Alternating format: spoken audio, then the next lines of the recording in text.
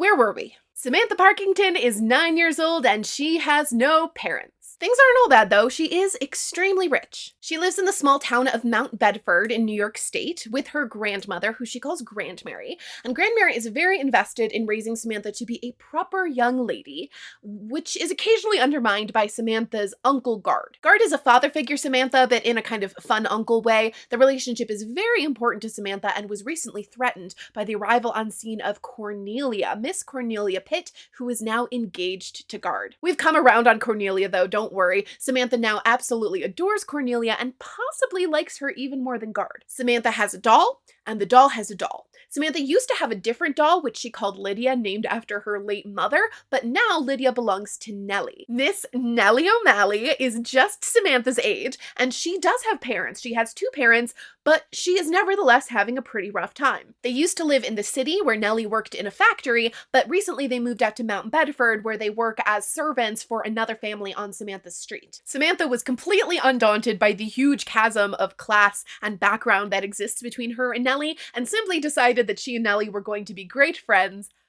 And now they are. They hang out a lot, even though it's hard for Nellie to find the time, and a lot of people in Samantha's community don't think they should be friends. And that's about where we were. That's about it. It's 1904. Did I mention that it's 1904? Well, it's not. It's 1905 now. When we left off, we had just finished with Christmas, and now it is the new year. Samantha is living at the turn of the century. That's her place in American history, although the earliest versions of Samantha's stories refer to her living in the Victorian age as a Victorian child. And as we discussed at length in part 1, even though this is maybe not strictly correct if we're going by the book in periodization, it is, practically speaking, true for Samantha's reality. As far as she's concerned, her world is Victorian, until she gets little peeks outside of her world. Characters like Nellie and Jessie, the family seamstress, offer Samantha occasional glimpses of the world outside her doors, and Cornelia is offering Samantha visions of change, of a future that could look different than Grandmary expects. So that's where Samantha is in the chronology of her life. In American history, it is now 1906. For us, if we're following the development of Samantha as an American Girl character, she was introduced to us in 1986. We have read and recapped in extreme detail the first 3 books, which were published in 1986, and now we're going to tackle the next 3, which are published in 87 and 88. That will take us through the 6 books that form the core series. As we go through the main series, I have also been peppering in stories from Samantha's short story collection. These were first published in American Girl magazine, then later republished as standalones or in little collections. So even though all of these come after these were first published, I've been peppering them in so that they fit chronologically in the right spots. And that's where we are going to pick up now. We are not going into book 4 in the main series because we have one more short story to talk about that takes place before that. All right, are you with me? Do you need anything else? You can always go back to part 1 if you need a refresh, because we have, and I cannot emphasize this enough, so much Samantha to read.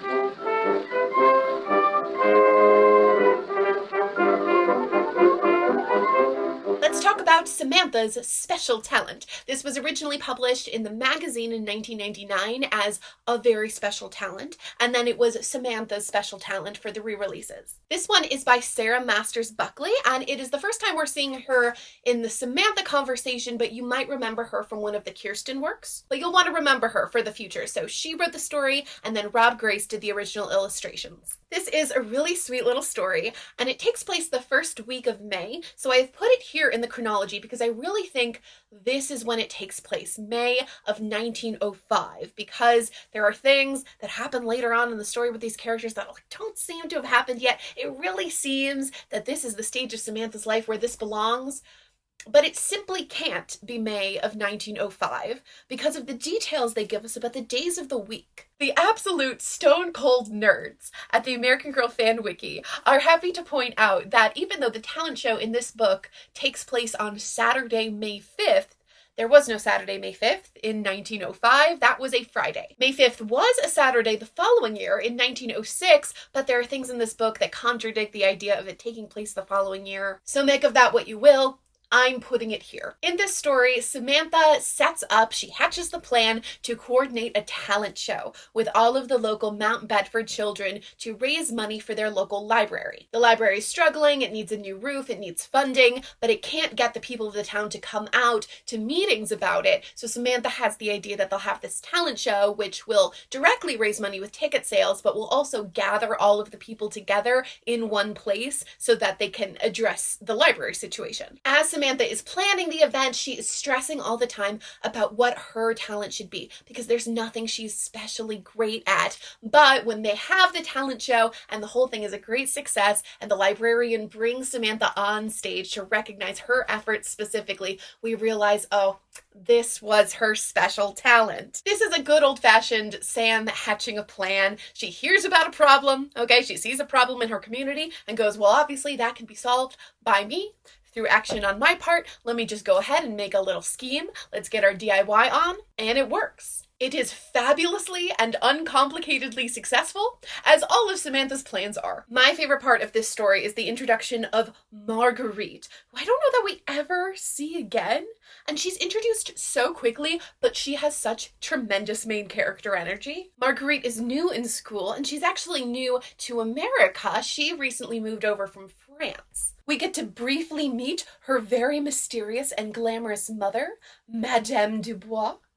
The widow Dubois. I'm obsessed with her. I really, really wish they had some details changed in this so that this could be set before Samantha's surprise, because Marguerite and her mother are into ballet. That is what Marguerite does in the talent show. She dances an excerpt from Swan Lake, and her mother plays the piano. And this could be a perfectly reasonable explanation for why Samantha is familiar with the Nutcracker. Okay, because these ladies are ballet nerds. And they were in France doing ballet things, so they were familiar with Tchaikovsky. Okay, so maybe they know this obscure Russian ballet, and that's how it was brought into Samantha's world. So now Samantha knows the Nutcracker. It works. It works. Just move the story just like a little bit to the left. Another highlight of the story is the list that Samantha makes of her potential talents. It's a little bit sad because we're seeing on display Samantha's tendency towards comparison. This is a surprisingly consistent facet of her character across different authors, because Sarah Masters Buckley is also bringing it in here that she... it's not enough for something to be good, it has to be the best. And in fact, being the best is what makes something good. My talents: singing, I'm good, but Helen and her sisters are better. Piano, I'm quite good, but Edith is much better. Boating, I'm good, but there's no lake at the Opera House. Swimming, see above. Reading, I'm very good, but I don't like reading aloud. Another highlight, I'd like to shout out Grandmary for being supportive. Grandmary is very supportive. She doesn't really take an active role in planning the talent show. She leaves that to Samantha, but she's encouraging to her, and she assures Samantha that she is very talented and she's gonna do great at whatever it is. We also get to see Ida Dean. Ida Dean, who definitely doesn't want to perform. She's very shy about performing in front of people, but she designs the posters, and she actually puts beautiful art on them, and oh my gosh, look at that. That's her talent. That's how she's contributing. It's cute. I'm telling you, it's a cute little story. I also think this story hits a really good balance of being specifically grounded in Samantha's time and very universal and relatable, because the shell of this story could be for most of the American girls. Like, you could take this and transport it into Molly's series, no problem. You just change some of the details. Even for Kirsten, I can imagine a version of this story, the plot line that still works. But then it gets filled in with all these very specific details. All of the different talents that the kids bring are kind of grounded in what Samantha's world is like. The peek into the past for this story, and you know, I didn't really talk about the peek into the pasts in part one, but we're gonna do it now. The peek into the past is mostly about vaudeville, which really excites the theater kid in me, because vaudeville is so foundational to every other American performing tradition. Like, everything about our contemporary musical theater and like late night shows, like everything is, it's just vaudeville. There are a lot of great photographs of actual famous vaudeville stars, and I can just imagine a kid looking at these pictures and it just sending their imagination wild. There's particular emphasis on child stars stars and sister acts, and I bet a lot of kids really pored over this. It suggests that Samantha, as a young woman, might have seen vaudeville performances at the Palace Theater in New York, but in a couple decades, that theater would start showing movies, and soon vaudeville would essentially die out. I appreciated that there was a page about Burt Williams, and it talks about other African-American vaudeville acts. I like that this is written in a way that affords so much like agency and respect to him and his act, although I do think this would be written differently today in the way it mentions blackface. One last thing to talk about with this story is the dress. So when this story is first published in American Girl magazine, in the illustration of Samantha at the talent show, she is wearing a red dress that looks very similar to her Christmas dress, the cranberry party dress. It is slightly different, but it's basically that. And then when they when it was republished in 2003, they used the same illustrations, but they changed the dress. They gave her a whole new dress.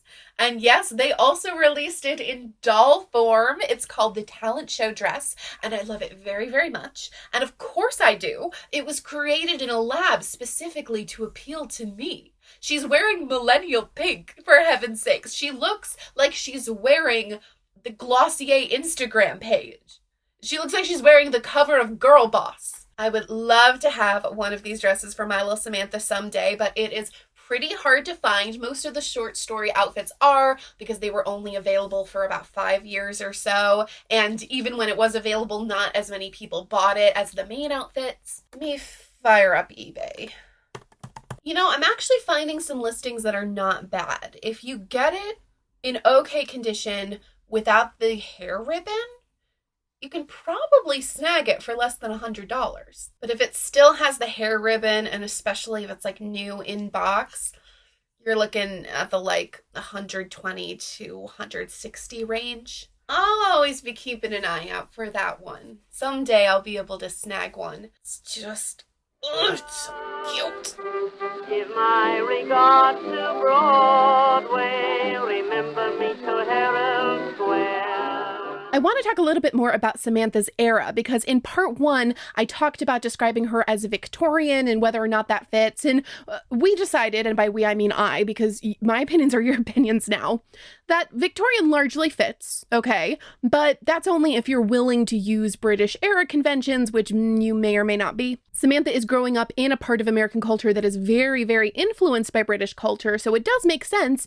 But also, America has its own eras. We have our own periodization conventions. Why don't we use some of those? Once you get into the 2000s, American Girl usually refers to Samantha as living at the turn of the century, which makes a lot of sense, and I do like how specific it is. People talking about the Samantha books, especially historians, are more likely to refer to it as the Progressive Era, which very roughly lines up with the Edwardian era. So in British periodization, you would have the Victorian era, which, if you want to be very technical, ends in 1901 with the death of Queen Victoria. And then the Edwardian era is a little broader. It's the long Edwardian summer. So that actually goes from 1901 all the way up to the start of the First World War. In America, things are a little messier, but we generally use that same time frame for the Progressive era. If we go back to our bookshelf, remember a big, long line of bookshelves with all the books about American history. Situate yourself by finding the Civil War, right? And then right after that is Reconstruction. 1877, Reconstruction formally ends in the South. And then we have all this time until the First World War. That's a little shy of 40 years. And as a general rule of thumb, you can kind of cut that time in half to make 2 smaller periods. The first half, the first 2 decades, that's the Gilded Age. And then the second 2 decades, that's the Progressive era. It's funny to put these American and British conventions next to each other because the American names are very evocative. They're very judgy, I guess.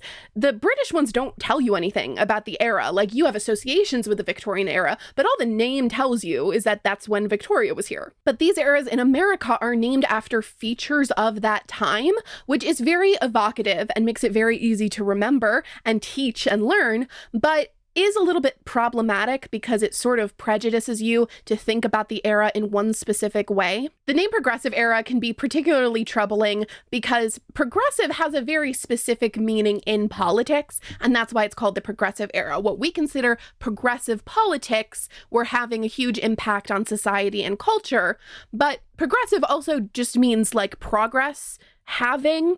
And so it does often appear that the name for this era is just like the era of a lot of progress. It's a similar issue to the Enlightenment, you know, like, oh, so you named your own era, the era that you're in, that you are thinking and writing in. And would you name it? Oh, you named it the era when all the cool, smart people had it figured out and fixed everything. So just be on guard, okay? Don't let the name of this era trick you into thinking that you can sum up this entire era as being about progress for humanity. To be fair, that's how people kind of thought about themselves. The people that were considered progressives, that is kind of the core tenet of progressivism as it developed in the United States in the 19th and 20th centuries. We have problems, okay? We have big problems in our society, mostly caused by modernization and industrialization, and we can fix them. We can fix the problems through action, through reform and intervention in government, in institutions, in schools, in churches, in the family.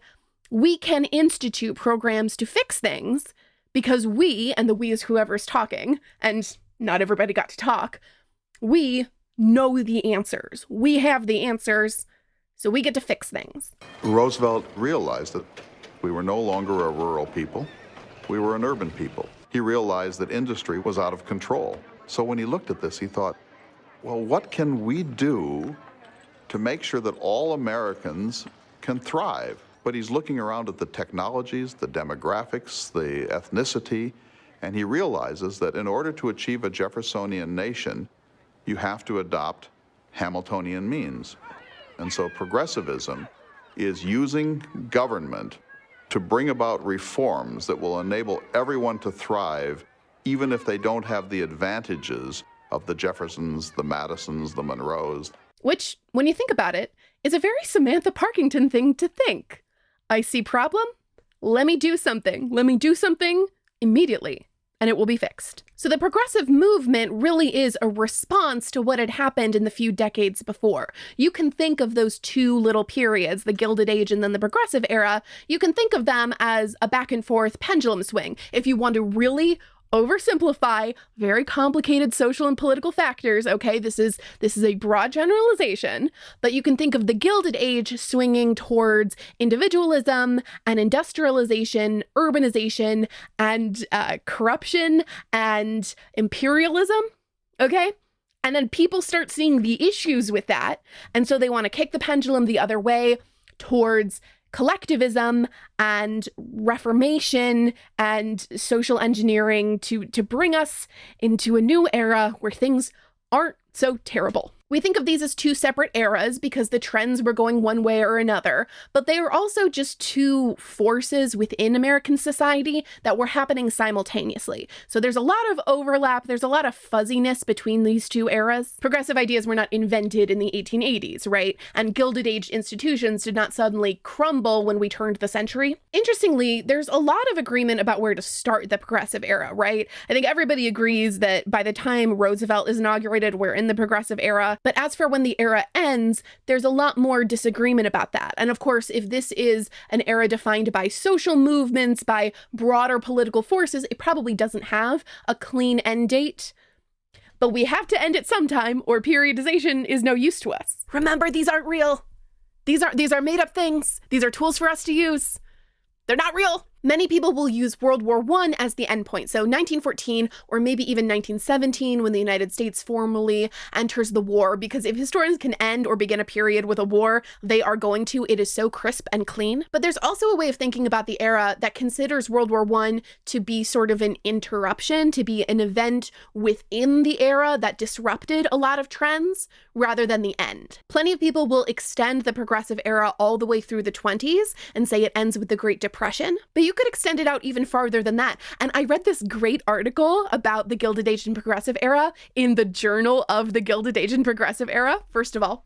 Well, and as soon as I read the title of this article, I said out loud, yes, because it made so many things about what it was like to study history in college make sense to me. It's by a historian called Elizabeth Perry, and it's called Men Are From the Gilded Age. Women Are From the Progressive Era. I loved this article. It is a little bit inside baseball for somebody like me that isn't a working historian that reads all these journals, because it's based on a speech that she gave to an audience of other historians that was basically to the tune of, why are we like this?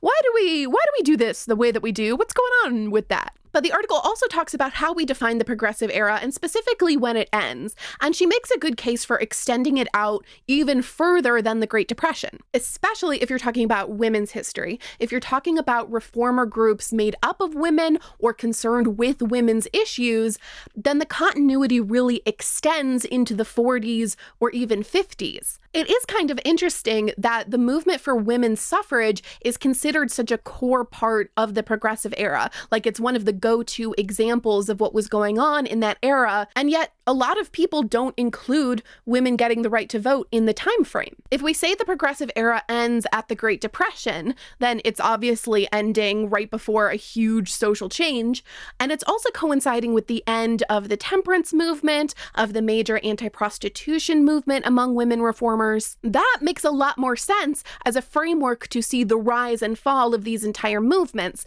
and World War I hugely impacted them, yes, but it didn't end anything. If you wanted to extend the era out even farther and ended it in the 40s or 50s, you could have the era end as the organizations that were founded for these movements are eliminated or absorbed or fizzle out. A lot of organizations that were founded prior to women's suffrage for women's political actions lasted through World War I, through the 20s, even through the Depression, and it wasn't until World War II and the 1950s that they faded. Now that women weren't politically active anymore, they just weren't in those same groups. And that's a huge amount of continuity. So for certain dimensions of social and cultural history, it makes a lot of sense to look at that entire half decade together. A whole new periodization for US history, in fact, could be devised, which focuses on the period from the 1870s to 1950 as a period of progressive reform. Launched at the end of the Civil War by the Second Industrial Revolution and ended by the Cold War. And perhaps, in coming decades, historians will come to see the period in this extended way. Whether this happens or not, one thing is clear to me. Taking women's efforts at reform seriously requires widening the chronological boundaries of the progressive era. But back to Samantha, because we're here to talk about Samantha, of course. 1904 is right at the tipping point between these two eras, okay? She is technically in the progressive era by most definitions, but barely, and everything in her life has Gilded Age written all over it. In fact, I was often wondering as I read these books why the stories weren't set a decade or even 2 decades earlier, particularly when it comes to Samantha's lifestyle, the way her household runs, her interactions with Nellie. A lot of it seems like it might be even more pronounced, even sharper and more relevant if it was really at the peak of the Gilded Age. And then as we got farther into the series, I started wondering, why wasn't this set a little later? Why wasn't this set in 1914 instead of 1904, when movements like the women's suffrage movement would be much more developed in the United States? Which is maybe the point, right? Maybe that is the magic, the special sauce of Samantha's story being set in 1904, because it is at the tipping point. It is at this awkward moment between eras, between centuries, where she is living in both at once. And narrative, fictional narrative about one specific individual is a really great way to explore that, a really great way to dive in to not what a decade was like, not what an era was like, what a year was like, what a month in that year was like. Those little in-between moments, those little inflection points are sometimes really easy to miss in traditional history work because they can fall through the cracks of periodization. Periodization makes us want to look at the Gilded Age or the progressive era. Periodization will forget about lives like Samantha's. I love historical fiction so much.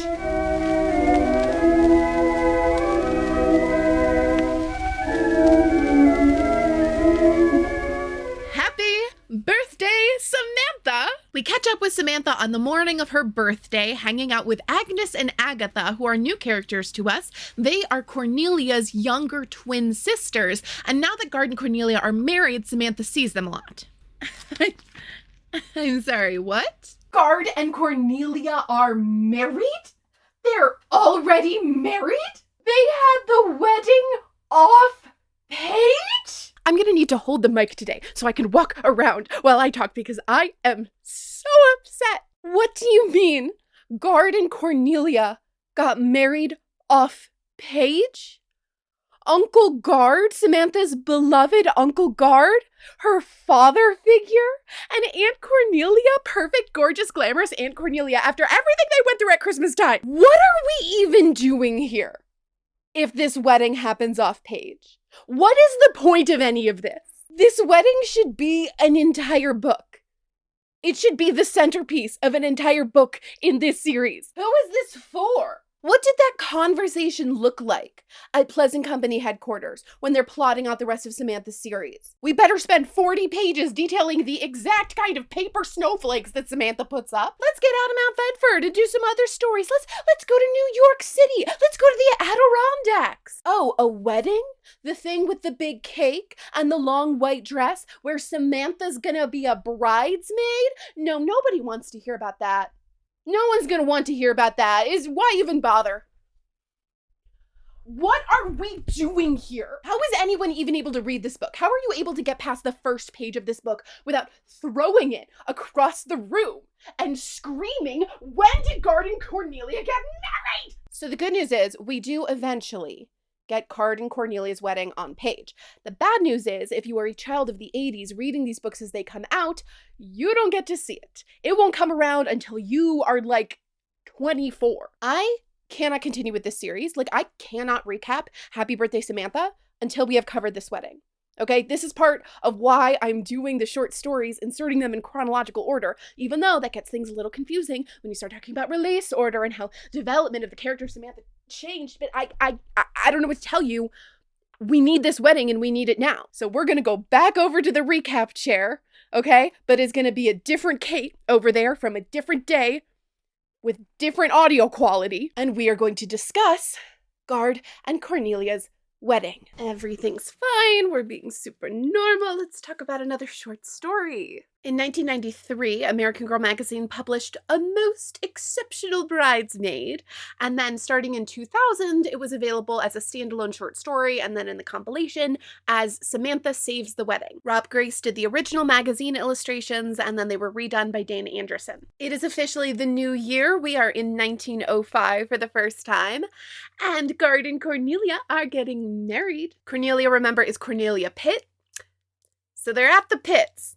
They're seeing the Pitt family. They live in New York City, so we're going to their townhouse to get ready for the wedding. Samantha is having an amazing time. Number one, because she is very minimally supervised. The adults are very busy with the parties and the plans for the wedding, so she just kind of gets to do what she wants. And, of course, Agnes and Agatha are there. Big fun. And Alice is here, too. You remember Alice, right? Cornelia has 3 sisters, Agnes and Agatha, who are the twins. And then Alice, who's 3 years old. You probably don't remember Alice, because nobody seems to remember Alice. Alice is constantly forgotten by the readers and by the characters in these stories, and also, I'm pretty sure, by the authors of these stories. Alice does not appear in any of the books in the main series, even though there are a couple where Agnes and Agatha show up. She's not in any of the other short stories. I'm fairly certain she was made up specifically to play a role in the plot of this story. She was made up for this story, and we never see her again. Spoiler, but you will not see this girl again. Ever. Which makes it extra funny to me when the characters forget that Alice exists, which they appear to do quite frequently. We catch up with Samantha and the twins playing hide and seek, and they are ready to move on to the next activity when one of them remembers, oh my gosh, nobody ever found Alice, which is pretty sad. Anyway, the girls are having an amazing time, and Guard is being so wonderful with the girls.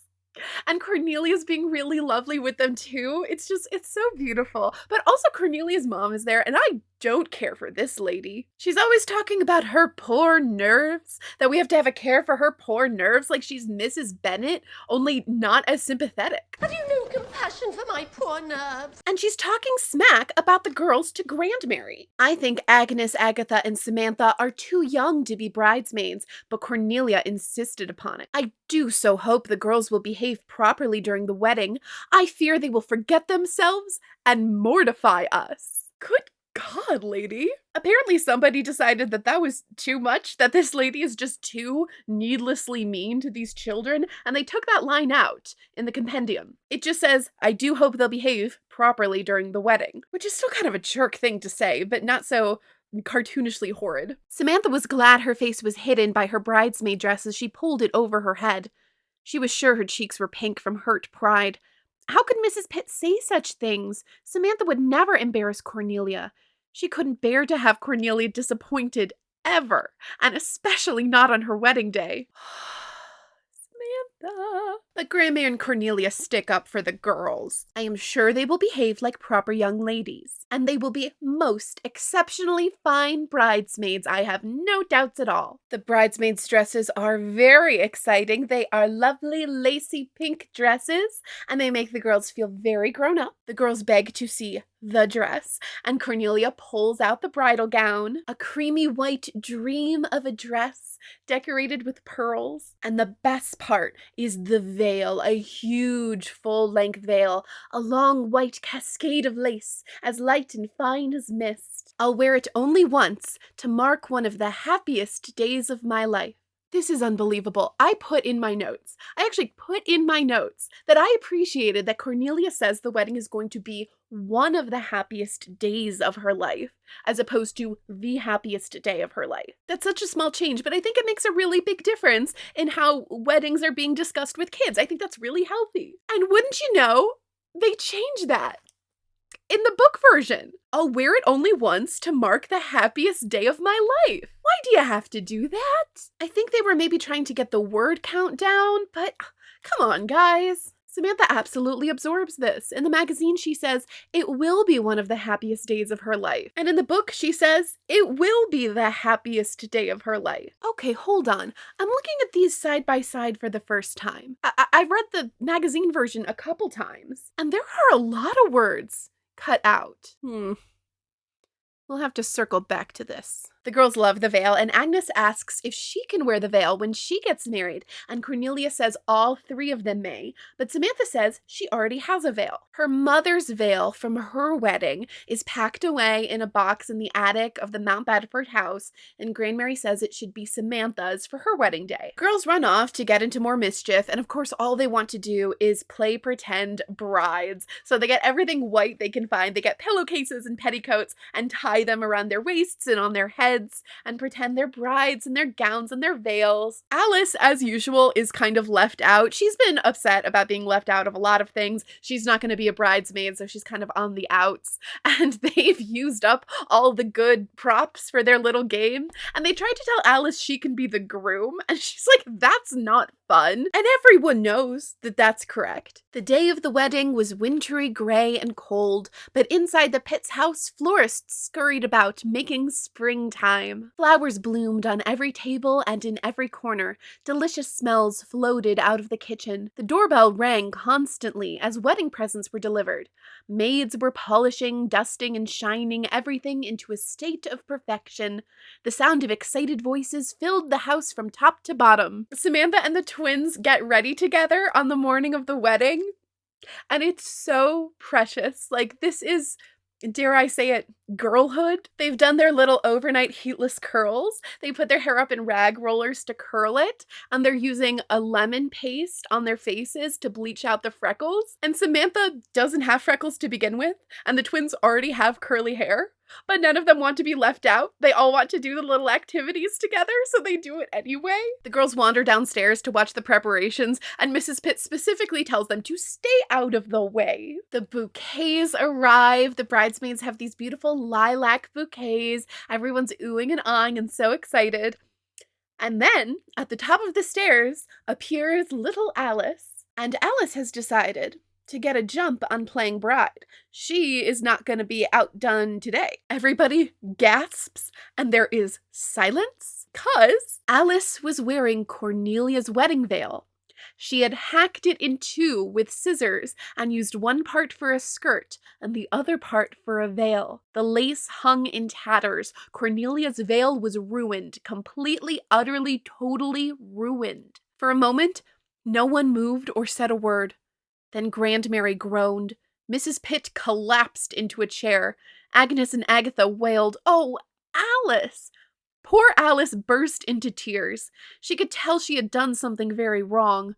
Samantha looked at Cornelia. She was very pale. "You older girls go to your room," said Grandmary quietly. take your bouquets. I would hazard to guess that a lot of the kids who read this story are very, very annoyed with Alice. She is exactly the kind of younger sibling character that can be uniquely irritating to a 9 or 10-year-old reader.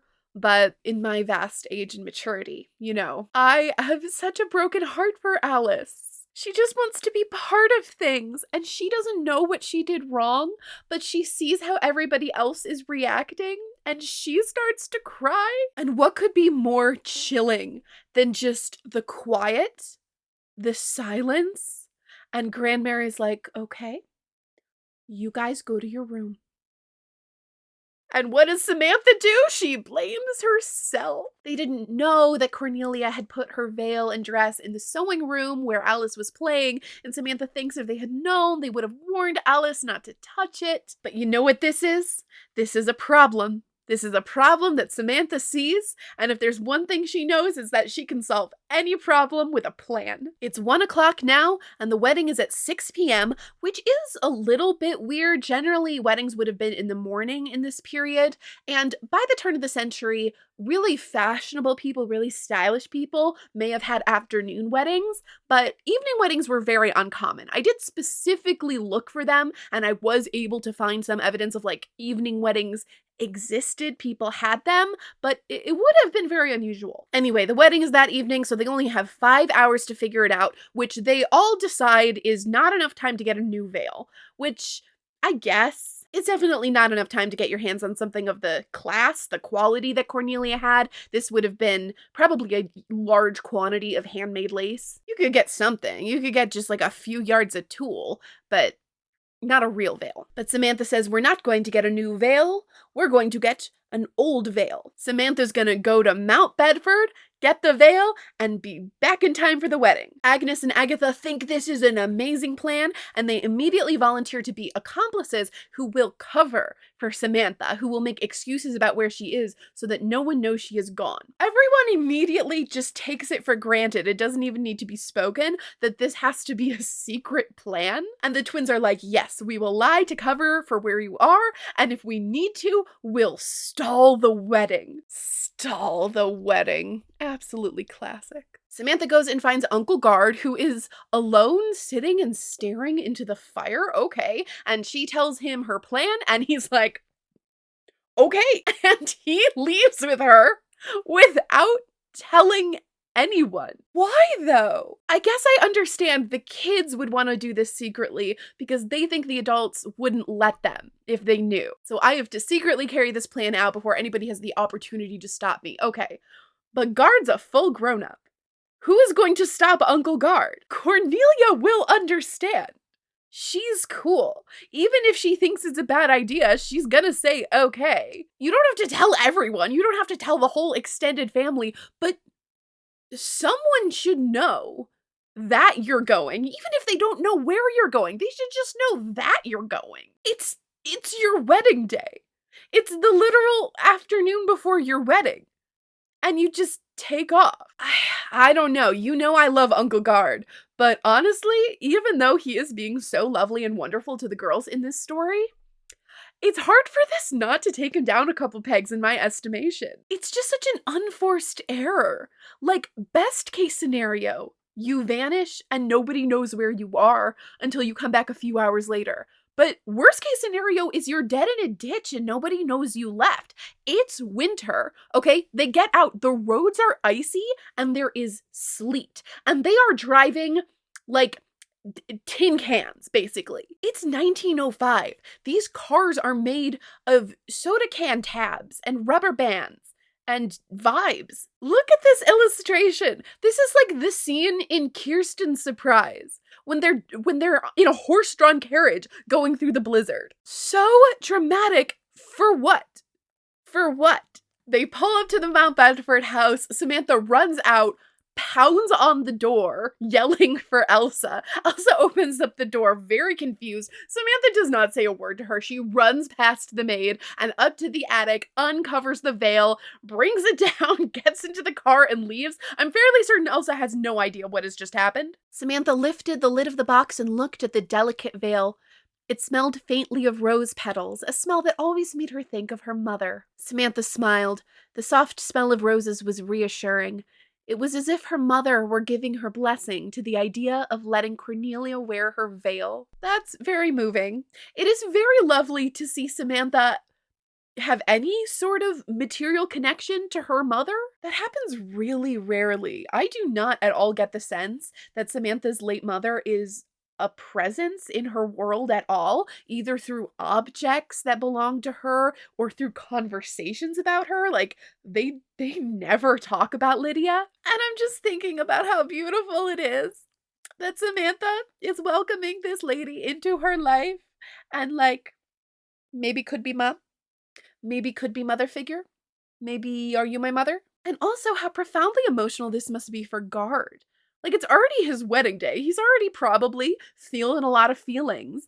And now there's this just like breakneck race to go get the veil that his sister wore for her wedding. I feel like Samantha doesn't really have an awareness that Lydia was Guard's sister. Like he lost his sister.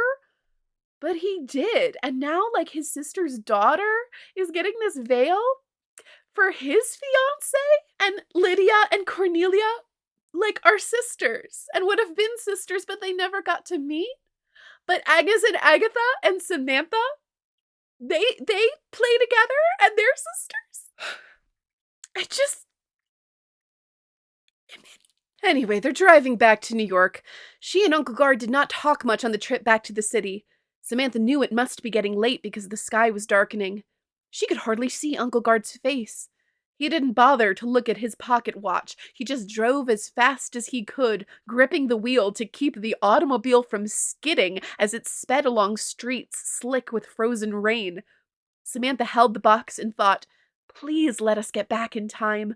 Please." Samantha, I don't think that's what you need to be worried about right now. I don't think your main issue is that you'll get back late. Because remember, the wedding can't happen without you.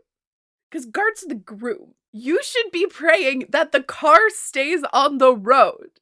You could die. For someone whose entire life exists under the shadow of the untimely death of her parents, who died in a weather-related transportation accident, Samantha has absolutely no appreciation for the fact that she is mortal, which is normal and probably healthy for a 9 or 10-year-old, okay, to not be thinking about how they could die. But, like, maybe you could think a little bit about how you could die. Nellie wouldn't do this, is all I'm saying. Nellie would say, we're gonna drive the speed limit, and if we're late, we're late.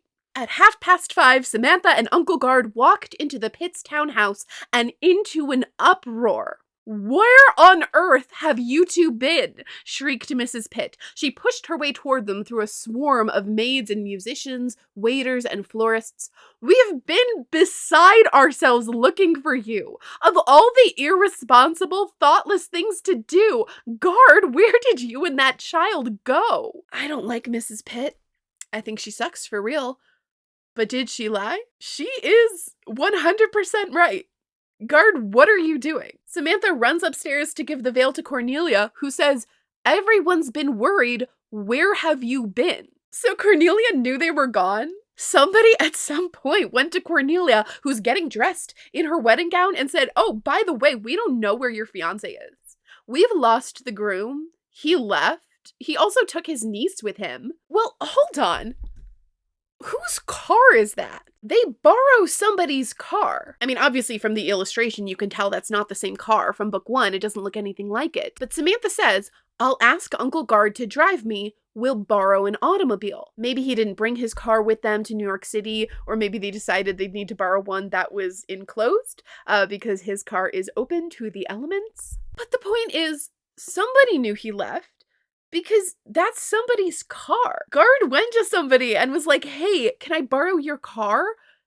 And they didn't say, "Yeah, sure." Why?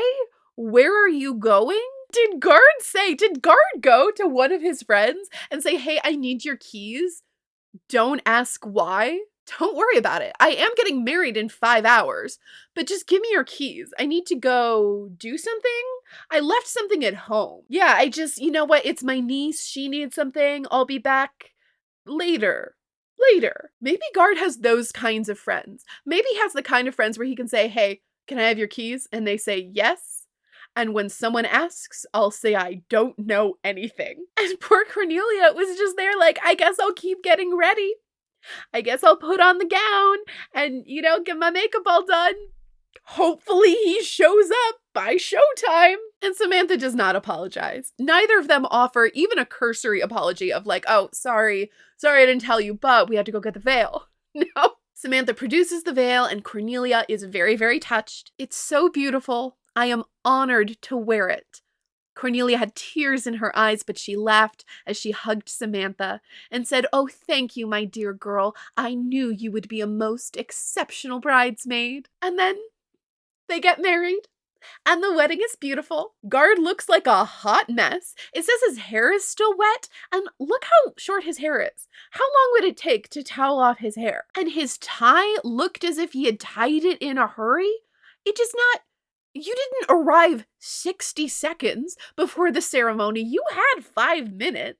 Listen, if I'm at this wedding, if I'm a guest of this wedding and I'm sitting in the pews, and before we start, I'm starting to hear murmurings that the groom is gone, that the groom is missing, and then he appears with his hair all wet and messed up, and he's hastily tying his tie, I just think I might come away with a different impression.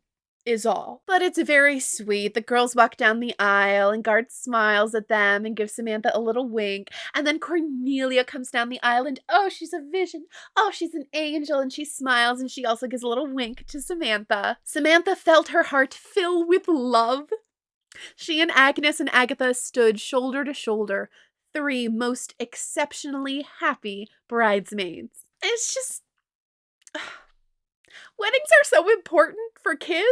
Like, this is so good for Samantha that she was involved, that she was part of this. I mean, even without the veil drama, although the veil drama is pretty huge, the fact that she was there and she got to be a member of the wedding party and she got to watch this happen, like sort of see with ritual and ceremony this new person become formally a part of her family, like, that's so important. And I think it's really, really wonderful that Cornelia chose her little sisters and her new niece to be her bridesmaids. That's awesome. Good choice. Good job, Cornelia. But do you not have friends? Like, I'm sorry, does Cornelia not have any friends her own age? These are the questions I have. I'm sorry. I can't believe they weren't going to show us that. I can't believe if you read these books as they came out, you had to wait like 6 years for that. What are we even doing here? Hi, welcome back. We now return to Happy Birthday, Samantha. Or you now return. I've been here the whole time. Now that we have fixed the egregious oversight of having the Guard and Cornelia wedding happen off page in the main series, we can return to Happy Birthday, Samantha, Book 4. This was published in 1988, and we have, once again, a new author, Valerie Tripp, a very familiar name to any fans of American Girl. This book, again, feels a little bit disconnected from the first 2 books and very disconnected from the previous book, but Valerie Tripp wrote the final 3 books in Samantha's main series, so we will have some consistency from here on out. Just to set expectations, I need to inform you right now that there is no Nellie in this book. Nellie is fully not even mentioned in this book. It is like she does not exist. The little family and friends portraits at the beginning have these new characters, Agnes and Agatha, and no Nellie. Even Elsa is there. Elsa, the grumpy maid. As tempted as I am to just put a timestamp on the screen for you for the next time we see Nellie, because what even is the point of this? We do have to go through this book because it's very interesting. This book is kind of a 2-for-1. The first half and the second half have a separate setting and main story, and I almost wonder if these stories were originally conceived to be 2 separate books and combined at some point in the process. The first half feels like the birthday story, and then the second half I think you could have taken and put in any part of Samantha's series and it would still make sense. So beginning with our part 1 story, Chapter 1 has one of the all-time great chapter titles, Petticoats and Petty-Fours. And as I mentioned, we are introduced at the very beginning of the book to Agnes and Agatha. You, of course, already know Agnes and Agatha, but this is properly speaking their formal introduction to the reader. It is hard to be excited about Agnes and Agatha, given the extent to which they are not Nellie, but it is very cute that they are waking Samantha up on her birthday by piling onto her bed. So excited. Agnes and Agatha in this book remind me a little bit of the characterization of Samantha in Samantha's Surprise. They are very invested in their little ideas and hopes and dreams to an extent where they are so oblivious to the people around them. They hand Samantha a big bouquet of roses when they come into her room, and she's like, wow, where'd you get the lace that you wrapped around the roses? And they're like, oh, we ripped it off one of our petticoats. And where'd you get the roses? And they're like, oh, we just borrowed them from Hawkins' prized rose bush. Samantha's kind of like, wow, you're not worried you're gonna get in trouble for these things? And the twins are like, nope. Samantha laughed out loud. Sometimes it seemed to her that Agnes and Agatha's ideas spilled out all over the place, like popcorn popping out of a pot. During the week of their visit, the twins had turned Grandmary's quiet house in Mount Bedford topsy-turvy. Samantha liked it that way. And this is the framing that the book gives to the way that Agatha and Agnes are. They have ideas. They have big, bold, new ideas. Samantha starts to get dressed in her long underwear, and Agnes and Agatha, who live in New York City and are more up to date on the latest fashions, tell her that nobody wears that anymore, which honestly I think Samantha already knew based on what she says in a previous book. But Samantha says she has to wear it. It's one of Grandmary's rules. The twins say jeepers, and that's a very old-fashioned rule. Samantha admits she hates it because it's just uncomfortable, it's scratchy, and it's too hot for that. And Agnes says, then don't wear it. Make up your own mind for once. Samantha, would you like a theme? Samantha sat up very straight. I'm 10 years old today, she said. I guess that's old enough to think for myself about things like underwear. There's a sweet little scene where the girls go to the kitchens and they have a little birthday breakfast moment with Mr. and Mrs. Hawkins, where they put a candle in a blueberry muffin for Samantha. When Samantha blows it out, she wishes that being 10 would be completely different from being 9. She was ready for some changes. Samantha, that's very dumb. Your life is extremely good. Mrs. Hawkins mentions that Samantha will have to blow out 10 candles at once that evening because she'll have a proper birthday cake, and the twins suggest that instead of having one cake with 10 candles, she has 10 cakes with 1 candle each. 10 little teeny tiny cakes. They're called petty-fours. Ladies have them at all the fancy tea parties in New York. Samantha thinks this sounds delightful and begs Mrs. Hawkins to make her petty-fours for her party, even though I have to believe Mrs. Hawkins has been planning this cake and has already done a lot of prep work. Well, I don't know, said Mrs. Hawkins slowly. We've never had anything so different before. That's why it's such a wonderful idea, pleaded Samantha. No one in Mount Bedford has ever had 10 cakes. All the girls will be so surprised. Mrs. Hawkins smiled at Samantha. If you want 10 cakes, you shall have them, love. I guess I can try something new. This feels like a misstatement of what the actual obstacle here is. They don't need Mrs. Hawkins to be open to new ideas. They need her to learn how to make a notoriously fussy and intricate fancy dessert. This is just not a fair ask, but Mrs. Hawkins truly does seem fine with it, so I guess I can't be mad. Just like with Mr. Hawkins' roses. Samantha worries that he'll be mad that they cut some of his roses, and he's not. He's okay with it. So I guess I can't be mad. They also make plans for ice cream. They are going to make freshly homemade ice cream for Samantha's birthday party. It will be peppermint, her favorite. The girls are shooed out of the kitchen so that Mrs. Hawkins can get to work. And when they go outside, they run into Eddie Ryland. Remember him? Yeah, he sucks. Eddie is being a jerk and insulting and teasing them. And then when he realizes they're making plans to make ice cream, he's like, well, I know everything about ice cream.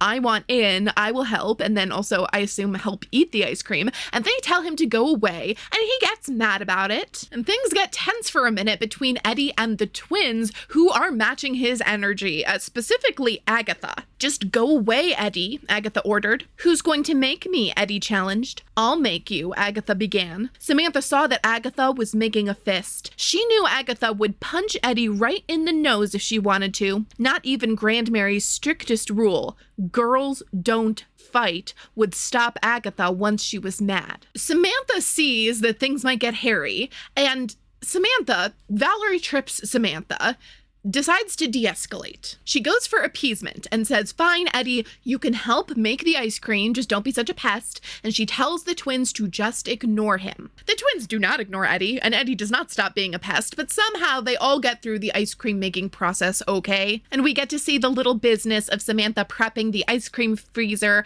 and filling the sides with big chunks of ice and then handfuls of rock salt to melt the ice, and we're just gonna put a pin in all that. Samantha gets ready for her party. She has a cute pink dress and a lacy white pinafore, and Grandmary comes in with a little rosebud circlet that she says belonged to Samantha's mother. "I'm sure she would have been happy to see it passed on to you now. You look just as pretty as she did." Samantha fully does not care. She has no follow-up questions and honestly does not even seem that moved. And then the guests arrive for the party. And I did not remember this book super well, so on my first reread, I was listening to them get set up for the party and the girls arriving, and I was so excited because this party sounds amazing. They've put wicker chairs out in the sunny lawn, and all the girls are wearing their party dresses, and they all brought their doll. But the vibe is awkward.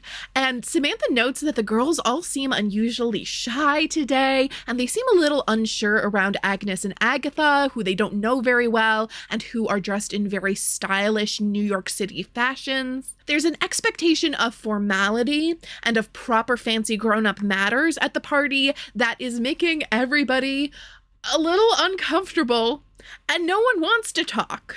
They sat up straight, their legs crossed at the ankles. Their dolls sat up straight too and stared at each other across the circle. Samantha tried to begin a polite, grown-up conversation. "Well," she said at last, "it certainly is a nice day." And it's so cute and lovely, and they're all so uncomfortable. The twins suggest Samantha just go ahead and open her gifts, and that gets things going a little bit. There are nice presents. Everyone oohed and awed politely as she opened a box of colored pencils from Ida, a fan from Ruth, and a big book of piano exercises from Edith Edelton. Agnes and Agatha get Samantha a teddy bear, which they report is the newest thing in New York. The girls love the bear. They're very impressed. They think he's so cute. He gets passed around the circle. And then, thank God, the life of the party is here. Samantha hears Guard's car. Guard and Cornelia are both here, being lovely, making a big deal about Samantha and her birthday, but they are not the life of the party. The life of the party is their new dog that they've brought with them. So let's just put the tiger on the table, okay, and acknowledge the fact that the dog's name is a homophone for a slur. I looked it up and tried to find any connection between this dog's name, spelled with a J, and the slur, starting with a G, and I could find absolutely no link. This seems to be an absolute, coincidental homophone. It's not an alternate spelling of the slur or anything like that. But it still feels weird in my mouth to say. It's a cute name. I imagine that that's what his bark sounds like. But I don't like it. And I think mostly I'm just gonna end up calling him the puppy. The puppy is very cute and adorable and affectionate and completely untrained. Immediate chaos as the puppy grabs the teddy bear and runs off with it, and now we're in a chase, all of the girls scrambling after the dog. They chase the puppy through our old friend, the Lilac Tunnel, and into the Rylands yard, where eventually they catch him because Samantha has the idea to take off her shoe. It has already been established the puppy loves to chew on shoes, and dangles it, and then Jim scampers right over. Everyone cheers, and Samantha's white lacy pinafore has muddy paw prints on it, and now it's a party. But the teddy bear was scooped up by Eddie Ryland, and he's using it as a hostage to barter for entrance to the party. He is demanding to be allowed to play with the puppy and to eat ice cream with them, and he is being awful, and I do hate this small boy so much, but this also is a little bit sad. Like, basically all of Samantha's classmates were invited to this party, it seems. Edith Eddleton was invited to this party, and Samantha does not like her at all. If Eddie Ryland were a girl, even if he were just as unpleasant as he is, he would probably have gotten to go to this party, which, while it was awkward in the beginning, does have all of the makings and the trappings of a fantastic party. And I think Eddie is correctly identifying this as a great experience that he is being left out of. Do we feel that bad for Eddie? No, because at the end of the day, he gets to vote.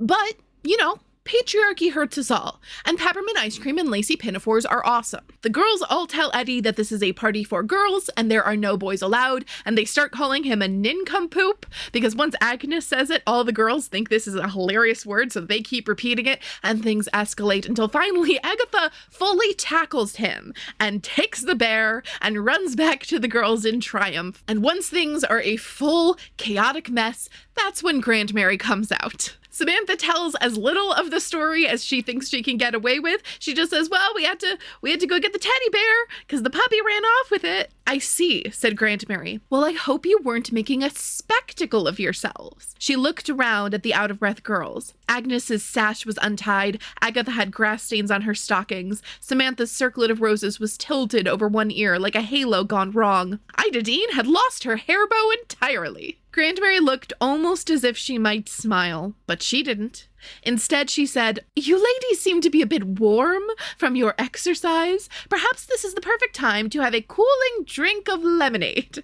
This is a great Grandmary moment. She clearly thinks this is funny, but knows it's time to maybe pack it in. The girls have their lemonade and tea sandwiches at this cute little party table, and then Mrs. Hawkins brings out the 10 petits fours, which she has somehow been able to not only make, but learn how to make and make in a few hours? I have no doubt about Mrs. Hawkins' talents and cooking experience, okay? I believe that she can do hard things, but I have to emphasize, the whole point of a petit four is that it's like fussy. And from the sound of that earlier conversation, it seems like Mrs. Hawkins has fully never heard of these things.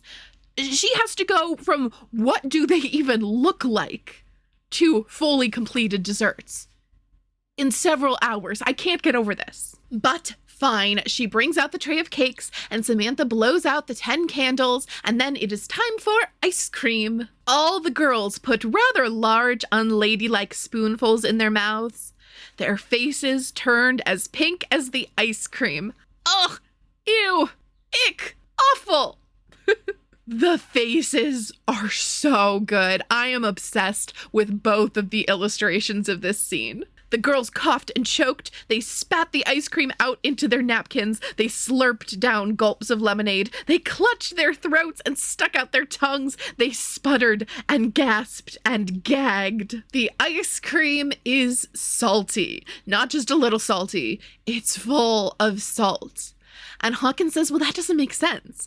Eddie Ryland tasted it just a little bit ago, and he said it was fine. Samantha's like, wow. Was Eddie alone with the ice cream by any chance?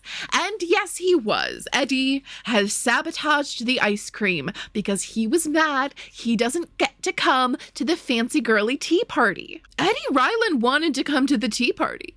I'm not defending him here. He sucks. But he didn't do this because he wanted to ruin their day. He did this because he was sore about not getting to participate. Aunt Cornelia helps to smooth things over. She gets the ice cream taken away, and they still have the cakes and the lemonade, and it's gonna be fine. It's gonna be fine, but Samantha is really sad. Samantha could hardly swallow. She felt so angry and sad.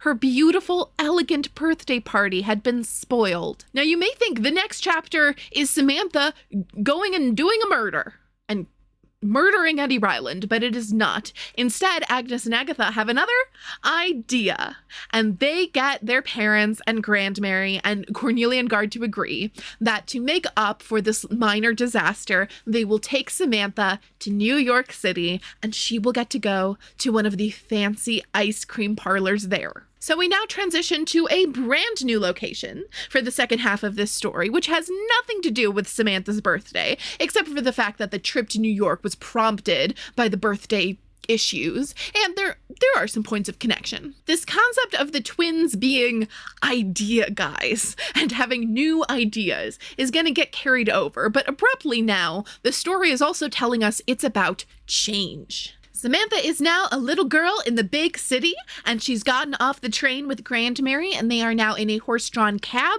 going to meet Gard and Cornelia and Agnes and Agatha. I love that the chapter title is New York City, and then the first words are New York City, exclamation point. As Samantha is being dazzled by the hustle and bustle out her window, she and Grandmary have a little exchange about Agnes and Agatha and their ideas. And Grandmary says they are happy, lively girls, though they do get a bit carried away with their ideas sometimes. Samantha understood what Grandmary meant about Agnes and Agatha.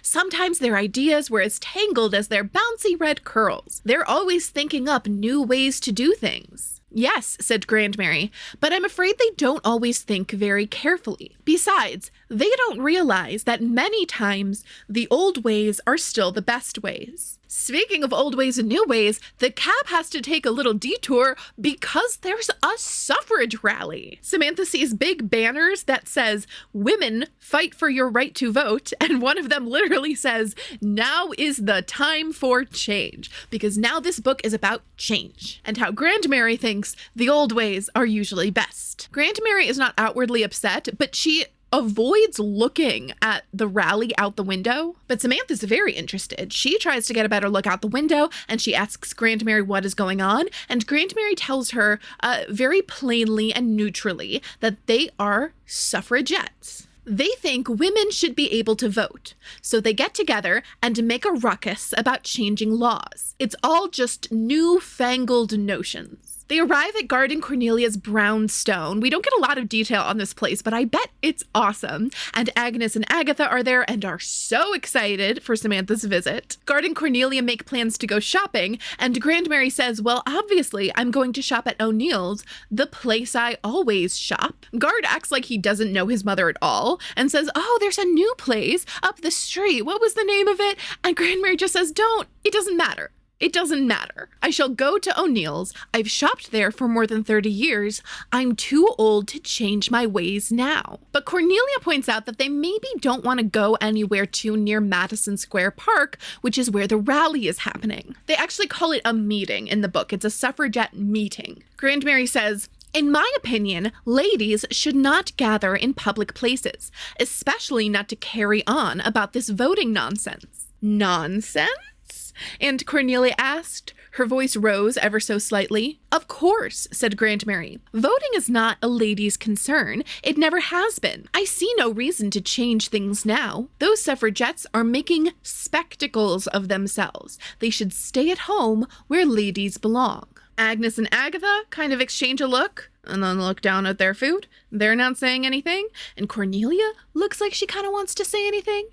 And then she doesn't. And Samantha definitely wants to ask more questions, but she doesn't. And everybody just lets Gard swoop in after an awkward silence and change the subject. The subject is his birthday present for Samantha, which is this beautiful little doll carriage. It's painted red with shiny brass wheels, and it actually has 3 wheels, which is probably a historical thing, but it reads as like steampunk to me in a way that's delicious. The girls are so excited to take this out for a spin. They have to go to the park now, and the twins beg to be able to take the puppy with them. And Cornelia actually points out, didn't things go bad when you handled the puppy at the birthday party? And the twins are like, "Yes, but that's in the past. We were so young then, a week and a half ago," or whenever that was. Cornelia secures their promise that they are just going to the park across the street, which is fenced in, and they will be keeping the puppy on a leash the whole time. They promise.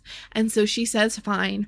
Go ahead and take the doll carriage and take the dog, and you absolutely know what's about to happen." Cornelia gives them the leash and says, "Oh, and I have to go now. I have a meeting, don't worry about it, and leaves. But I'm sure that's unrelated to all previous conversations. The girls have an adorable little walk in Gramercy Park with one of Agnes's dolls in the doll stroller and the puppy on a leash. When the puppy starts pulling on the leash to get at critters that he sees, they decide to just carry him. But after a while, their arms get tired, and the twins have the bright idea to take the doll out of the doll carriage and put the puppy in the doll carriage. Samantha is unsure about this plan, and she reminds them that they promised Cornelia they would not let the dog off the leash, but she lets herself be overrun by the twins and their idea. And of course, the puppy is in this stroller, very adorably, for about a half a second, before he just grabs the other end of his own leash, pulls it off the handle of the pram, and runs away. And once more, we are chasing the dog. And this dog means business. This dog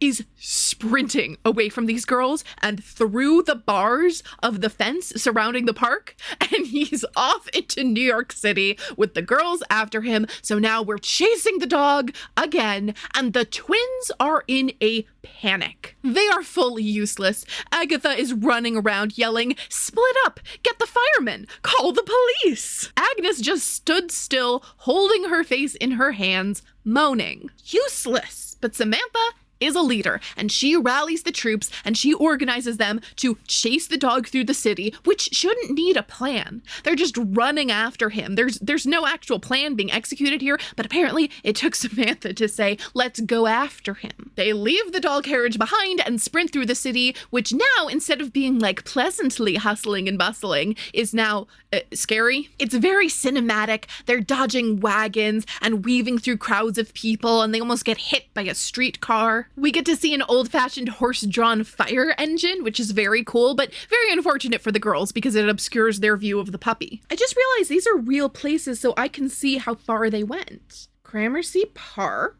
to Madison Square Park.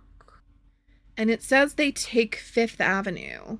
Okay, Maps is telling me that the route it looks like they took is more than a half mile. That's a substantial city sprint, because we do know their destination, and you know their destination, right? The puppy has decided he's on a mission. He knows where he's going. He's going to Madison Square Park. Oh no, this is Madison Square Park where the suffragettes meeting is. The twins do not want to go into the park. They say, we gotta go. And Samantha says, it's fine. We'll just run in and catch the dog. We don't have to tell Grandmary we were there. It's not Grandmary we're worried about, interrupted Agnes. It's Cornelia.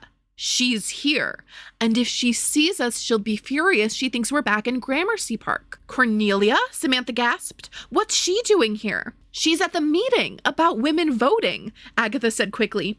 We heard her tell guards she was coming. He said Grandmary wouldn't like it, but Cornelia said she could think for herself and she was coming anyway. Samantha was very confused. What was Cornelia doing with the suffragettes? Grandmary said these women were making spectacles of themselves. Was Cornelia doing something wrong? They decide the right thing to do is to go in and get the puppy as fast as they can and get out of there. But the puppy knows exactly where he's going, and he runs right up to Cornelia, who is not in the crowd of suffragettes. She is on the platform giving a speech. Cornelia is actively speaking when she's interrupted by the puppy, and she makes a little bit of it. She picks him up and lets him bark into the microphone, and everyone thinks that's cute. I guess there's not a microphone. I mentally placed a microphone in this scene.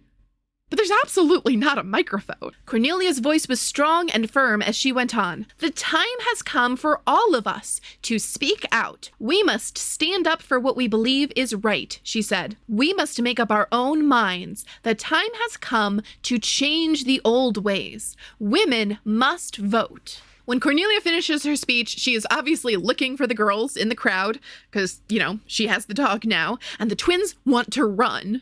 But Samantha says, no, we need to admit what we did. And Samantha actually takes accountability for what happened. The twins don't. The twins try to avoid any accountability to the very end. The twins try to make excuses, and Samantha says, we did a very stupid thing. Agatha burst out, but we didn't think he'd... You certainly didn't think, Cornelia cut in. You just went right ahead with your own ideas and didn't pay any attention to what I said about keeping Jip on the leash. That was an important rule, and one we all agreed on. When will you girls learn that you can't just change things when you feel like it? But aren't you trying to change things? Asked Agatha. Aren't you trying to get women to vote? That's very different, Agatha, answered Cornelia. All the women here today have thought long and hard about changing the laws so that women can vote. When you want to change something, you'd better be sure it's a wise change, a change for the better. The girls apologize very humbly, and Cornelia accepts the apology, but then she realizes that it is time for them to meet Grandmary at the ice cream parlor,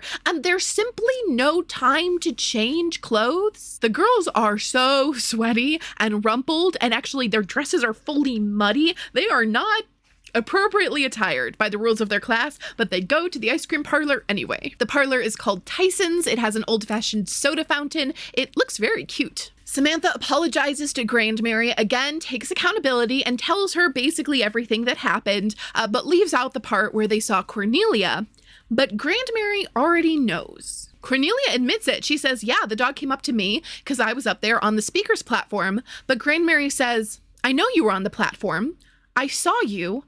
I was at the meeting myself. And everyone gasped. I was on my way here to Tyson's, but there were so many people around the park that I couldn't get by. When I saw you up on the platform, Cornelia, I thought perhaps I ought to stay and listen. Grandmary took Cornelia's hand. My dear, she said, I must admit that what I saw and what I heard gave me a bit of a surprise. I've always said that I'm too old to change my ways, but I've changed my mind today. You and the other ladies who spoke today were simply saying that women should stand up for what they think is right. That's exactly what I believe too. And if that's what voting will give us a chance to do, then I think women should vote. The time for change has come. Cornelia smiled at Grandmary. Yes, it is time to change the old rules, she said. And that's what makes this a wonderful time for these young ladies to be growing up. Well, growing up is what we've come to celebrate, isn't it? Asked Grandmary. Shall we have our ice cream? She turned to Samantha. Peppermint for you, my dear?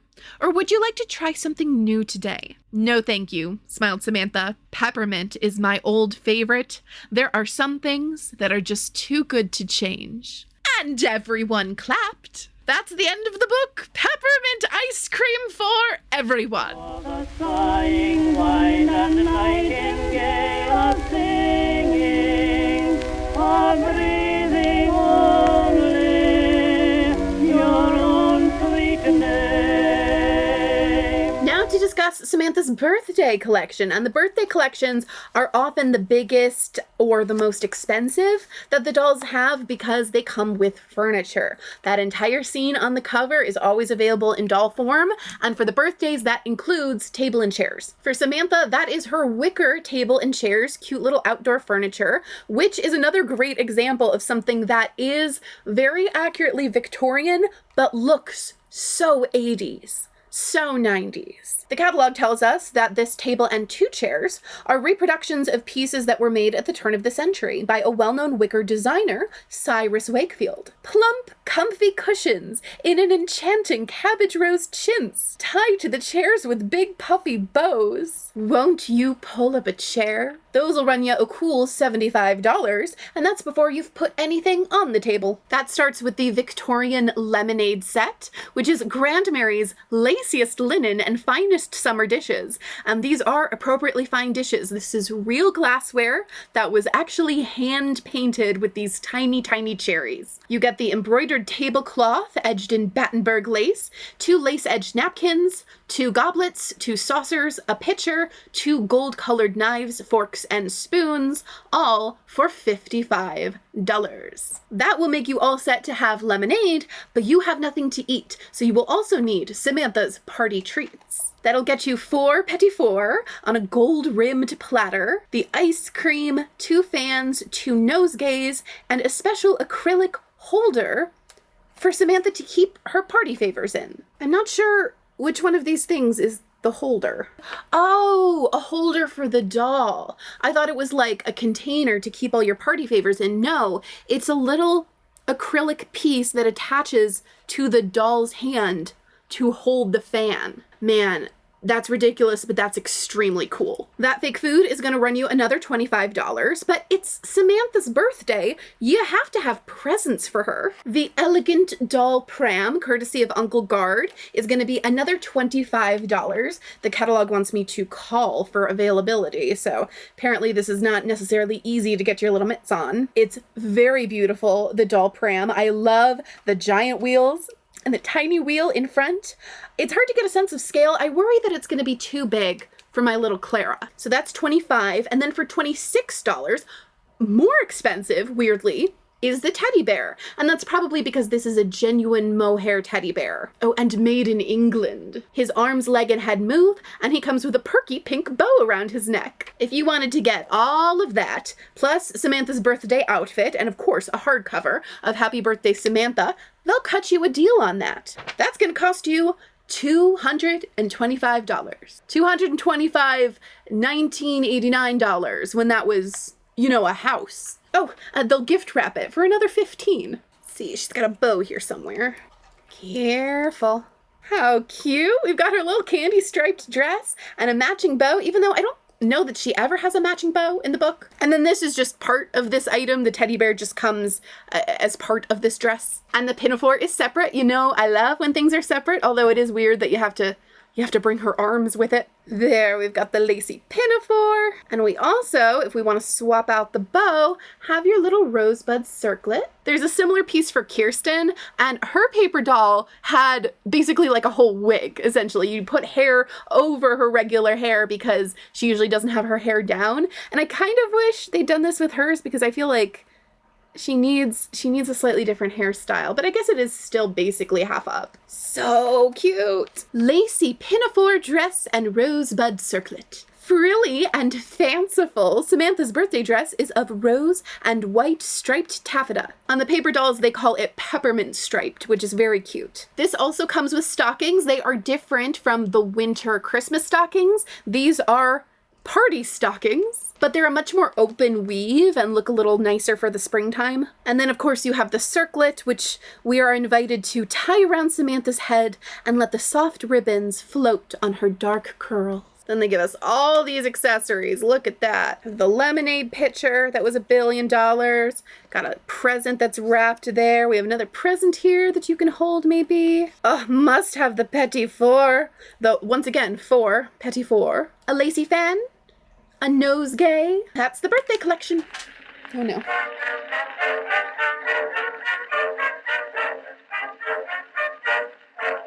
Okay, but actually, when did Guard and Cornelia get married? Because if we think back to Samantha's surprise when they announced their engagement on Christmas, let's roll the tape. Samantha asks when the wedding is, and Guard and Cornelia respond in unison. They say together in June, which means that they have talked about this at some length, in some detail, and this ceremonial handing over of the ring on Christmas Day was really about the family. Guard formally proposes to Cornelia on Christmas Day 1904. They have clearly already talked about it, though. They already have plans in the works, so they announce to the family that the wedding is going to be in June. Okay, great. June, lovely time for a wedding. That leaves about 6 months for an engagement, which is a little short by today's standards, but these things came together a little faster in the olden days. So yeah, this checks out. So yeah, we're good. We're good. Except then what is this? Guard and Cornelia are already married. When Happy Birthday Samantha begins, they've already been married for several weeks. But that doesn't sound right, does it? Because Happy Birthday Samantha, that's the springtime story. Is that possible? I guess the question then would be, when is Samantha's birthday? I have a big board. Am I a real YouTuber now? You might as well take a seat now because we are going to have to talk about what even is canon anyway. And it's going to take a little while. In fictional world building, there are several different sources for facts that you might consider canon. And the first and most obvious is, of course, something that is stated explicitly in the text of the thing. So we know, for instance, that Guard made his formal proposal on Christmas Day. Explicit in the text. Oh, where's my thingies? I have push pins here somewhere. There we go. Christmas. I need string. I know I seem a little unprepared, but I'm very prepared because look what I already have in my possession. Come closer to see my beautiful work. So what do we know? We know that Guard proposed to Cornelia Christmas Day, 1904. And we know that because it is explicit in the text of Samantha's surprise. Explicitly, clearly stated in the actual text of the thing, that's canon, baby. Now, potentially, we can also include in this our inferences based on the information we're given and how we know the world works. So maybe I can put on the board that we know that this event takes place on December 25th. But I think it's worth noting that we don't know that for certain, for like 100% certain, the way we do for the fact that this took place on Christmas Day. It is a very fair assumption to make that in Samantha's world, Christmas is on December 25th. But it is worth distinguishing that from things that are stated outright. Because even though we should assume that the calendar works the same way in Samantha's world as it does in ours, not only do we not know that for sure, but there are cases where it doesn't. Remember the talent show? Remember the talent show? Remember how sometimes her days of the week don't fall on the same days in the week that our days do? Because this date is really an inference based on our assumption of how the world works that has not been explicitly confirmed by the text. Even though I think this is definitely true, like I'm not questioning this at all, I think it is worth knowing that if we have different sources that are in conflict, if there's some inconsistency with a timeline here, this date of December 25th, I would put that as less certain than, say, the fact that it happened on Christmas. Things that are explicitly stated in the text, those have the highest canonical authority. Everything else is lesser, and it should give to the text if there's a conflict. Now, not all canon comes from the text. You can also derive canon from Word of God. And if you're not familiar with fandom terminology, that is any time that the creator of a work tells us something about it outside of the text. If the author of a book, or the writer of a TV show, or the director of a movie, or the composer of a piece of music, if they sit down in an interview, or they write an article, or they post on social media, and they state something about a character, or place, or plot line, that would be Word of God, and generally, many people are going to consider that also canon. Opinions differ on whether Word of God supersedes the information we get from the text. Some people say that if a creator goes on record years later and says, hey, there's a mistake in a thing I wrote. I know the movie or comic or novel or whatever says it's this way, but actually that was wrong. Here's the real truth. Some people would say, well, okay, then that is the real truth. Whatever the author said, and the thing that's actually in the text, well, that was some kind of mistake. And there is a word for that line of thinking in literary analysis, and the word is wrong. What's in the book is what happened because it's in the book. None of this actually happened. None of this is real. The only extent to which it is real is within the fiction of the book. Word of God can provide interesting context, okay? Can certainly supplement information we glean directly from the book or help us make sense of things that were maybe confusing. But this is fiction. Only things in the fiction are in the fiction. In my opinion, in my very correct and undisputable opinion, Word of God not only ranks lower than what's directly in the text in terms of canonical authority, but I would put an asterisk next to Word of God as to whether it even counts as canon in the first place. That's how strongly I believe in the separation of what exists in fiction and whatever nonsense you just said. If the text, and you guys know when I say text, I don't literally mean like just words. The text of the thing is the contents of the thing. Like a movie has a text, a song has a text. If the text and Word of God are ever in conflict as to what the facts of the fiction are, then not only does text always win 100% of the time, hands down, as to what is real, honestly, I'm not always willing to call Word of God canon, even if there is no conflict. So when I ask the question, when is Samantha Parkington's birthday? I just want you to know that when I bring Word of God into this discussion, I already kind of think this entire exercise is nonsense. We cool? You with me? You glad you spent hours of your one short single life watching this video?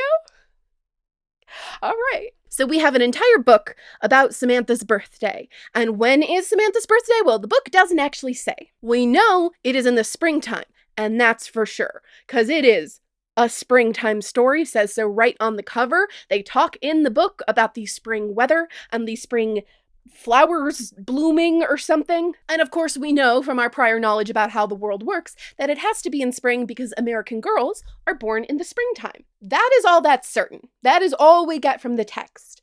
We do have a date for Samantha's birthday, and this comes from multiple sources that I would all consider word of God. This date does come from Pleasant Company / American Girl itself. Like, it is official, but it appears in materials that are outside of the fiction, so I consider them word of God. When they put that date, say, on the website, that's word of God, that's not part of the text. It's definitely official, but that's different than being true. We also get this date, as well as lots of other useful information about the timeline of Samantha's stories, from a resource I am so excited to share. This is one of my favorite ever Samantha acquisitions. Oh, I've blocked my way. The American Girls Collection Teacher's Guide. Samantha, Teacher's Guide to 6 Books about America's New Century. This was published in 1995, and my copy is a first printing. So it was created after Samantha's main series had already been published for a few years, but we are still in the Pleasant Company days. This is still being written by the original creators of Samantha's stories. What was life like in America in 1904? Students will love discovering the answer by reading the Samantha books, using the picture map of her world.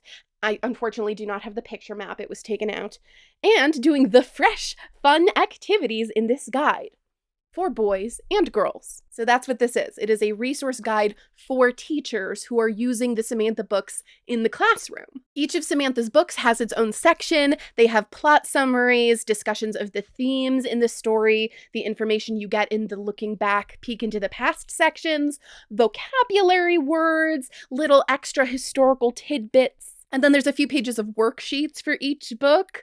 Remember that? Remember when that's what you did all day? Your teacher photocopied worksheets from a book. I find this fascinating. This is such a valuable and rich text for me because this is the original creators and some of the authors talking directly about Samantha and what they think her story's about and what they are supposed to communicate. We will definitely be consulting the teacher's guide a couple times in this video, but right now it is important because there is some timeline info for us. We've got a timeline of important events in Samantha's life, starting with May 26th of 1895.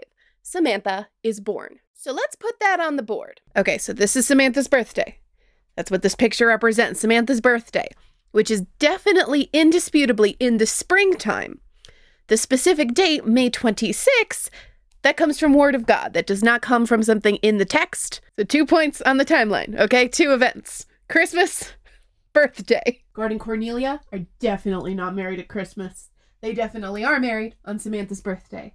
So sometime in between here is the wedding.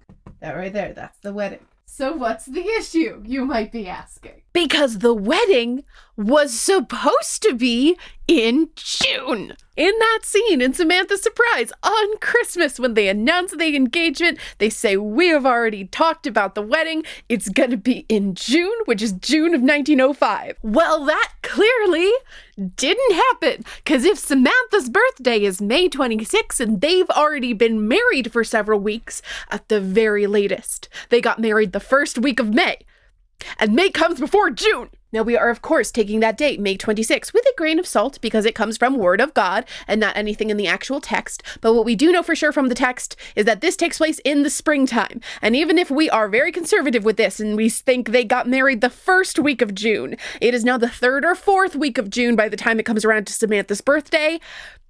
Ooh, we're on thin ice. Ooh, we are just on the borderline of being able to even possibly consider this springtime. Something's not right here. Something hanky's going on. Because look at the wedding. We got our little short story about the wedding. Now, I don't have an exact date for this wedding. We don't get that in the short story, and I haven't been able to find it in any outside text. So we don't even have word of God about the specific day of this wedding. But I can tell you some things about the wedding day. It was snowing. It was snowing on the day of the wedding in the short story, and there are references to the winter weather. The short story tells us that the wedding took place in the winter, which would make sense, wouldn't it? Because winter comes between Christmas and springtime. All the actual text gives us for sure is that it is winter time, so this could be January through March, maybe April. It could definitely still snow in New York during April. The question is whether people would consider that winter weather, regular winter weather, or whether they would say, wow, you had bad weather for your wedding day, and people definitely treat this weather as expected, but definitely not May, I can tell you that much. But can we get more specific than winter? Yes, we can if we look to Word of God. That same timeline that gives us a date for Samantha's birthday also puts Uncle Gard and Cornelia's wedding in the timeline of Samantha's life, because that is how significant it is. It is such a tremendously significant event in Samantha's life, on the same tier as her birth and her parents drowning, that it makes it to the main timeline. Because it's a really big deal. The teacher's guide has Samantha's surprise and happy birthday Samantha both on the timeline, and in between them it has Uncle Gard marries Cornelia, March of 1905. So okay then, outside of the text we have indication that this happened in March, which is not in conflict with the text, because the text says this happened in winter, we got snow outside, all of this checks out, and March of course is before May, so our timeline works. Everything's good. When we look at what actually happened, the events that really occurred, not the plans for events, the events themselves, nothing in this timeline is in conflict. The only thing that's in conflict is this plan, is this statement by Gard and Cornelia that they're planning to get married in June. So I am left with one inescapable conclusion. Gard and Cornelia moved up the wedding. At Christmas, they told their family that they'd be getting married in 6 months. They were having a June wedding. And that clearly didn't happen. They definitely got married in the winter, almost certainly in March. And they had already been married at least a couple weeks by the end of May. Anybody else thinking what I'm thinking? I mean, there's kind of one very obvious explanation for this. Just like Nellie in book 1, someone's got to say it. Could be baby. I'm just saying, if I hear that somebody announces their engagement, and then shortly after announcing the engagement, they abruptly change the date of the wedding to be several months sooner, it's just gonna occur to me that maybe that's the situation, that maybe somebody is worried about the measurements of the wedding dress and whether things are or are not going to change. Maybe we're worried about the fact that, that first babies come early. Now, does this make sense for your own sort of headcanon? Does this make sense of the fiction? Okay, if this is something I choose to believe about these characters, it absolutely makes the timeline check out. This all works. Do I think this was the intention of the authors?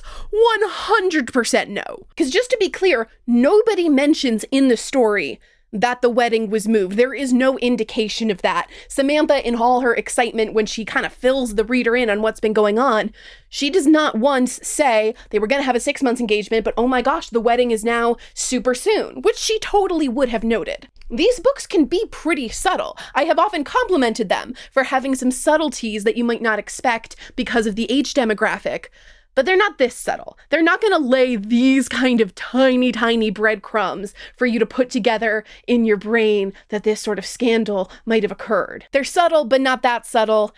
And they're dark, but not this kind of dark. Not to let a giant bummer in the room, but this is not the last we see of Cornelia. And come Samantha's birthday, there's no bump. And come the books after that, there is no baby. Now, that doesn't mean there was no pregnancy, okay? The timeline still checks out if we think, well, maybe Cornelia had a pregnancy scare, or maybe she discovered she was expecting shortly after Christmas, and then they moved up the wedding, and tragically she lost the baby, okay? That's all very possible. But that is absolutely not what the intention was. On no planet were Pleasant Roland and Valerie Tripp having meetings about Samantha's story and deciding to hide between the lines a devastating tale of miscarriage and loss. This is not the vibes, okay? The books get dark, they don't get this kind of dark. So when I see this inconsistency, when I see that Gard and Cornelia planned a June wedding and then they end up having a March wedding, by far my safest bet is that this was just a mistake, right? This was a little whoopsie on the author's part, because remember, these books are being traded off between multiple authors, okay? The person who wrote Happy Birthday Samantha did not write Samantha's Surprise. This kind of timeline detail, that's exactly the type of thing I would expect to fall through the cracks if we have any issues in continuity. And like I said, it's not really even an issue in continuity in terms of what happens when. The events are all in a perfectly reasonable order.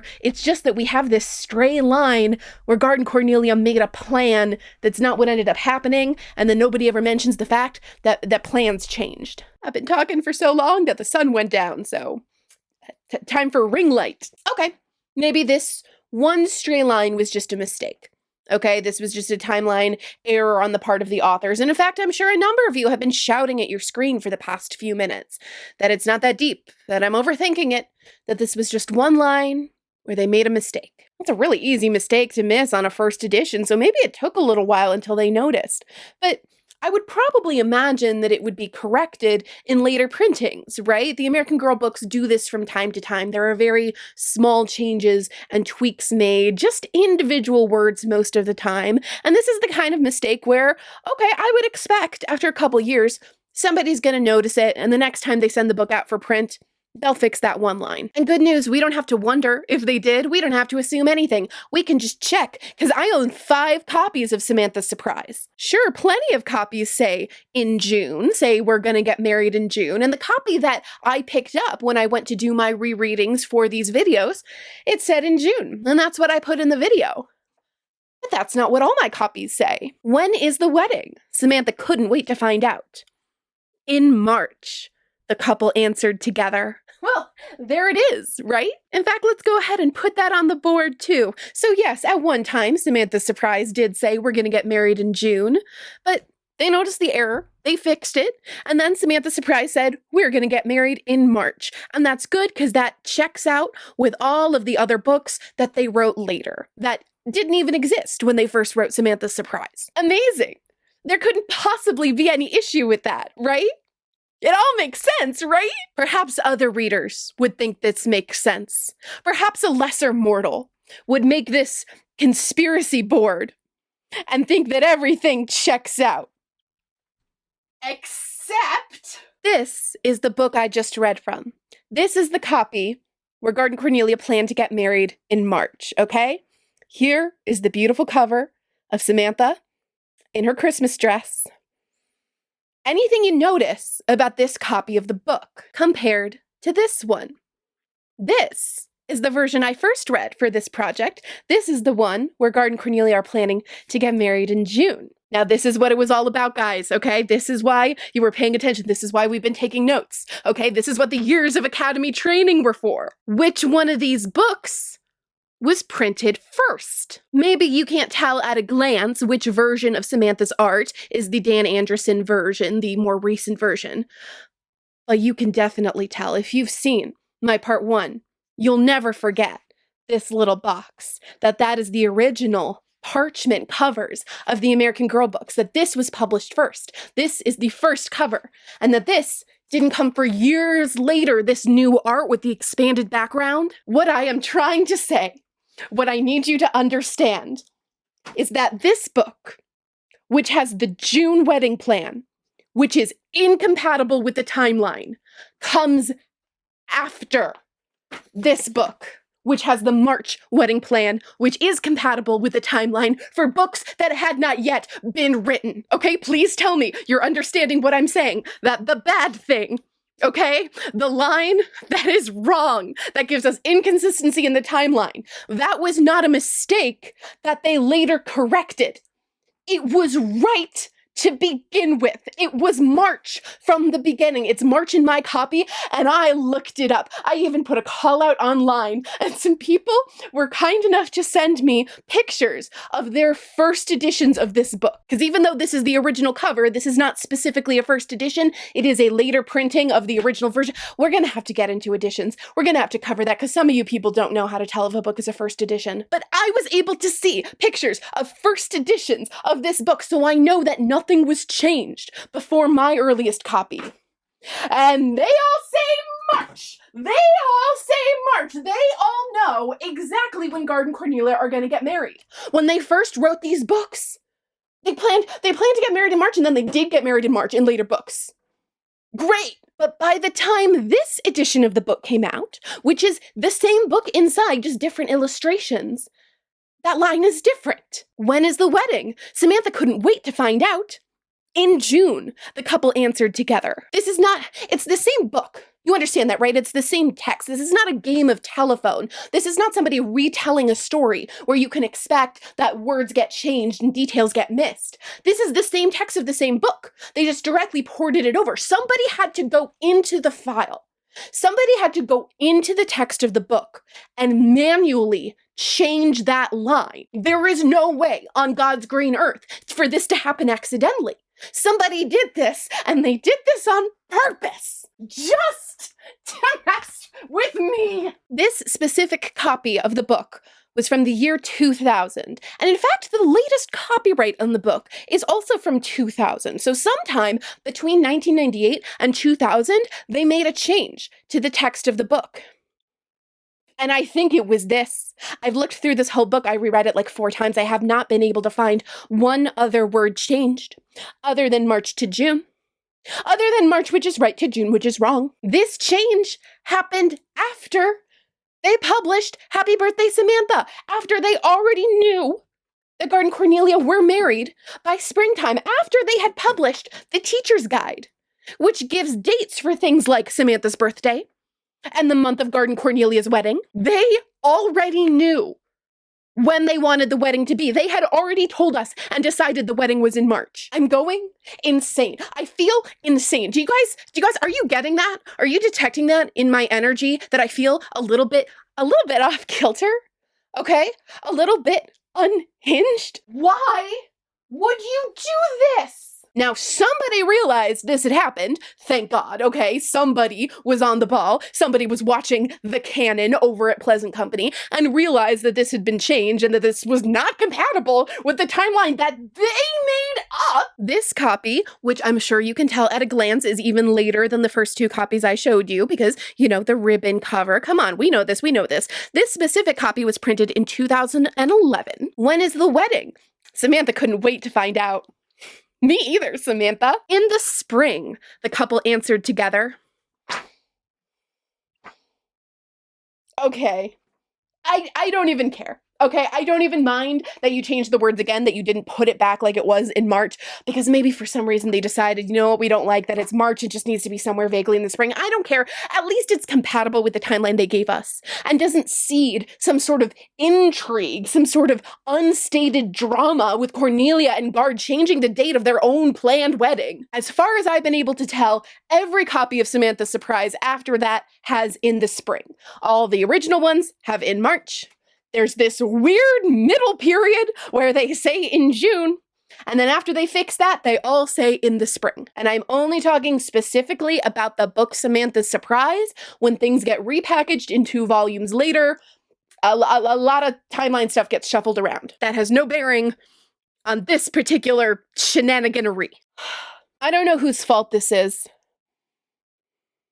but I'm gonna find out. Oh, say, let us fly, dear. Where, kid? To the sky, dear. Oh, you flying machine. Jump in, Miss Josephine. Ahoy!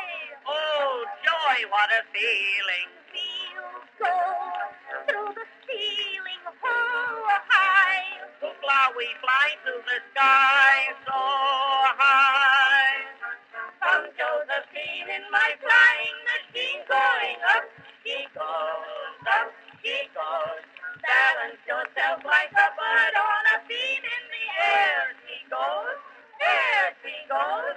Up, up, a little bit higher. Oh my, the moon is on fire. Come, Josephine, in my flying machine, going up.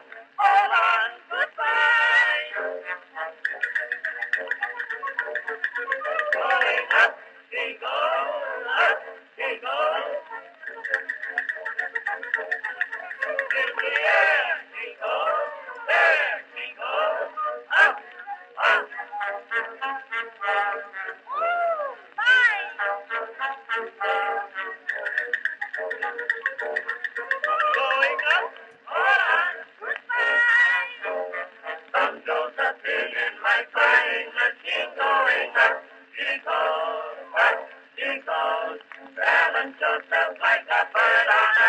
in the air she goes, there she goes, up, up, a little bit higher. Oh my, the moon is on fire. Some Josephine in my flying machine going up. All on goodbye.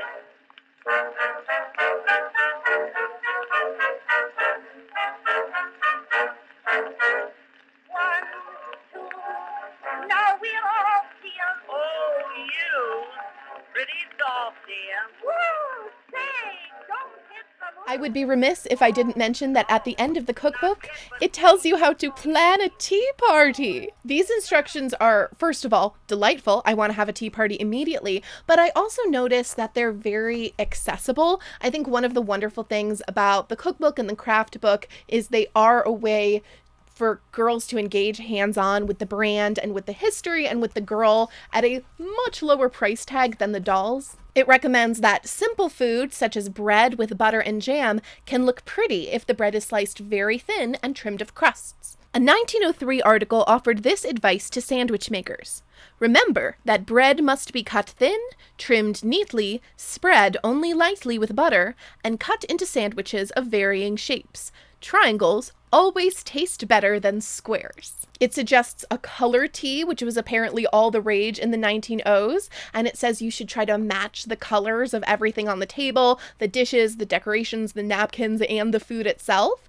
And it says to ask your parents if they have a tablecloth or a bed sheet in a solid color. If you're having a doll tea party, you can use a miniature tea set that's doll-sized, or it says to just use the smallest dishes you have and presents that as being totally fine. It says big hair bows are very important, you should probably have them, and recommends you can use wide ribbon or you can use crepe paper, which is very clever and tremendously cute. For music, it recommends popular Victorian songs like Bicycle Built for Two or Sweet Adeline, and it says you might be able to find a recording at your library, and let's hear it for people that are trying to sell books, plugging the library. The emphasis is really on the ritual of it, on taking turns to do things, on having little place cards. You can have the little finger bowls to dip your fingers in water between courses, which is all so fun for a kid to do. Ugh. I gotta have a tea party, and I gotta have it soon. The moon is on fire. Some Josephine in my flying machine going up. All on goodbye. People sometimes ask me if the American Girl books are historically accurate. And can I please be annoying about that for a second? Because what does that mean? Like, what do we actually mean by that? Because I don't think that's even the right question to ask. Partly this is just a me thing, that I am very skeptical of any claims of historical accuracy in fiction to begin with, and you might disagree with that. Plenty of knowledgeable people do. I tend to be very conservative about calling anything in fiction historically accurate, partly because studying history has made me believe in general we know less than we think we do. Like, I think we have a real bias towards overestimating our own knowledge about the past. But it's also because fiction as a medium is just not that compatible with strict adherence to a historical record. Good historical fiction is going to ground the story in the setting, in the specific space and time, but an author also has to pick and choose what aspects of that setting to actually put on the page or the screen. There has to be a frame. There has to be a boundary around the world you see, because books are only so many pages, and because the story is really about the characters or the conflict. All historical fiction has this inescapable, pervasive bias, which is a bias towards relevance. Is it relevant to the story being told? Because it's a story, things have to be highlighted or simplified or combined or ignored in order to shape the raw material of history into the structure of a story. Even historical fiction with the highest standard of what we think of as historical accuracy is still making profound editorial choices about what we see and what we don't see. And that's before we even get into the Tiffany problem, into things that an author has to reshape just to speak to a contemporary audience in their own language. You can absolutely try your best, and you could conceivably write a book where you are doing everything in your power to take the precise historical record and transmit it straight to the reader with no additions or subtractions of any kind, and at every turn sacrificing telling a good story for showing us what really happened. We have a name for that kind of book. It's called history. We call it history. That's a textbook. That's a history textbook, or at best, it's a history book told with narrative structure. There are plenty of narrative histories. But all those books get shelved in the nonfiction section because they're not fiction. Because fiction is stuff we made up. Fiction is stuff we made up, and that might seem mind-numbingly obvious, but you would be surprised how often that simple fact gets ignored in conversations about historical accuracy in fiction. Because as soon as you've gone into the realm of fiction, you've already decided to deviate from the historical record. You're already making up stuff that didn't happen. Is the movie Titanic historically accurate? Oh, well, lots to consider. On the one hand, we have the upper promenade deck was taken from the exact dimensions of the blueprints of the real ship. And, everyone wore underwear that was woven from the cotton from the exact region of Ireland where the Edwardians would have gotten their cotton. And, but on the other hand, it's inaccurate because Ismay's mustache, it wasn't shaped like that. It was just, oh my God, none of that matters. None of that. No, it's not. Titanic is not historically accurate because none of these people existed.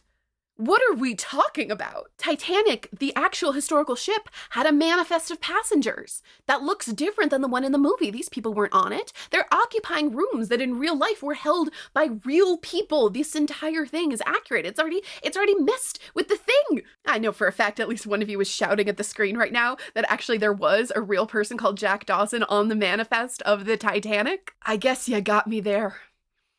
But the rest of those people are made up. I know they are. So you have to remember that we've already fully accepted that a lot of what we're seeing is made up.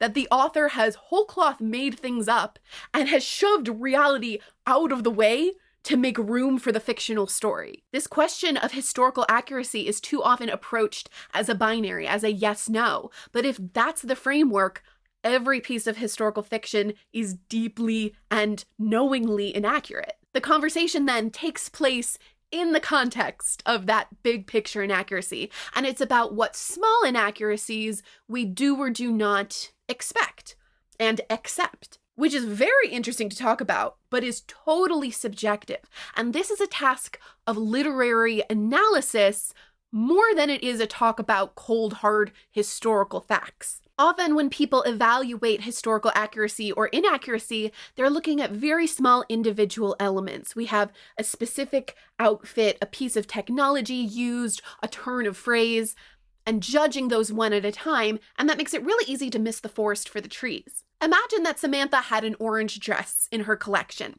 and maybe we're wondering if this is accurate, and you go do some research and you can pull up a ton of images of actual kids from the Edwardian period wearing orange dresses. So, okay, check, it's accurate. Now imagine that every single dress in Samantha's collection were orange. Well, for each individual dress, we could do the same test. We could see photographs. We could see extant examples in museums of orange dresses from the period. They all passed the test. And there's no reason it would be impossible for Samantha to have an all-orange wardrobe. There's nothing meaning it can't happen, so it's accurate. People will often gauge historical accuracy that way. They'll look at individual elements and they're looking for things that violate the historical record. They're looking for things that break the rules. Does that dress have a zipper where it shouldn't? Are they reading an edition of the book that isn't published yet? They find these violations with the implication that if things don't break the rules, then they are accurate. But look at that collection of all orange dresses. It doesn't break any rules, so it counts as historically accurate, but it doesn't feel right, does it?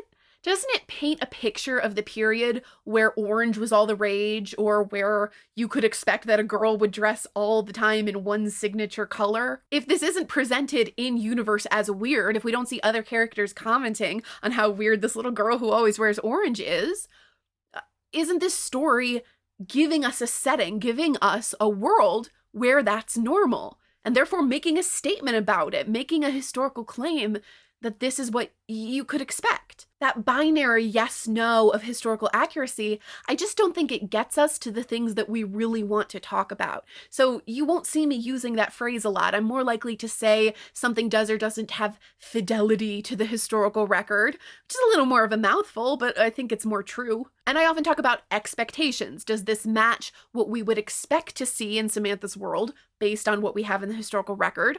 Or does it violate our expectations? And why? Is that because our expectations don't match history, or something in Samantha's world doesn't match history? Where are the boundaries of this world? Where is the frame that the storytellers have put around Samantha's world?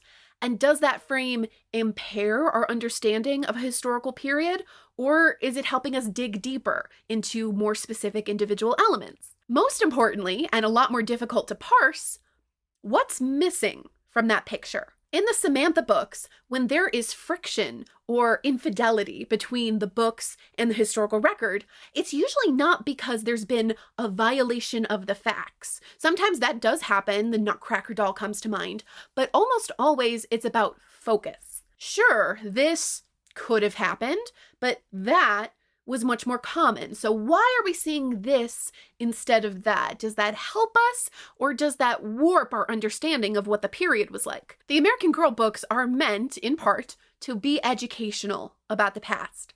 And they're very short, and they were written for children. They have to be analyzed in the context of those restraints. Even if you think that historical fiction is capable of presenting a comprehensive, perfectly neutrally accurate portrait of the era, I think you would still agree that the American Girl books are not the type of book through which that can be done, right? Their portrait of the past is going to be, by its very nature, quite small and incomplete, and that's okay, that's inevitable. But that doesn't mean any choice about what to include or not include is equally helpful or equally faithful to history. Some academic analysis of the American Girl books reconciles this tension by treating the books as something other than pure historical fiction. Neil Zaslow calls them neo-historical, using a definition from Ala D. Rousselot. American Girl historical fiction might better be understood as neo-historical, blending the old and new, and creatively engaging with cultural mores of the period it revisits. A neo-historical fiction, by nature a contradiction within itself, there is an entanglement with the past, but also the addition of a revisionary flavoring so that it strives for accuracy while conscious of the limitations of that project. I like the way Zaslow characterizes the American Girl books here, like I agree with that description, but I wouldn't personally use that distinction between historical fiction and neo-historical fiction. It sort of implies that historical fiction is purely accurate and not influenced by the culture that created it. I think that description of neo-historical fiction is just how I would describe all historical fiction, with the only distinction being perhaps how deliberate it is, how conscious the authors are of what they're doing, which has more to do with quality than genre. I think historical fiction is speculative fiction, and it is always best to think of the world in which it takes place as an AU. It's not set in our real actual history, because in our real actual history, there was no Samantha Parkington, tragically, and everything after that is a matter of degrees. What else, besides the obvious, has been impacted or changed? The American Girl books generally have a really positive reputation for the care and research that goes into them for the historical setting. I think that reputation is absolutely earned, and you should not let that make you think that they are perfect. A lot of the really great practices that Pleasant Company and later American Girl uses when they're developing a historical character, such as having a dedicated advisory board that's unique to each setting, a lot of that didn't come to be until after Samantha's main series was already written. You've got to remember that those initial books for Kirsten, Samantha, and Molly were written so fast. So fast. Most sources I looked at said that Pleasant Company, the American Girl collection, those were still a twinkle in Pleasant Rowland's eyes in 1984. There were books and dolls on the shelf. I guess not on the shelf, in the catalog in 1986. That is absurdly fast. It does not leave a lot of time for revisions, and there definitely was a ton of research and care put into those initial girls, but they did not have the same time or the same standard as some of the later girls. So that's one reason why, yeah, there are some things in the Samantha books that break the rules, that violate historical accuracy in that very strict way. But there are many more things, and more interesting, important things, that show heavy editing, that show there's a really tight frame around what we're looking at, and maybe it leaves out things that are important. So I just want to make sure we're starting from a place of complexity on this, okay? We are imagining Samantha complexly. Trying to cram these books into a false binary of good, bad, accurate, and accurate is not going to get us anywhere, and we have places to be. Transition!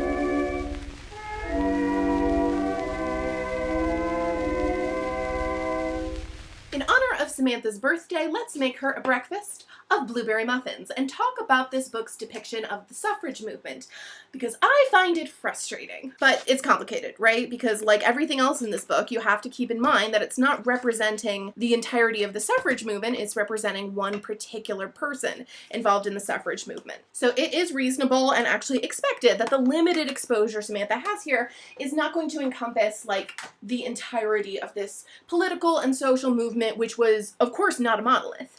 And this is an educational text, right? It's very conscious of the fact that it is introducing young readers to the suffrage movement. And from that perspective, it like doesn't do a great job, I think, of representing what was really going on in a way that's frustrating, okay? I don't want to say it's entirely false. It's the orange dress thing, right? So if we try to break down those layers of accuracy, one thing that is probably going to stand out to you if you have some existing familiarity with the suffrage movement is that in this book they use the word suffragette. And even before I did my research for this section, this struck me as a little weird, right? And this is a reaction I've seen from a lot of people talking about this book. And it struck Pleasant Company as weird eventually because they did change this in subsequent printings of the book. And that actually happened very quickly. It may have only been the very first edition of the book that said that. Certainly by the mid-90s they had changed it. There's actually a note about this in the teacher's guide. We, the writers and editors of the American Girls collection, keep learning too.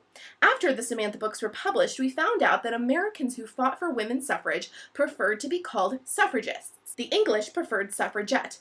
As the Samantha books are reprinted, suffragette is being changed to suffragist. It says, slowly stir the sugar into the shortening until the mixture is light and fluffy. So I'm not actually supposed to cream it. Like, I'm not supposed to be, like, aggressively whipping. I'm supposed to slowly stir, but somehow it will be light and fluffy. I'm gonna say this is slow enough because I don't see any other way this is getting done. So the suffragette thing, that teacher's guide note actually makes me more frustrated. Like, I want to be really righteously indignant about this. And that correction makes it seem like this is purely a regional difference and that's all there is to it. And I don't think that's true. I think these words have such different connotations that they essentially have different meanings. Suffragette did originate in Britain, but it originated as a disparaging term that was meant to belittle women activists. And then those same activists later reclaimed it and started using it to refer to themselves, which is very girl math, girl dinner, hot girl Barbie summer of 2023 of them. Okay, now I'm allowed to beat the mixture well. But even after it was reclaimed, this was still like a pretty loaded term. In the American press, the use of the word suffragette can be compared to the disparaging term women's liber of the 1970s. When it was used to refer to American groups, the purpose was either to emphasize their more militant methods or to ridicule and deprecate the women. Now, even though Americans of the time were using suffragist, suffragette is very catchy, and that is the word that lived on. To find this sash online, I typed suffragette sash into the search bar because I knew that would give me what I was looking for, even though you can tell by looking at it that this is an American style sash because of the purple and gold here. The British version would have green, which would make it look like the sashes that Mrs. Banks has in Mary Poppins, which Mary Poppins has to be at least part of the reason that the word suffragette has lived on so much more strongly in American culture. Well done, Sister Suffragette.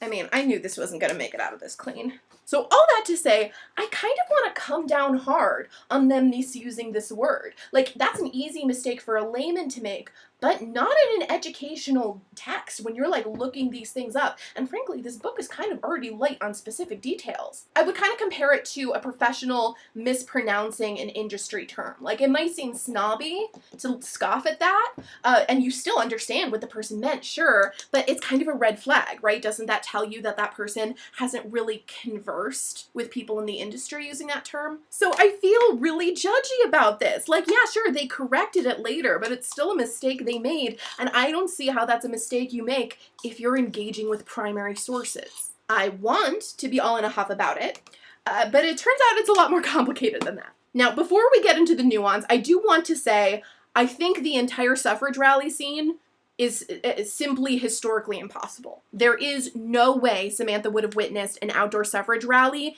in New York City shortly after her 10th birthday. There was a similar event in real life to what we see in the book. There was this outdoor suffrage meeting in New York, in Madison Square, with speakers. It's so similar that I think there's a good chance that that real life event inspired the scene in Happy Birthday Samantha, but that real life event took place in 1907, which is 2 years after this book, and I saw multiple historians reference this rally as the first of its kind in New York. Like, that's what was significant about it. It was New York's first public demonstration where there were women giving speeches about suffrage. There would not have been any event like it prior to 1907. Now, I don't really think this is a big deal, right? If they were using that real life event as inspiration, essentially what they're doing is fudging the date by 2 years, which in the grand scheme of things, not a big deal. I probably wouldn't have even mentioned it if I hadn't been going down the rabbit hole of their use of the term suffragette. I have to be careful and not get too distracted talking because it says not to overmix this. We're just gonna make sure everything's moistened. Already rinsed the bloobs and gave them lots of times to dry. 1 cup and an extra sprinkle for luck. Gently fold in the berries without getting too excited about turn of the century history. Something that I don't think you would realize based on the way history is presented in this book is that in the 1900s, giving outdoor speeches in a public setting was very outside the norm for American suffragists, like even very innovative and outspoken ones. Having a meeting like this, which again I would call a rally, has British influence written all over it. And this was the beginning of a trend. The American suffrage movement didn't incorporate a lot of British influence prior to the turn of the century, even though you kind of would have expected them to, but it really wasn't until after Samantha's books that we start to see that happen. Alice Paul and Harriet Stanton Blatch, like, they all lived in England and studied under suffragettes like Emmeline Pankhurst, and learned their methods and saw that they could be really effective. They came back to America and brought a lot of these methods with them and set up their own events and organizations that would be more what those people at the time would consider militant and outspoken and public and potentially even disruptive. And the organization that set up that 1907 meeting, it was organized by a group that was very influenced by the British movement, and they were named in honor and in reference of that influence. They were called the American Suffragettes. So it's totally possible that this mix-up in terminology didn't happen because the writers weren't looking at primary sources. It happened because they were looking at primary sources and looked at the name of this organization and incorrectly extrapolated that this was a term in widespread use in America, and it's a term that, like, would be used in casual conversation to refer to women in the suffrage movement, which is a much more understandable error, right? And honestly, it's even possible that someone like Grandmary would have encountered the word suffragette and may even use it in conversation, because it may be that her exposure to the movement is through anti-suffragette writings and articles. So if that's her main exposure to the movement is by critics and by detractors, then she may have adopted terminology that was used to disparage them, which would be suffragette, to compare them to the British activists and thereby point out how militant and extreme they are. Is this 3/4 full? And this is definitely not a word that Cornelia would have used to describe herself. So let's get these in the oven and talk about Cornelia and her politics, because that's the really frustrating part to me. Happy birthday, Samantha! They're beautiful. I mean, we can all agree the most important thing is that they're cute. and they're cute. The recipe recommends serving with butter and jam, and I think that's definitely a good idea because these are not sweet muffins. So yummy. Then, oh my God, there's butter on my mic. But now we've got to get back to Cornelia and her politics, which really frustrate me because she doesn't have any. I don't know what Cornelia believes in or what she's trying to believe besides standing up for what she believes in.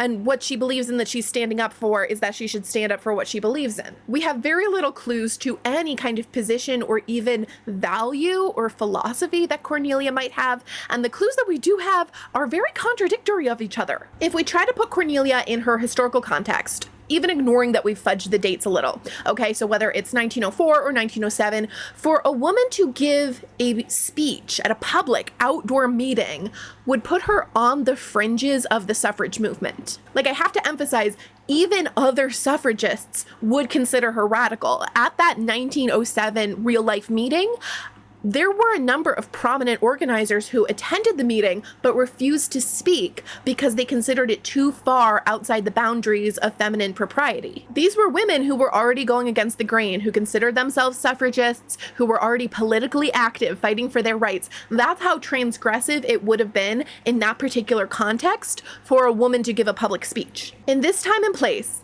a woman who is prepared to get up on a raised platform and publicly orate in the out of doors is a woman who truly doesn't give a crap. Her name will be in the papers. Her name will be trashed in the papers. And that is part of the point. Like, the transgression and being seen doing it is part of the point. She wants to be seen. This is not the kind of political action you could or would compartmentalize from your social life. It's not something that it's possible or logical to do in secret. It is part of a more wholesale rejection of society's constraints for your sex. If Cornelia is doing this, she is not in society.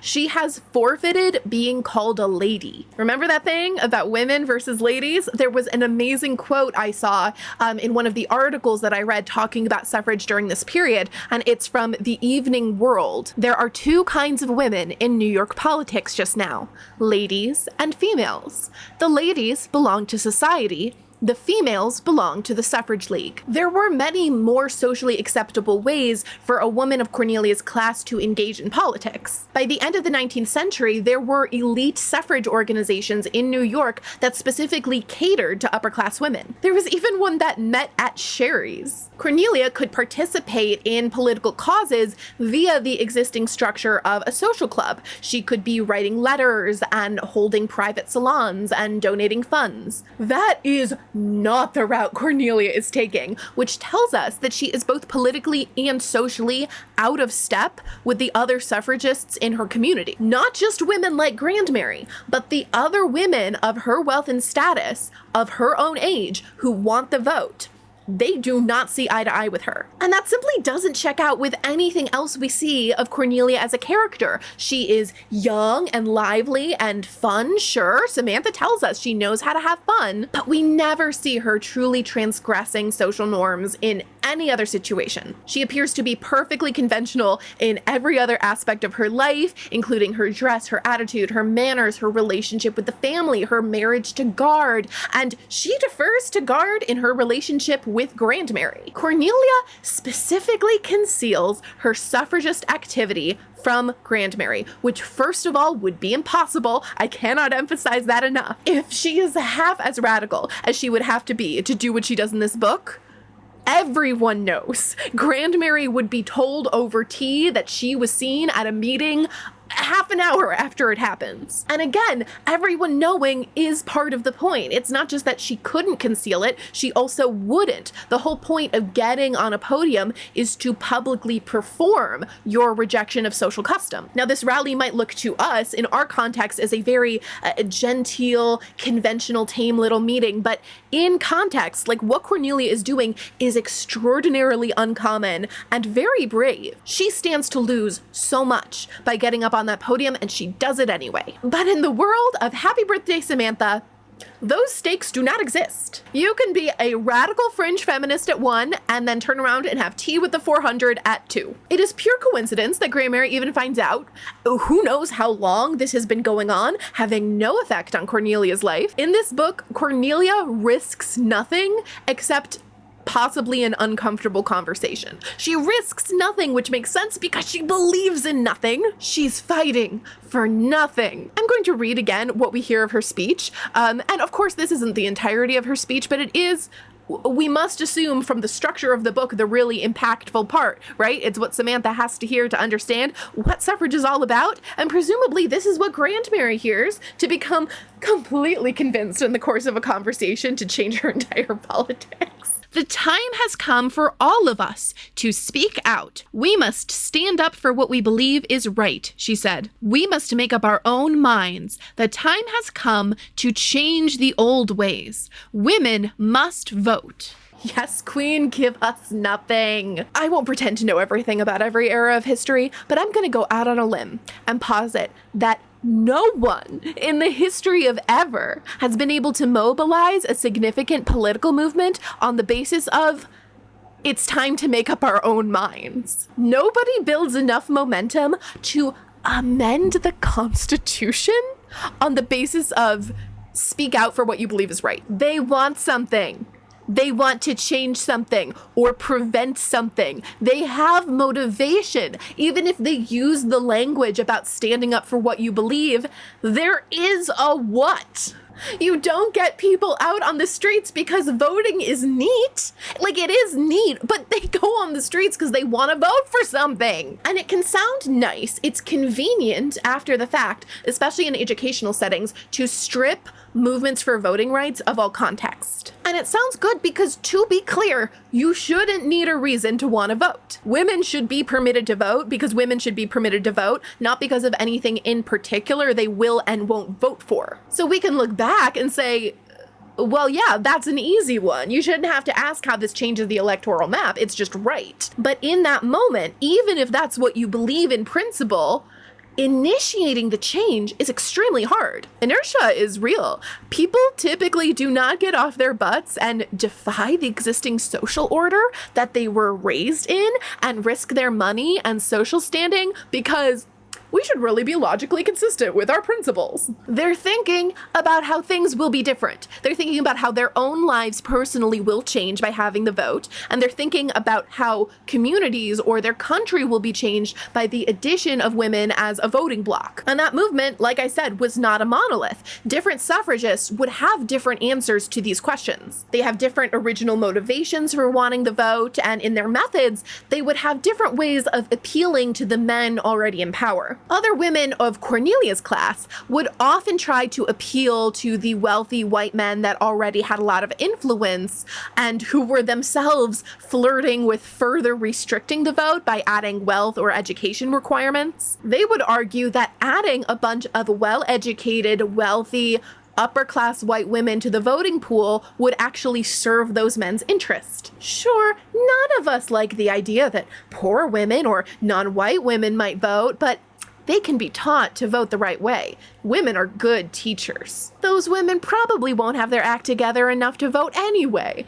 And if they do, we'll maybe put our thumb on the scale. It would be worth the risk to double the number of rich elites in the voting pool because a proper society lady is going to essentially act as a second vote for her husband or her father. If Cornelia is hanging out with the women she went to school with or the women she lives nearby that are also suffragists, this is what they're talking about, okay? Sometimes they'll be a little more hush-hush about it, and sometimes they'll say the quiet part out loud. And as we get into the 1910s and the 1920s, they will be more explicit about their aim of upholding white supremacy with the vote. Now, the kind of women speaking in Madison Square would not have made those arguments generally, and maybe Cornelia is now just hanging out with them and has totally abandoned her social circle. Actually, these two circles would be in conflict a lot, so this would be a very weird position for Cornelia to be in. But the professional activists who were doing long-term work for the suffrage cause and the working class and middle class women who were part of the movement, they were a lot less likely to appeal to men in this way and to frame the vote as a gift that men were bestowing upon them. They were more likely to frame it as a right to which they were entitled that was being illegitimately withheld from them. Some of them would go the route of like old school founding fathers rhetoric, which also worked well at appealing to men, and it was kind of a no taxation without representation thing, right? I have to follow your rules, so I should get a say. These suffragists spent a lot more time talking about problems that women were faced with, while your upper class women were more likely to present things as being great and let's prevent them from being ruined by anybody. These suffragists, these Madison Square types, are a lot more likely to say, hey, we've got issues that voting is going to help us with. There's actually a lot of overlap here with the temperance movement. They're like, hey, we've got destitute women, we've got widows that aren't being taken care of, we've got women who are being beat by their husbands are withholding money, we've got a lot of women who just don't have a way out of their bad situation. We need to empower them politically. And to be clear, it's not a binary between these two camps that I've presented. There is so much variation among them and so much in between and beyond. Some suffragists would argue on the basis of fundamental equality. Women were people with complete and inherent equal value to men, so they should get the same rights. Most suffragists in this period went out of their way to say they did not believe this. They still upheld a separate legal status for women and totally conceded that women were less able to lead or make decisions. They framed the vote as an extension of the natural woman's sphere. Mothers should be able to use the vote to protect the interests of her children and her household unit. Women were naturally well suited to the domestic maintenance of the community, making sure streets were clean and hospitals were stocked and the children were in school. By this argument, women's suffrage was seen as something that could strengthen the existing social order, not challenge it. It was going to help us reach those ideals of totally separate spheres for women and men. Women's suffrage could be framed as a solution to specific social problems or as an imperative based on larger principles. This movement meant 1,000 different things to 1,000 different women, but it always meant something.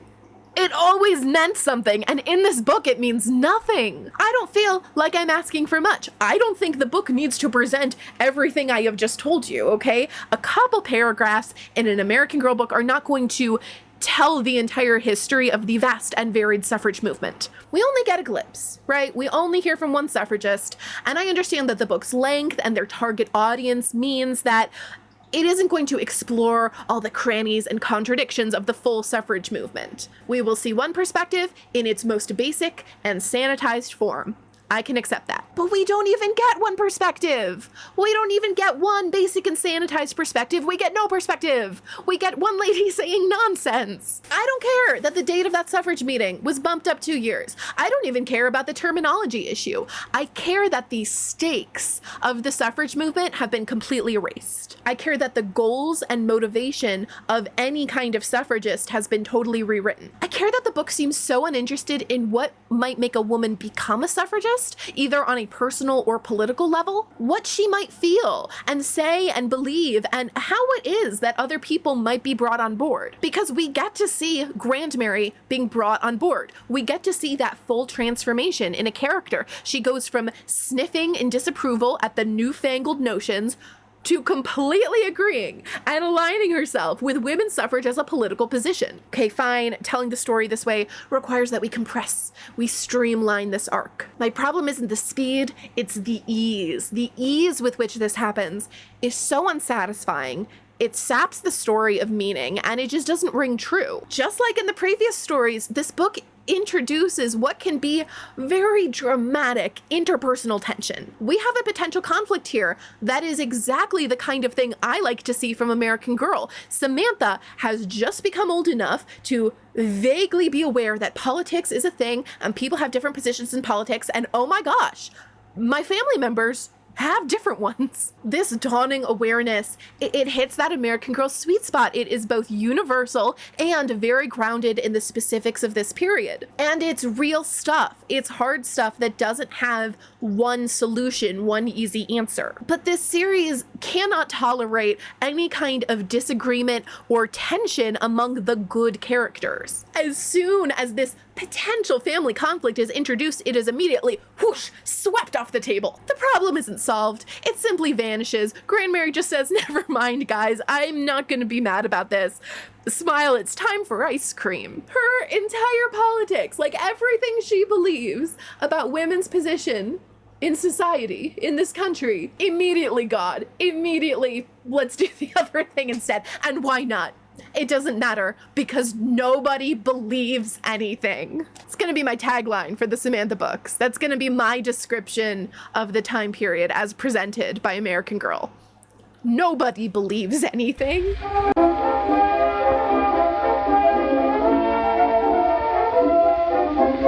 Up next, we have another short story, Samantha's Blue Bicycle, a cute little tale about Samantha learning to ride a bike, which nevertheless managed to really hurt my feelings. This one was originally published in the magazine in 1995 as The Beautiful Blue Bicycle with illustrations by Deborah Chabrain, and then republished in 2002 with the revised illustrations from Dan Anderson. It was written by Valerie Tripp, and the magazine version includes a really sweet little author's note where she shares a story of falling on her bike as a kid and how that inspired the story. It is spring, and Guard and Cornelia are coming for a visit, and Samantha is very excited because this is the first time she's seeing them since the wedding. They went on a honeymoon to Europe, and this is the first time they're visiting since, so it's been a while, and Samantha really has her Gorgon Thistle spring on. You my freaking dad. Samantha had been waiting impatiently for this visit. She wanted it to be perfect, so Guard and Cornelia would come visit often.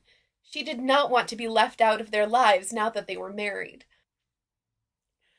Samantha leaps into Guard's arms, and Guard and Cornelia make a whole fuss over Samantha, and then they reveal that they have brought with them 3 bicycles. Straight from Europe, these bicycles. It's Guard's bike and Cornelia's bike, and a new one that's just for Samantha. Samantha is so excited, but she defers to Grandmary. She asks Grandmary if she can keep it, and the text notes for readers who I guess might not know that it's not really a given that she would be able to have a bicycle. She knew very well that Grandmary thought bicycles were dangerous and not quite proper for young ladies. That's why Samantha had never had one, even though she was 10 years old.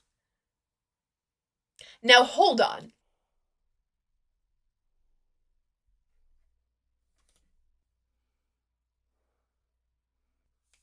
Guard and Cornelia are coming for a visit. And they're already married. When did Guard and Cornelia get married? Who knows? Who knows? But the important thing is they are already married. And this is the first time Samantha is seeing them since they got married. Now in Happy Birthday, Samantha sees Guard and Cornelia, and it's not the first time seeing them since they got married. She's seen them several times since they got married, okay? So our Blue Bicycle short story has to take place before Samantha's birthday, because this reunion has already occurred. But this is Samantha's 10th birthday, meaning before her birthday, she is 9. She should be 9 years old. And don't worry, they caught it. When the story is first published in the magazine, it says that Samantha is 10 years old. That was in 1995. And frankly, they should have known better, because Happy Birthday Samantha had already been out for like 6 years at that point. But whatever. But they fixed it by the time it went to print. This is this short story compilation, and I think this is the case also for the standalone hardcover of the short story. That's why Samantha had never had one, even though she was 9 years old. Does this mean that actually the Blue Bicycle short story takes place before Happy Birthday Samantha, and so we should have recapped it before we recapped Happy Birthday Samantha? Yeah, probably, but we didn't. I'm trying here, okay? I'm trying to live in the world. I'm trying to play in your fiction. Can you stop messing with me? Where were we? Yes. That's why Samantha had never had a bicycle, even though she was 9 years old. Guard says he's going to leave the bicycles here in Mount Bedford so that when Guard and Cornelia visit, the 3 of them can ride their bikes together. The 3 of us? Samantha was so happy she couldn't speak. I will cry. But Grandmary literally says, in my day, She says that. In my day, bicycles were ridden in circus acts by women wearing tights. Soon, everywhere you looked, there were women riding bicycles on the street. Some of them wore hideous, short, puffy trousers called bloomers. We referred to those women as bloomer girls. Most unladylike. Cornelia spoke up gently. A lady is a lady, no matter what she's wearing. I don't think that's true, Cornelia, but we've discussed this at length. So we have a difference of opinion here. Cornelia thinks Samantha should ride the bike. Grandmary's like, no, that's not proper. Samantha wants to ride the bike. So what do we think happens immediately? Everybody say it together. Grandmary immediately relents. Grandmary has said her piece that she thinks it's improper and then says, okay, well, I guess you want to do this. Go ahead. So Samantha hops on and starts to learn to ride the bike. And she's not really thinking about having fun on the bike. She doesn't have any room to think about that because she's so busy worrying about Guard and Cornelia being pleased with her. Samantha's feeling nervous and unsure, but she forces a smile, and she wants to impress Guard and Cornelia by being a very quick learner. And she does a pretty good job, and then Cornelia compliments her on being a quick learner. Oh, and Samantha goes, I did it, and learns the wrong lessons. After literally one circle around the driveway, Guard is like, great, let's go to the park and go bike around the park. Grandmary says she thinks this is too soon, which it is. And Guard says, I think it's up to Sam. If she's plucky enough to try the park, then we should let her. What do you say, Sam? Samantha was not sure she wanted to go to the park, but she was sure she wanted to be plucky. Let's go, she said. That's my girl, said Guard proudly. Guard, you know I love you, but we need to be a little mindful of the fact that that girl would walk off a cliff if you told her it would make you proud of her. That's my girl. God, Samantha, she wants parents so bad. Tracker called Jawbone her uncle. You're pretty sure he's her dad. So they all come to the park, even Grandmary comes to watch, and Samantha gets back on the bike, but they're kind of on an incline, so before she can really get settled, it's going down the hill. And in the driveway, she took a second to tuck her skirts underneath her, and she does not have time to do that in the park. And that's where things go wrong. She's doing okay, she's trying to stay on top of it, we're pedaling slowly and trying to control the bike, but soon her skirts, the hem of her skirts, get tangled in the bike chain. Then Samantha has to swerve hard to avoid another cyclist who's coming really fast towards her, and the skirts are all tangled up in the chain, and she loses control, and she topples over. It's actually a little bit more violent than that. We get a crash, and the bike smashes, its front tire smashes into a rock, and she tumbles into the edge of the lake. The grown-ups all rush over to see if she's okay, and she is. She didn't break a bone or anything, but she's a mess. Her new pinafore is all muddy, and she's scraped up her knees, and she's... Oh, Grandmary, of course, kind of freaks out a little. She's all, merciful heavens and all of that. And she says, that poor child's had enough foolishness for one day. We're going home right now.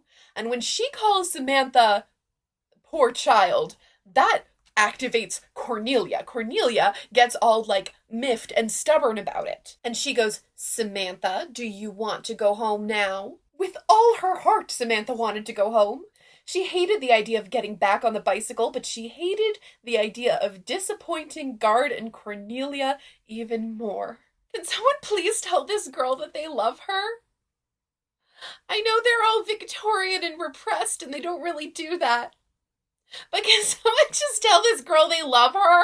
Samantha notices with relief that the front tire is flat on her bike, so she couldn't possibly ride it anymore today. I mean, sure, she wants to. She totally would. But, you know, we can't. The bicycle needs to be fixed. Oh, no. After Guard and Cornelia go back home, the bicycle is fixed. Hawkins repairs the bicycle, and it's ready for Samantha to get back on and practice. She's supposed to be practicing before their next visit.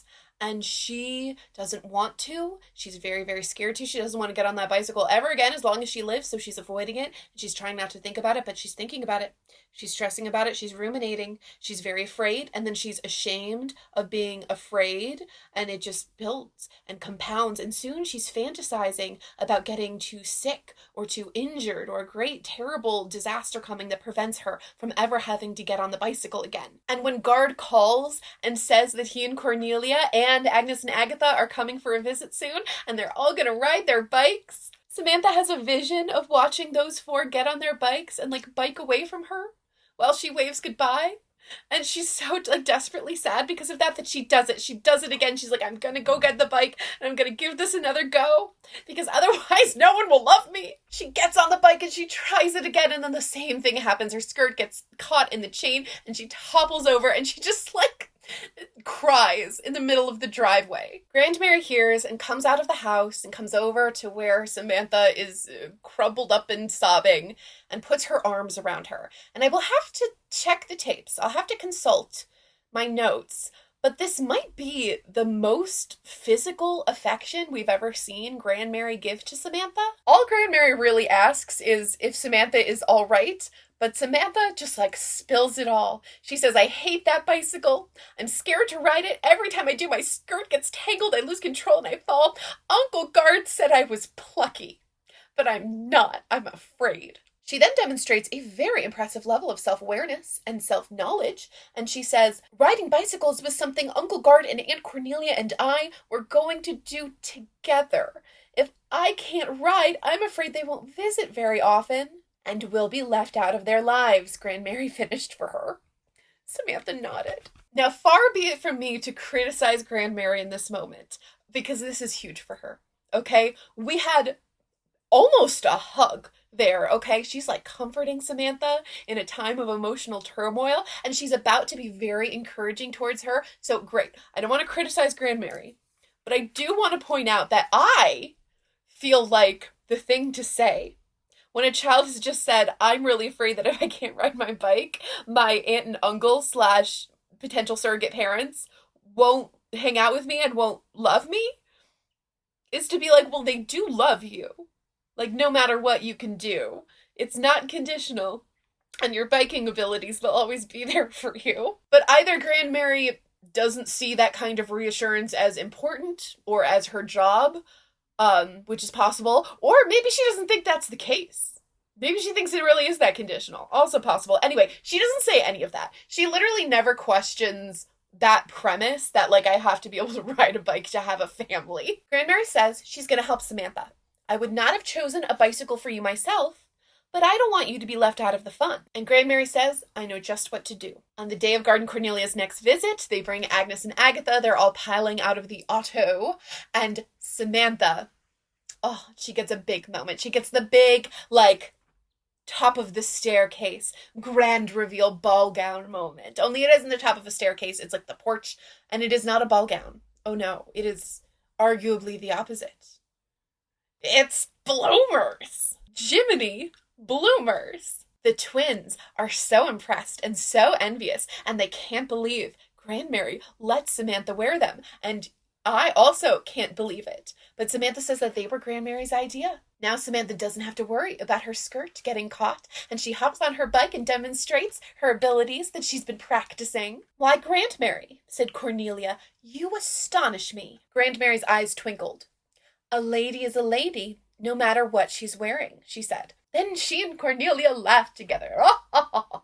And they all bicycle away into the sunset together. There's a time in each year that we always hold dear, good old summer time, with the birds and the... I want to talk about bicycles and bloomers and women. Here we go. I'm going to sit in my chair backwards so that you know I'm not a regular teacher, I'm a cool teacher. Learning can be fun. Bicycles are kind of a big deal.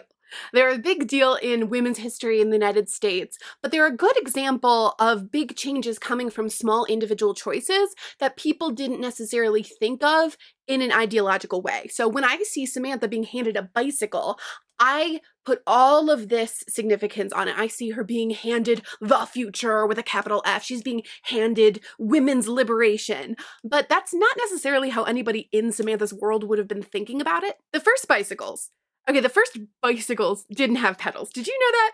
I did some reading about the history of bicycling, and everybody was talking about that like it was something we all knew, that the first bicycles looked like this. You would just run.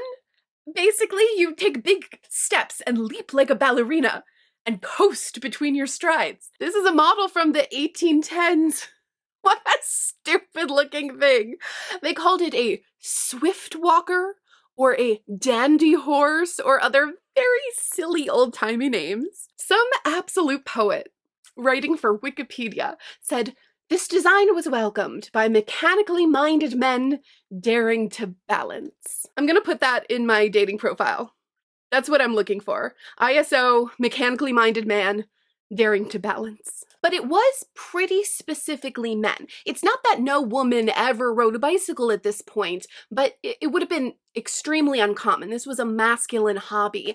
It took athleticism and daring to ride one. They were dangerous and experimental. There were all these things that socially coded this as a man's activity, even before you get to the logistics of it being kind of hard to ride a bike in a skirt. But until they figure out a good design for the bicycle, it was a fringe activity anyway. They develop it over the next decades, and they go through that phase where they have big front wheel and tiny back wheel, and then for a while they have 3 wheels or 4 wheels, and arguably it's not even a bicycle at that point, and eventually they get to 2 wheels. They started using treadles and belts and gears on the thing so that it was easier to ride, and it was much less likely to spontaneously throw you over the handlebars. So the kind of bikes that I grew up with, those would have been known when they were new as safety bicycles. Those come about in the 1880s, and safety bicycles are safer, of course, and they're also just more enjoyable to ride. It's a smoother ride, it's easier to pedal. So this means bicycling didn't have to be an extreme sport anymore.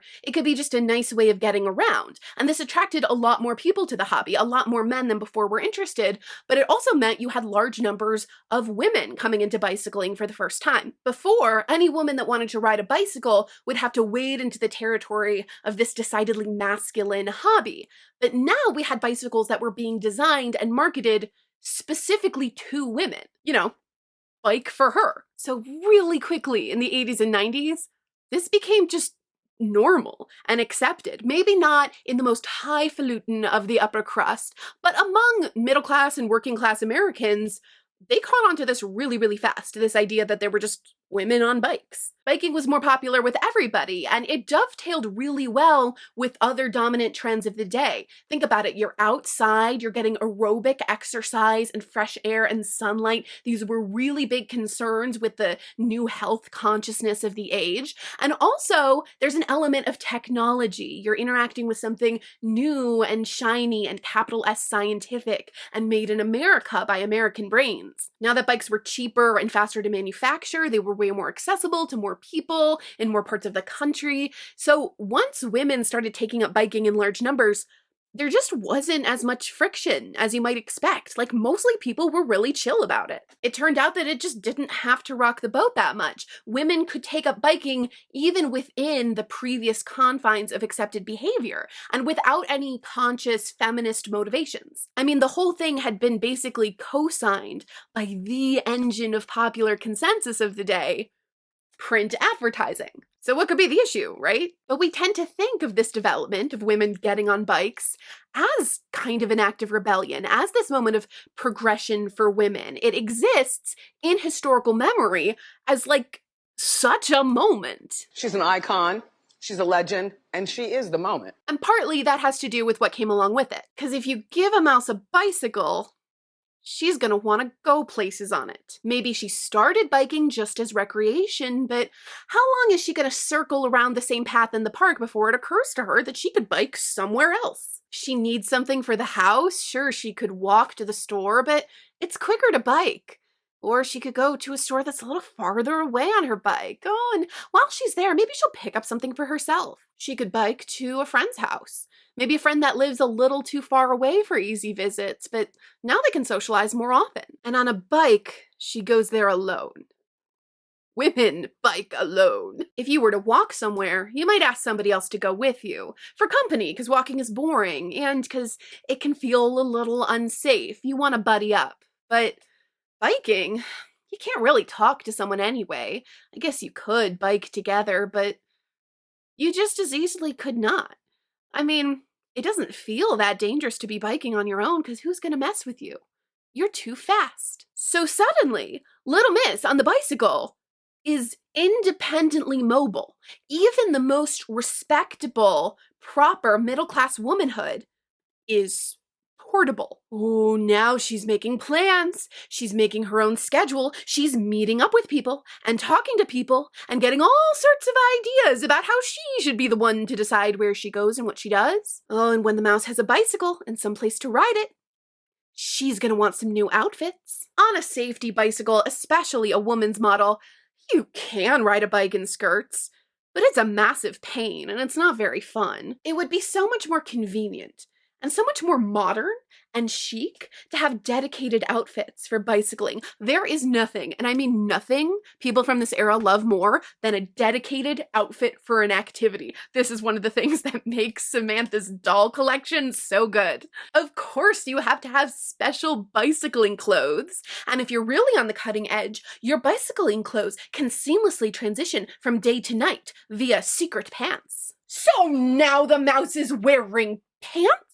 She's wearing pants, and not just any pants, secret pants? What secrets is she keeping in there? Women biking didn't seem like a big deal at first, and maybe it isn't a big deal at all, but it certainly makes other changes a lot easier and a lot faster, and everything's accelerating. And how did this happen? So we've been talking a lot about how if you're female, you can be a woman or you can be a lady. Remember that? Well, a lot of the time you can also be a secret third thing. This is something that people like to bring out whenever women get ideas. Oh, her, oh, that's not a lady. Oh, that's not even a woman. That's some alien, unsexed thing. Women reformers who were identified in the popular mind with the bloomer style of dress were neither men nor women. They were instead a new class of beings who eluded classification into traditional gender categories, and who thus posed a threat to the status quo which was based on it. That was historian Lori Kelly, and she's actually talking about the dress reform movement, which was a little bit earlier and is a topic of its own. Dress reform wasn't just about pants, it was a more complete, holistic movement towards women's clothes that were more comfortable and practical and healthy. But the pants thing is really what people got upset about. Never mind that the bloomers and the Turkish trousers that these women were wearing covered every bit of skin that skirts did. They were all loose and billowing. They practically looked like a skirt. It was just the principle of the thing, that this was a bifurcated garment. Yeah.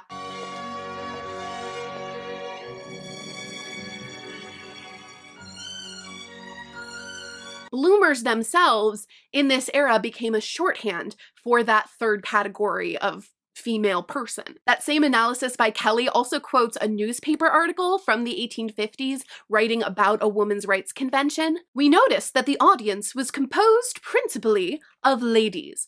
Only one bloomer, as far as we perceived, was present. So when Grandmary remembers hearing about the bloomer girls, that's what she's thinking about. They weren't just called that to make fun of their fashion. That was actually a pretty serious way of distinguishing them from ladies and true, real women. That's the world that Grandmary grew up in. She witnessed the fast rise and the ultimate failure of the dress reform movement. I don't know how much of it she witnessed physically, but she definitely would have heard about it. It would have been discussed as a current event, and she would have probably gotten a lot of messaging from adults in her life about how not to be like those bloomer girls. This is not a case of Grandmary being afraid of something new, that she just rejects something because she's never heard of it, and it scares her that it's different.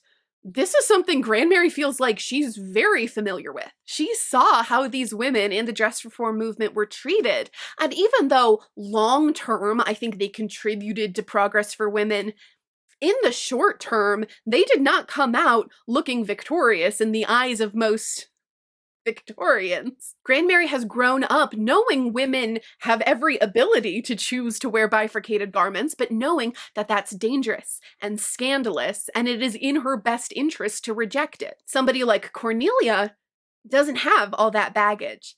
And in fact, she might not be super aware of the dress reform movement. She may think of the idea of women wearing bifurcated garments as some vast, unexplored new frontier. By the time Samantha's around and putting on bloomers for the first time, people just don't care so much. Things turn out differently this time. I love that the short story nods to this history, even though it's outside the scope of what they're able to tackle in a short story. And I think knowing this context makes Grandmary's choices both more understandable and more admirable. I think it makes it even more wonderful that she's able to connect with Sam in this way, rethink some of her baggage and think about what is actually best for Samantha in this moment. Honestly, good job, Grandmary, for her instinct being to protect Sam from doing something that's going to lead to being socially ostracized. And good job for rethinking that with new evidence and saying, okay, maybe this is the best thing for you. It's certainly physically safer. It seems to be emotionally okay. Let's slightly course correct. Good job, team. Now I just need you to tell Samantha you love her. There's a time in each year that we always hold dear. Good old summertime with the birds and the... If you watched my Kirsten video, do you remember that Kirsten saved the day, but actually Kirsten caused the problem? And by the grace of God, everything turned out kind of okay? Let's talk about Samantha Saves the Day. First, we gotta appreciate the cover. Oh my gosh, the drama. I feel like this is one of the illustrations that people remember most from the Samantha books, even though it is very unlike most of the images, or maybe because it's unlike most of the images. They're both very cool, but the original Nancy Niles and Robert Grace illustration is a lot scarier. Like, I feel like this girl is in deep peril. In the updated Anderson image, there's definitely still a sense of danger, but it feels a little more like adventure. She's not in such peril that her hair doesn't look perfect, which is often the case with the revamped illustrations. Not always, but often I will find the originals are a little more intense or scary or sad to look at, and there's a little bit of a softening with the re-illustrations. Now you may notice right away that this doesn't seem like Mount Bedford. I don't think we're in Mount Bedford anymore, and we are not, because the rich New Yorkers of Samantha's day, or frankly, just about any day, don't stay in New York during the summer. They get out of Dodge and head for the hills. They move to the mountains. They take a break and run away with us for the summer and go upstate. They go to the Catskills or the Adirondacks, and this book never specifically mentions where it is Samantha is, but she's in the Adirondacks. We all know this is the Adirondacks. As is usual for the Samantha books and the Kirsten and Molly books, they aren't in an actual real-life place. They're in a place that is inspired by and heavily influenced by actual real-life places. So moments where they are in Madison Square Park, those are the exception. The rule is places like Mount Bedford or Piney Point. That is where they are in Samantha Saves the Day. Piney Point. Piney Point is Grandmary's summer home in the mountains, and Samantha specifically refers to it as Grandmary's summer home and not like a family home, which is kind of interesting. Samantha and Grandmary are already there. It seems that sometimes it's just the two of them at Piney Point, but there are more guests coming to stay for a vacation. Guard and Cornelia have pulled up on a boat along with Agnes and Agatha, the twin cousins, and Admiral Archibald Bemis is here. He is an Englishman, if you couldn't tell. You know, Admiral Archibald Bemis, a fixture in Samantha's world. She's known him her whole life. You know Admiral Bemis. So here's the deal with Admiral Archibald Bemis. This is our introduction to him as the reader, and we are given absolutely no context for why this man is in Samantha's life, but we are told that he comes to Piney Point every summer and stays with them for a little while. And he and Samantha get along. Samantha really likes him. They spend time together. But he's not there to see Samantha. As soon as he gets off the boat, he is greeting Grandmary and kissing her hand and calling her lovely. Grandmary just, she has an admiral. We all have an admiral tucked away in the Adirondacks. Okay, great. Of course, the gang this summer is Samantha and Grandmary and Guard and Cornelia and Agnes and Agatha and Admiral Archibald Bemis.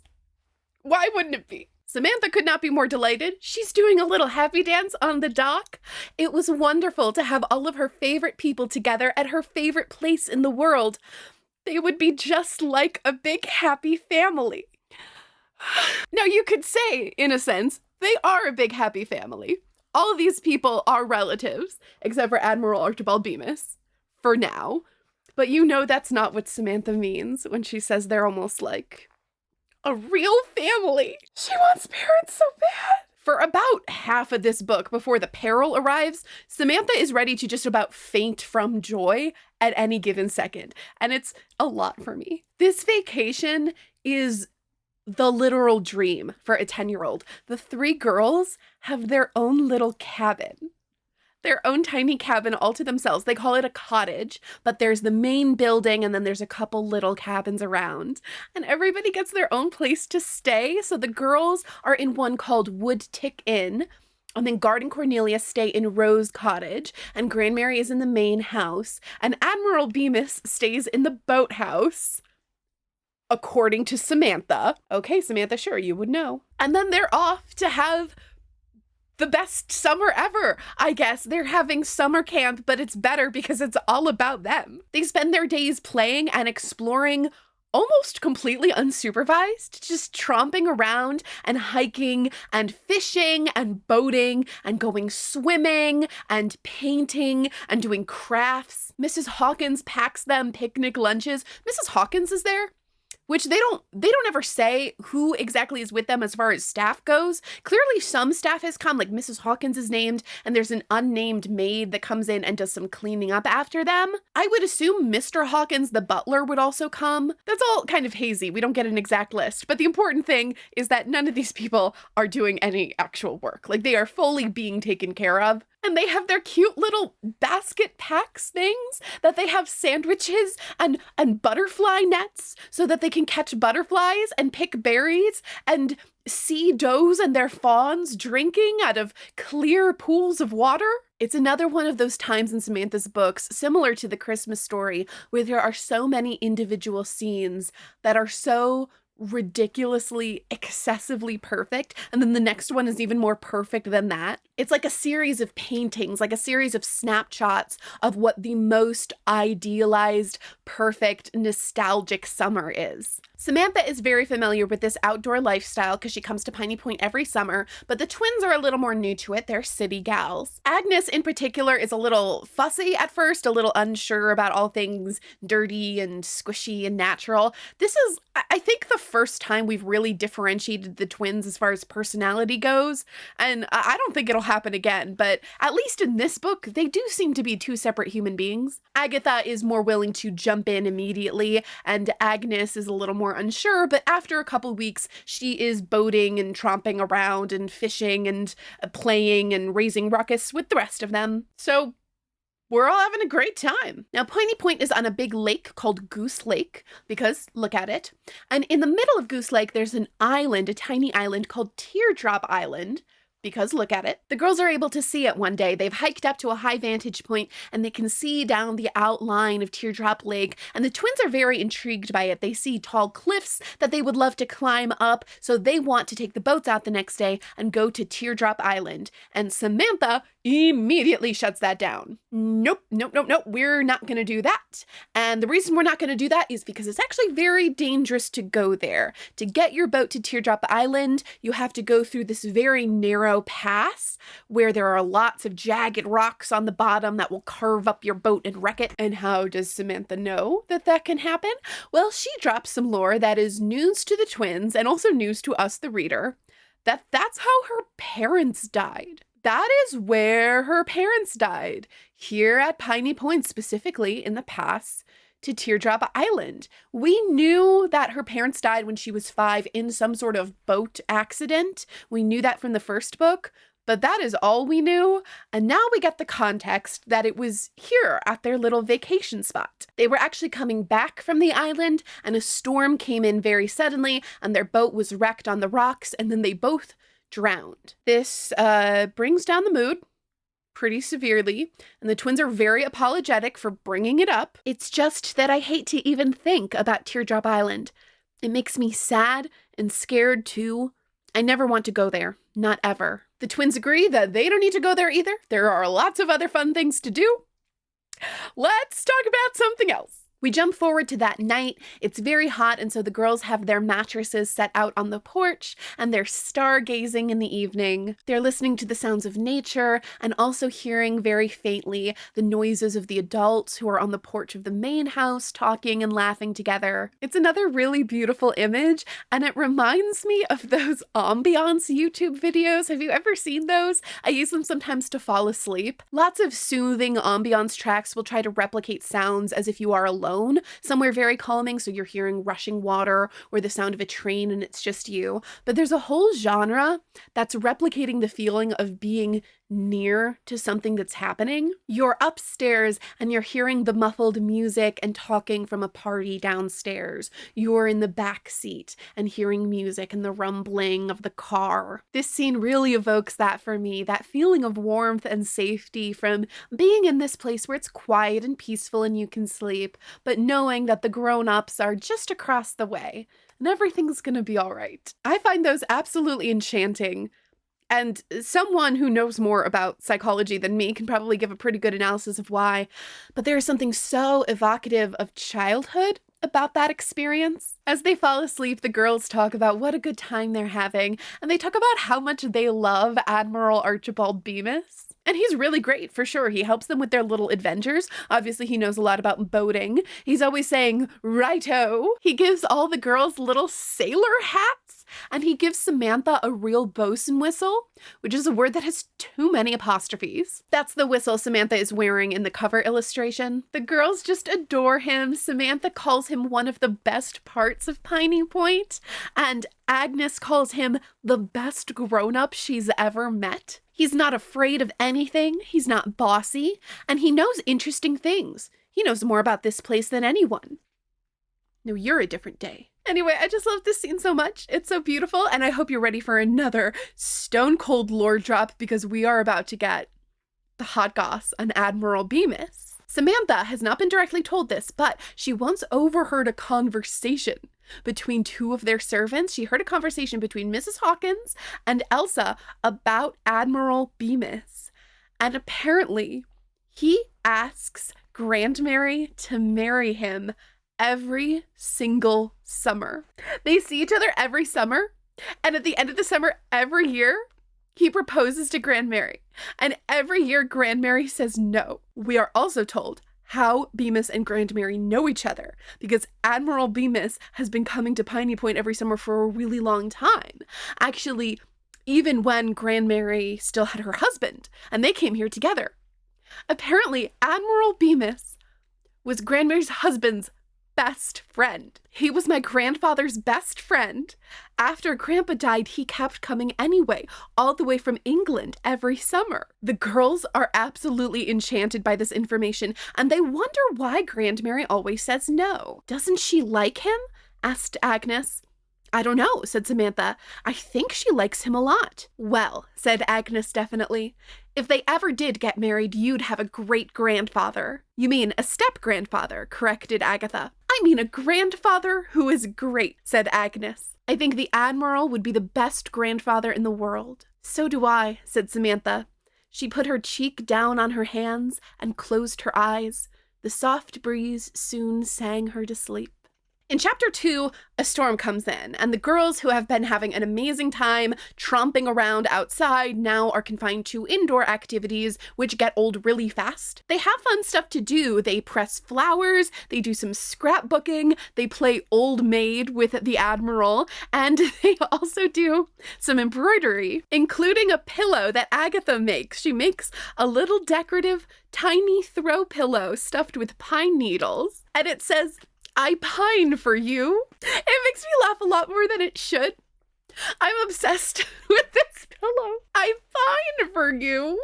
I think for me, it's the fact that this is a cheesy pun, the kind that you would find on a pillow. So you are sort of enjoying how kitschy it is, I guess. But also the sentiment of pining for someone is way too intense for what that pillow can handle. In the afternoon, the girls go out on the covered porch to paint, and we get another one of my favorite illustrations in this whole series. I know I said the last one was one of my favorites. This one also is, because look at it.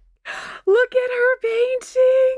The girls laugh at each other's art and, like the poor artists they are, blame their tools. They say their brushes are terrible and too old. They need to go looking for better ones, for newer ones.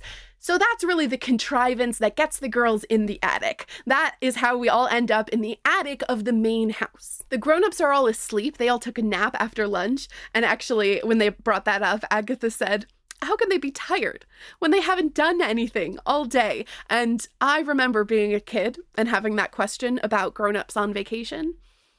Now I understand. So it's very quiet as they tiptoe up to the attic, and it's dark, and dusty and a little spooky, but in a very romantic way. You can tell immediately that this is a place of mystique and secrets. The girls find some old hat boxes, and of course they have to pull out the silly, extravagant hats and try them on. There are also gloves and handbags and shoes, so they're getting all dolled up. And then the girls find some old photo albums and scrapbooks, and they find a book of photographs from Piney Point, from the family at Piney Point, like 20 years ago.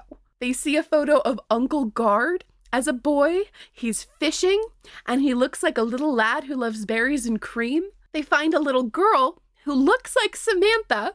Actually, Agnes asks if it's a picture of Samantha.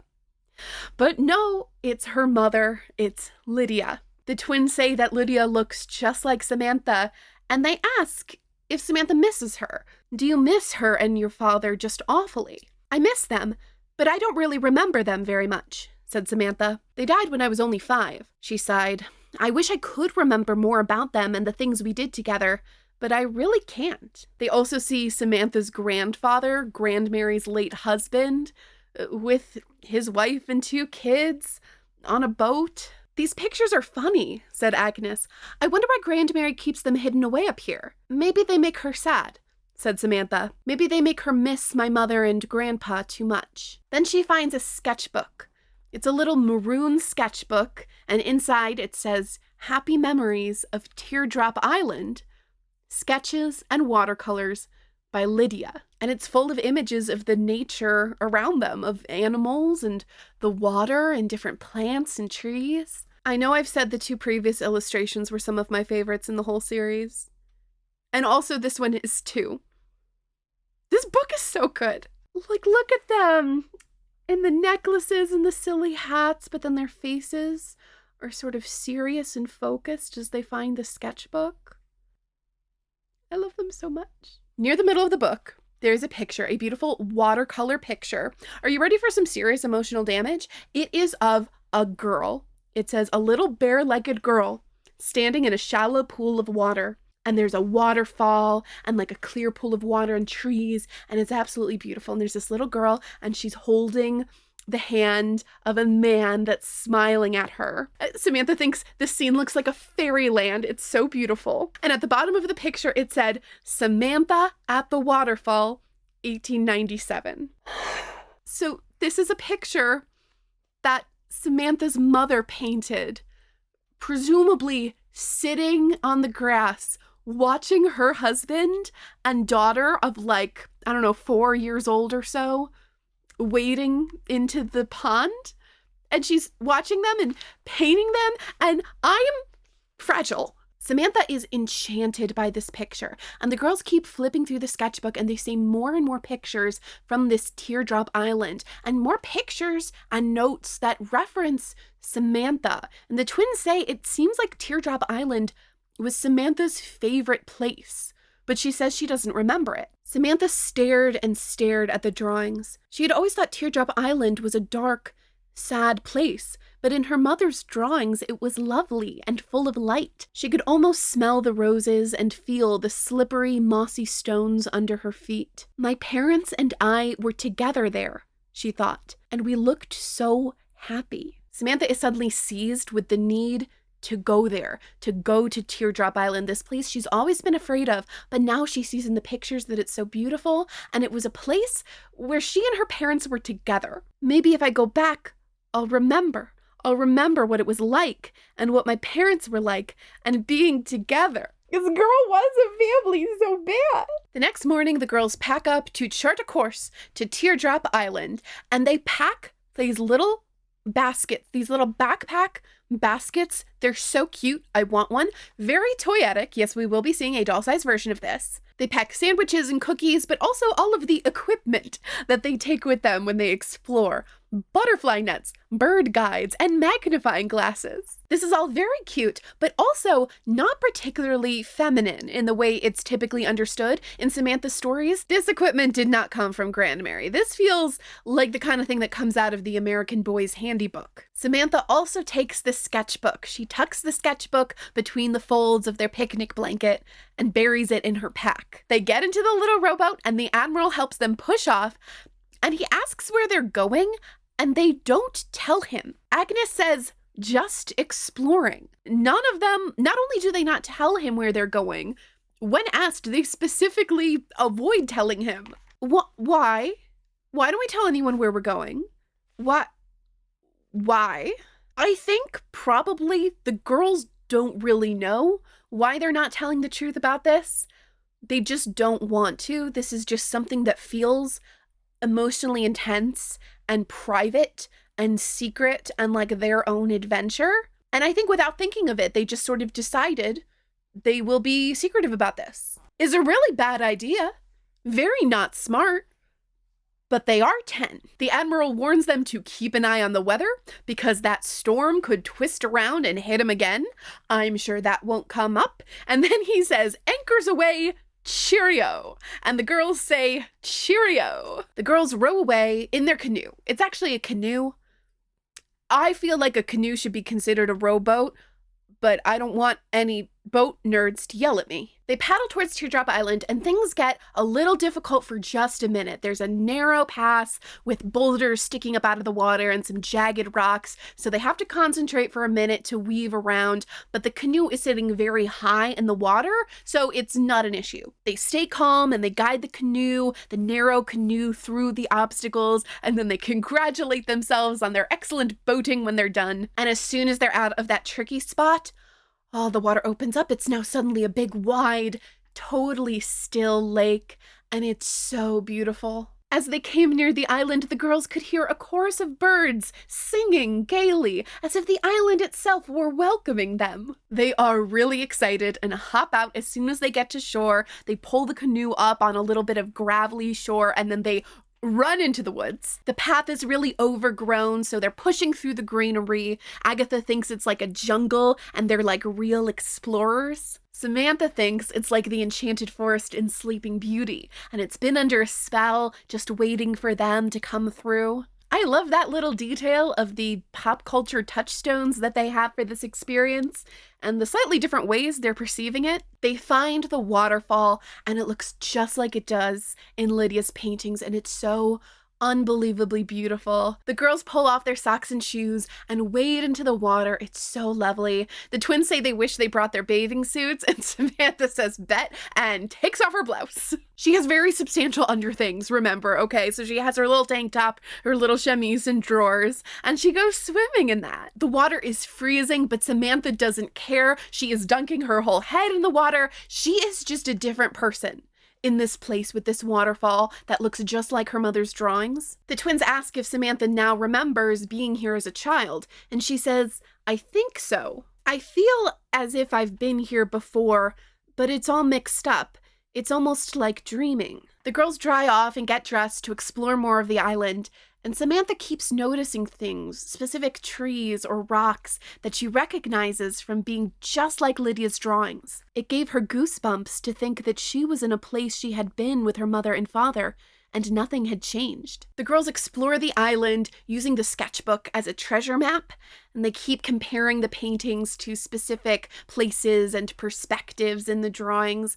And Samantha is having a really profound experience connecting to nature here. This place has been untouched since her childhood. It's just the same.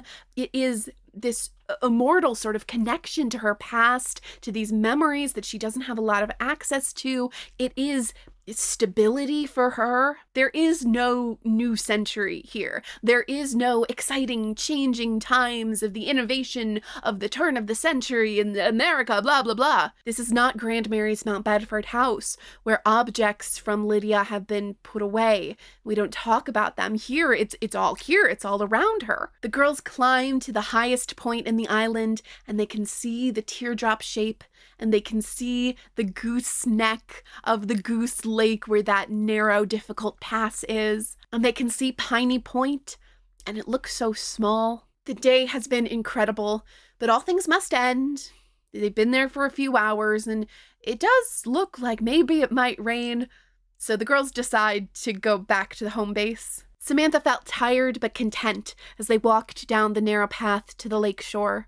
What a glorious day. She would remember it forever and ever. She was very glad they had come. The girls returned to the canoe, except the canoe is not there. They go to the place where the canoe was, where they pulled it up a little bit on shore, and then no one tied it up. They go back to that spot and the canoe's not there. The canoe is gone. We see a similar dynamic here to the dog chase in the previous book, where Samantha keeps her head and the twins are pretty useless. They're freaking out. The girls decide to trudge back up the hill to that high point so they can look around and see if they can find the canoe. Maybe it just drifted off a little farther. Maybe it got overturned. They try to get a visual on it, so they're walking uphill and it's starting to rain, and now they're very miserable. It's not a magical day anymore. But the boat is nowhere to be seen, and the girls start to realize they are well and truly stranded. And Samantha suggests that maybe when it becomes clear that they're missing, someone will come and get them, and then they realize they didn't tell anyone where they were going. Agatha suggests a signal fire. Actually, specifically, she says smoke signals, which is some peak 10-year-old logic. Like, not the idea of we'll make a big fire and they'll see the smoke and come. The idea is, no, I've heard about smoke signals. I know that's a thing. We need to make a fire so we can do smoke signals. But it doesn't matter. They have no way to start a fire, especially since it's raining. Agnes suggests making lots of noise, which is a good idea, just they're too far away for it to work. But Samantha tries anyway. She gets her whistle, her bosun whistle, and blows it. The twins shout, "Help, help," as she does so, but they all know the wind's too hard, they're too far away. There's no way anyone's going to hear them. The girls huddle up under the picnic blanket as it rains harder and gets darker, and their only comfort is knowing that they've missed dinner. So definitely the grown-ups know they're lost, and someone's got to be looking for them somewhere. After a while, what feels like hours, they do hear a noise. They hear a rustling sound, and the girls are very afraid it's a wild animal that's going to come up and attack them. And Samantha grabs a stick, and I'm obsessed with her. She grabs, it does say a big stick, so let's go, Teddy Roosevelt. She gets the stick and she tells the twins to get behind her. She's going to defend them from the wild animals, but it's not a wild animal. It's another person. It's another person also saying help, which is rude. Like, I'm in a survival situation already, okay? Can we not maybe step on my toes? But they hear the voice calling, and the voice calls for Samantha specifically. And the girls stumble down the hill towards the voice. And there, lying across the muddy path, was the Admiral. It's Admiral Bemis, and he is in bad shape. He is lying down. He's clearly fallen and hit his head because there is a gash across his forehead. It does say a deep gash with blood trickling from it. His eyelids are droopy and he's moaning. "I came to help you," he whispered, "but now you'll have to help me." He tried to go on, but his voice failed, his eyes closed, and his head dropped onto the ground. And that's how Admiral Bemis died. No, I'm kidding. American Girl would never kill off a parental figure. No, he's not dead. Actually, that's Agatha's first question. Is he dead? And Samantha says, no, I think he's just unconscious. I'm not sure how she knows this. I think it is blind faith. I think she just needs this to be true. Samantha didn't want the twins to see how afraid she really was. She tried to act as if she knew just what to do. The twins are even more useless than they were before. Samantha tries to do a little bit of first aid here. She really doesn't know what she's doing, but she does correctly identify the fact that he needs a doctor and they need to get him back to Piney Point. The girls are able to rouse him enough that he can help them get him over to the boat. He's not able to walk and they're not able to fully carry him, but they both kind of do their part and they stumble slowly and get him into the canoe. Samantha murmurs to him encouragingly as they go, "That's it, you're doing fine, not much further now." They load him in the canoe, cover him with the blanket, they put a cloth on his head over the gash. Wait, scratch that, this is not the canoe. If you were wondering how they got him into the canoe when the canoe was gone, it's because it was not the canoe. This is the boat the Admiral came in, which is a rowboat, a more traditional rowboat. And it is a little bigger, which is good because there's room for the Admiral, but tricky because this makes it harder to navigate the really choppy, difficult passage. The girls don't know if they're going to be able to make it through, but they don't really have a choice but to try. So they paddle up to that narrow gooseneck passage. They go through and they're trying to dodge and they're using their oars to push off of the sharp rocks. The twins are in the back rowing and Samantha is in the front with the lantern that Admiral Bemis brought and she's navigating. She's telling them what to do. The boat rocked wildly from side to side, knocking against the boulders. Water splashed into the girls' faces and drenched their clothes. It was probably like this the night my parents drowned, Samantha said to herself. It was probably like this the night my parents drowned? Samantha's gonna need so much therapy after this. No, this is good. This is good, right? We're facing our demons. This is fine. It really looks bad for a while. They do get stuck on a rock for a moment, but they all work together and push hard to the left, and they push away and they get back in the water. I don't know how they make it through. It seems very unlikely the way this is written. But finally, they are back out. They make it through the narrow passage into the wider, calmer part of the lake. It's still not perfectly calm because it is a storm, but finally they see the lights. They see the lit up lights of Piney Point, and Samantha waves the lantern and blows on her whistle, and they yell for Grandmary. Through the rain, on another boat, comes Uncle Guard. Guard comes in another rowboat. He throws them a line, so now they're attached by a rope, and they row in together. Finally, they reach the shore. They're back at Piney Point. There's so much activity and voices. Samantha says she doesn't even realize who it is that helps her out of the boat. People are helping the Admiral. And then Grandmary was hugging her so hard she could barely breathe. "Oh, my dear," murmured Grandmary. She smoothed Samantha's hair away from her face. "Oh, my dear, thank God you're all right." And we're not going to think about how traumatizing this was for Grandmary and Guard. I mean, it would be scary regardless. Like, that's potentially traumatizing if a child under your care, if a child that's your family member seems to be endangered. That's bad enough. But this is how Samantha's parents died. Grandmary had a daughter. Guard had a sister that died like this. In this exact place, in this weather, in this way. And we're just not going to think about that, okay? We're not going to think about how it felt for Guard to like realize what was happening and be the one who gets in the boat and rows out to them. We're not going to think about it. We're not going to think about it because then we'd get emotional. And that'd be really embarrassing to get emotional on the internet. Also, I think this is the first real hug from Grandmary in the Samantha canon. This was written before the short stories, so before the Blue Bicycle story, where she physically comforts Samantha. But even then, I don't know if that's a real intense embrace. This is a full arms around you, touching your face embrace from Grandmary, and we do need to recognize that. Hard cut to later on in the night, when people are all cozy now. The girls are sitting wrapped in blankets in front of the fire. Very lovely. It says Cornelia had given them all hot baths. And did Cornelia give them the baths? Did she draw the baths? Did she like tote the boiling water for the baths? Given them all hot baths, rubbed them dry, and wrapped them in blankets. They sat quietly sipping their cocoa, watching the doctor take care of the Admiral. The Admiral's going to be fine. He's going to be 100% fine. This is not a big deal. They give him a bandage on his head. He's good to go. The doctor does point out that it's really good he got back so quick. You know, it's good it didn't take him longer to get back because then the cut could have been very serious. So it's clear that Samantha has saved the day. Bemis explains what happened. Grandmary is particularly horrified by this story. Her face gets all pale. Someone help this poor woman. We learn that what happened is the Admiral saw the storm coming, realized the girls weren't back yet, so he rows out to look for them, realizes they went through the passage. He goes through the passage, is able to do it all by himself because he's good at his job. Then he sees their canoe partially sunk in the water near Teardrop Island. He says, "I suppose you didn't beach it properly." The girls hung their heads. "I realized you were stranded on the island. That would not have been my conclusion. That would not have been my conclusion. I see the canoe upside down and no girls.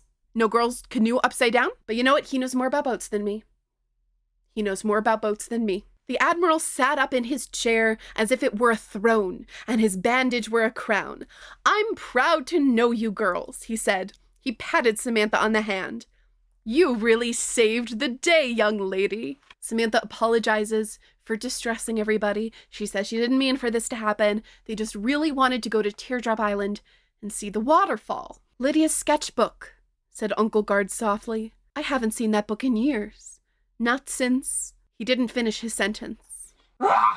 Samantha explains to Grandmary, I wanted to try to remember what it was like when we all went there together, as a family. Grandmary stared down at the book in her lap. You and your parents had many happy times on that island. You are right to try to remember. Samantha says everything on the island looked just like the pictures, and it was so lovely, and she wants to go back sometime. And she wants Grandmary to come with her. Perhaps I will, Grandmary said softly. Perhaps I will. And that is the end of the book. It ends on a lovely, hopeful note, I think, that Grandmary will start to open up the metaphorical attic. You know, she'll maybe start to dust off some of these memories, which is good, which is lovely. Those last couple pages are a little goofy, but that's about par for the course by now. I hope Samantha and Grandmary get to go to Teardrop Island together sometime, and I hope they find a different way to get there. Your day's work is over, then you are in clover, and life is one beautiful rhyme. No trouble annoying, each one is enjoying the good old summertime. Let's talk the summer collection. Isn't she cute? I love the midi dress. When it is time to do rankings, it's gonna be hard to beat this one. Oh, apparently every Victorian girl had a midi dress, a most popular style in 1904. In the paper doll, she has the whistle around her neck, and it did come with the outfit for the doll. So you would get the dress, the whistle, and the hat, the sailor's tam, for an outfit that's truly ship-shape. Sold separately, but very important for the look in my opinion, are the high button shoes. I love these boots. They have actual little buttons that you can really fasten the boots with. Gosh, what a little sailor. And then she has so much stuff for the summer story, but actually it's only 2 sets of accessories. They just come with a million tiny little bits. First we have the nature paraphernalia. That's what they call it. That comes with the pack basket, a butterfly net, and a couple little plastic butterflies to get you going. Has some wild flowers that Samantha has picked, specifically black-eyed Susans. Can you grab those too? These look exactly like the doll collection. Very good, very good. Back at the lodge, you can help her study the butterflies with her magnifying glass and dry the flowers she picked in her wooden flower press.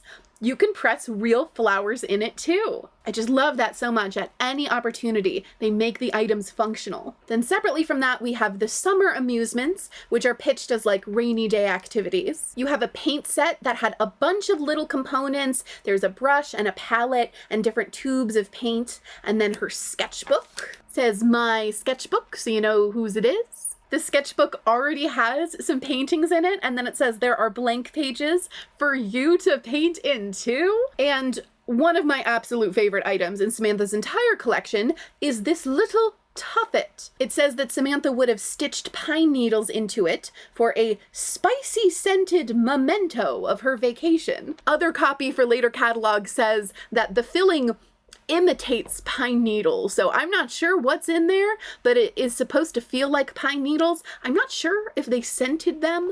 I think they should have. Regretfully, there is no boat. There is no tiny rowboat for your doll to row out in and then get stranded and have a disaster. They also don't have the lantern, which is a little odd to me because that is on the cover. I wonder if they ever tried to develop those and gave up. I mean, the boat sounds crazy. It sounds super extravagant, but they make things that huge and extravagant for the girl of the year, for the doll of the year, all the time. They would absolutely sell a Samantha rowboat. All right, moving on. Each one is enjoying the good old summertime. In the good old summertime. In the good old summertime. Strolling through the shady lanes with your baby mind. You hold her hand and she holds yours, and that's a very good sign. That she's your Lucy Woodsie in the good old summertime.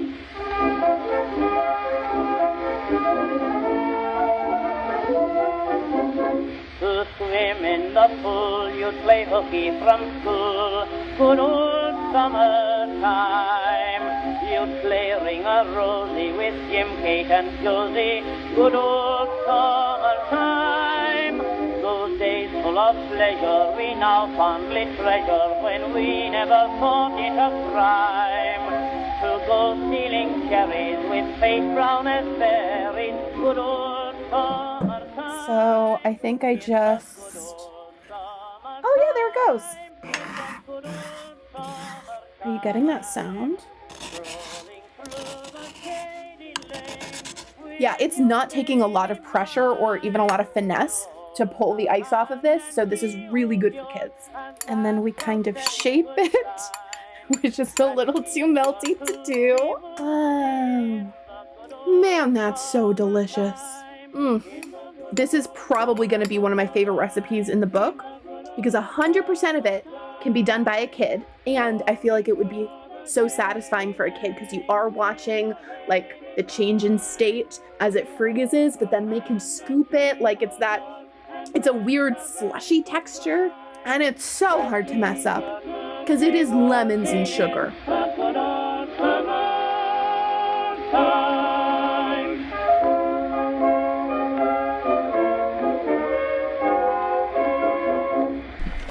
Look what I have. I am pretty sure that this is complete. It was not in the plastic anymore, but I think it's brand new and all here. I know I've already shown you Samantha's craft book, but this is Samantha's craft book and kit. It came bundled with the exact same craft book I've been working from, but it also has the materials for 3 different crafts. And unlike the Christmas book, it has all the materials for the crafts. So I'm very excited. I think we should do a craft. I think we should make a seashell picture frame, because that's very on theme. Look at my bag of seashells. This is all so cute. You'll get to see it. I'll point a camera at it in a second, but look at this. It does not have the thimble. I really covet that thimble with the Pleasant Company American Girl Collection logo on it, but I do now have a ruler, a little paper ruler that has the logo on it. So I'm gonna do the seashell craft, and while I do it, I want to talk about Grandmary. What is Grandmary's deal? I don't think that her deal is what her deal is supposed to be. When Pleasant Company and American Girl describe the Samantha stories, when they pitch these books, they usually bring up 3 characters. Samantha, of course,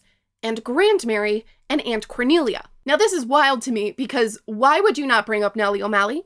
Why would you not bring her up first? Bring her up first before Samantha. I mean, I guess she can come after Samantha, but I would still bring her up in a couple sentence summary of the stories. But usually American Girl doesn't. They frame the central tension of the books as one between, not even Samantha, between Grandmary and Cornelia, that Samantha is sort of triangulated in. From 1995, change is the underlying theme in all the Samantha books. Samantha must find her own path between her grandmother's belief in old-fashioned values and ideas and her aunt's allegiance to new ones. In 1999, who should Samantha agree with? Grandmary or Aunt Cornelia, who believed in changing the old ways? Again, Nellie is not mentioned at all. This one from 2009 does mention Nellie, but it mentions that same idea of Cornelia versus Grandmary first. Samantha found herself torn between Grandmary's old-fashioned ways and Aunt Cornelia's newfangled notions. I don't think this is totally untrue. When I look at the series as a whole,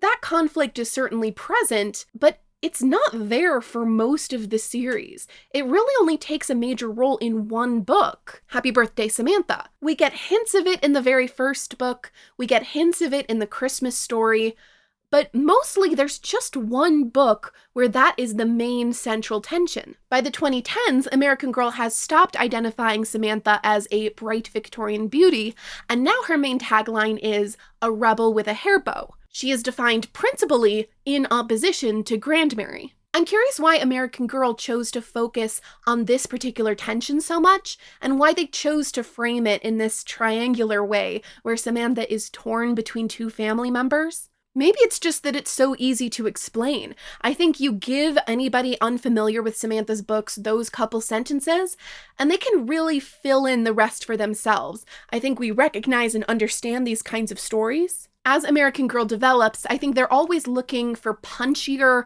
more efficient ways to pitch these stories. They want to be able to pitch them like a Hollywood movie with a single clear conflict, which is tough because the 6-book series don't always have one single clear narrative. There are a lot of different threads going on, and they're not that focused on clear conflict. One of the strengths of these books is they like to live in a messier, more nebulous place where interpersonal relationships are challenging, but there's not necessarily a direct conflict. This makes for good storytelling, but kind of a tough way to sell a book. I think if I worked in marketing at American Girl, I would really like to explain the books this way, but I'm just not sure it's an accurate reflection of what's in the book, especially as we get later on and American Girl is pushing that rebel with a hairbow angle. They're telling us these are books about a very conservative, old-fashioned grandmother who's trying to make her granddaughter follow in her footsteps as a lady, and the conflict coming from that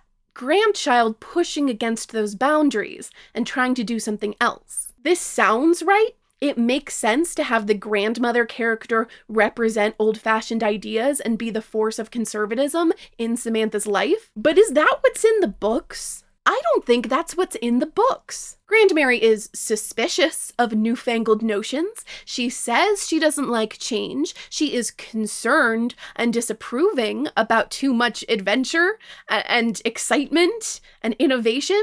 But at the end of the day, she's fine with it. Every book has the same story. Samantha wants to do something. Grandmary says, I don't know if that's a good idea. And Samantha says, I really want to do this thing. And Grandmary says, okay. She would never have bought Samantha a bicycle, but if somebody else buys Samantha a bicycle, she's going to support her in learning to ride. She wouldn't have told Samantha to go be friends with Nellie, but once it happened, she's all for it. Most strikingly, she clearly disapproves of the entire women's suffrage movement, but after a single conversation is fully 100% on board. Grandmary is very traditional in her aesthetics, in her manners, but it's only on a surface level. She's just stuffy. She's not that conservative. She's just stuffy. She's very in touch with the social outlook of people like Cornelia and these trends of the progressive era. Samantha is often intimidated by Grandmary. She's nervous to ask her for things.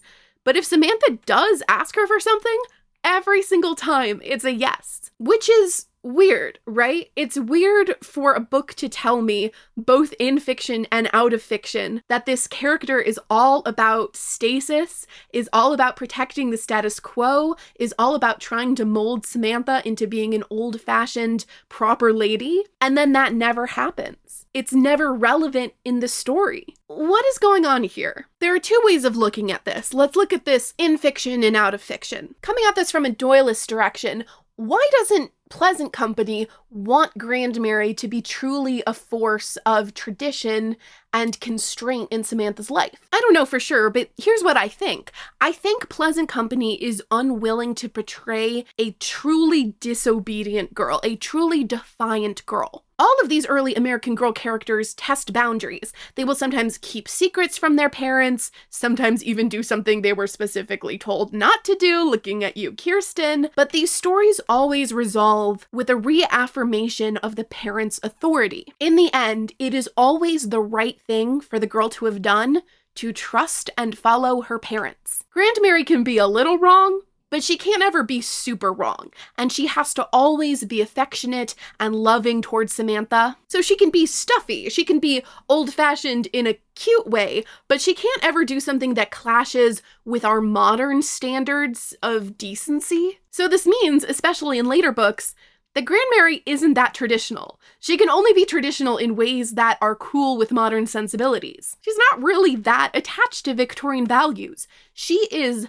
very respectful of the O'Malleys, vastly more respectful towards them than the neighbors are. So I think that is a real boundary, is a real guardrail that Pleasant Company is working with. But we can also think about Grandmary as a character. What does it mean for a person to be this way? Because Grandmary's characterization is actually pretty consistent. The clash is between our expectations and reality. And you know what? A lot of people are like that.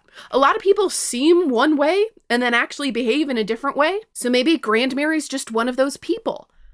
Why? This comes down to the foundational tragedy of the Edwards-Parkington family, which is the death of Samantha's parents. If we imagine that Samantha's parents lived and they raised her, I imagine that they might be similar to Gard and Cornelia. Maybe Lydia wouldn't be quite as far out there as Cornelia, but they would still raise Samantha differently than Grandmary. In that world, Samantha has everything she needs from her parents. So in this universe, Grandmary doesn't have to be the parent, she gets to be a grandparent. She isn't responsible for budgeting Samantha's living expenses. She doesn't feel like she needs to teach Samantha the value of $1. So maybe she feels free to spoil Samantha. She can just lavish her with gifts like the Lydia doll without Samantha even asking. And maybe she would feel more free to be even more firm and rigid in her old-fashioned views. She would see that Samantha is being raised by parents who understand these changing times, who are excited about modern technology. So her role would be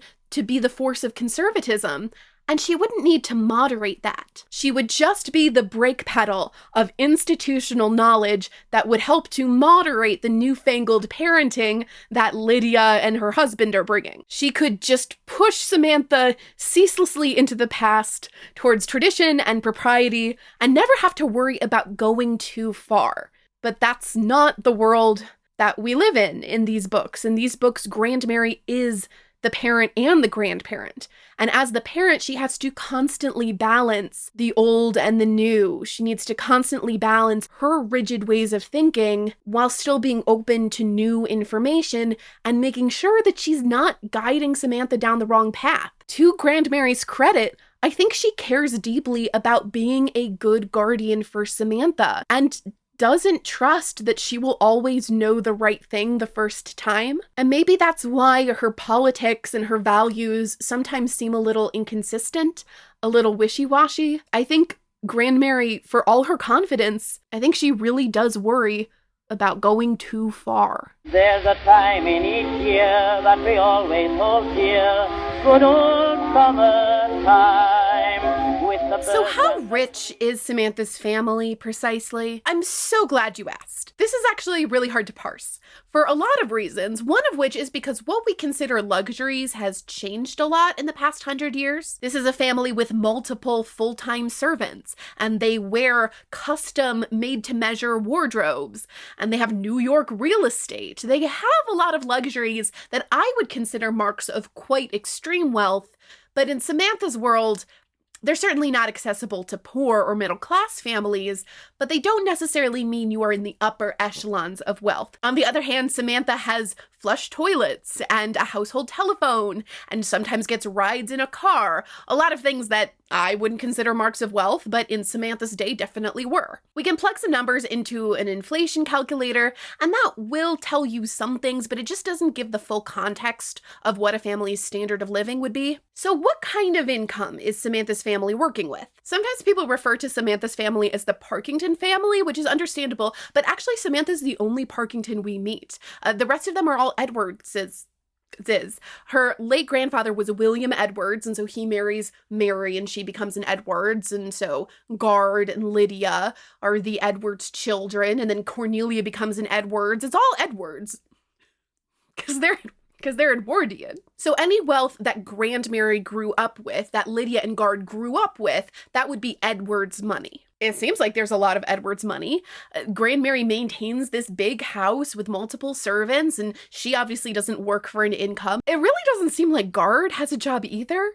It really feels like he's just messing around all day, and he has to be confident in his existing wealth to do that, so I guess there's a lot of inherited money. In those first few books, we obviously have a huge marker of the wealth of that family, which is the car. A lot of people say this car is a Ford Model A, which the timeline checks out for that, and it did come in a single-seat runabout version, but I don't think so. In 1904 and before, the Model A was only sold in a bright red all-over paint job.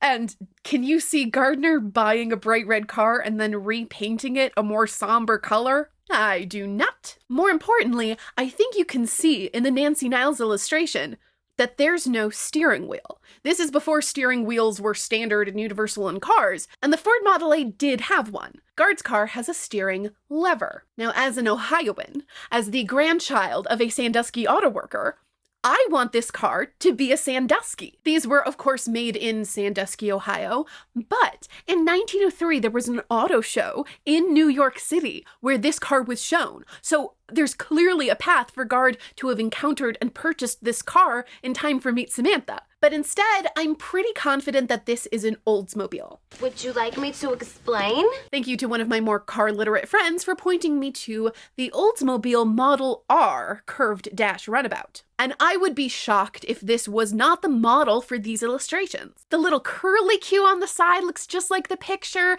and it has the horn, the little squeezy clown horn mounted on the steering mechanism. The Model R was pitched as the perfect city car built for short distance driving with 1 or 2 people, and that would be exactly what Guard was shopping for. And did the 1904 Oldsmobile Model R curved dash runabout come in this beautiful orange and black color scheme?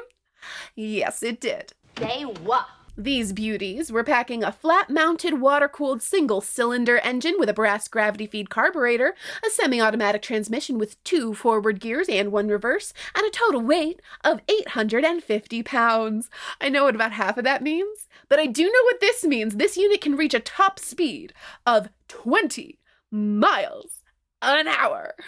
Make sure you got your goggles on. In 1904, one of these bad boys is going to cost you $650. In today's dollars, which remember we are taking with a grain of salt, that's going to run you $16,992.64. And by today's dollars, I actually mean January 2020 dollars. Because like many people, my brain is still permanently anchored to the pre-pandemic dollar values. So actually in June 2024 dollars, we are looking at $20,651.62. This is fine, this is fine. Well, a $20,000 car doesn't sound crazy at all. That'll buy you a car, but not a brand new luxury car. So if this is considered a really nice car, then that seems like a deal, right? But remember that in 1904, the car itself is the luxury. This was not a standard transportation expense that most middle-class people were factoring into their budgets because you need a car to get around.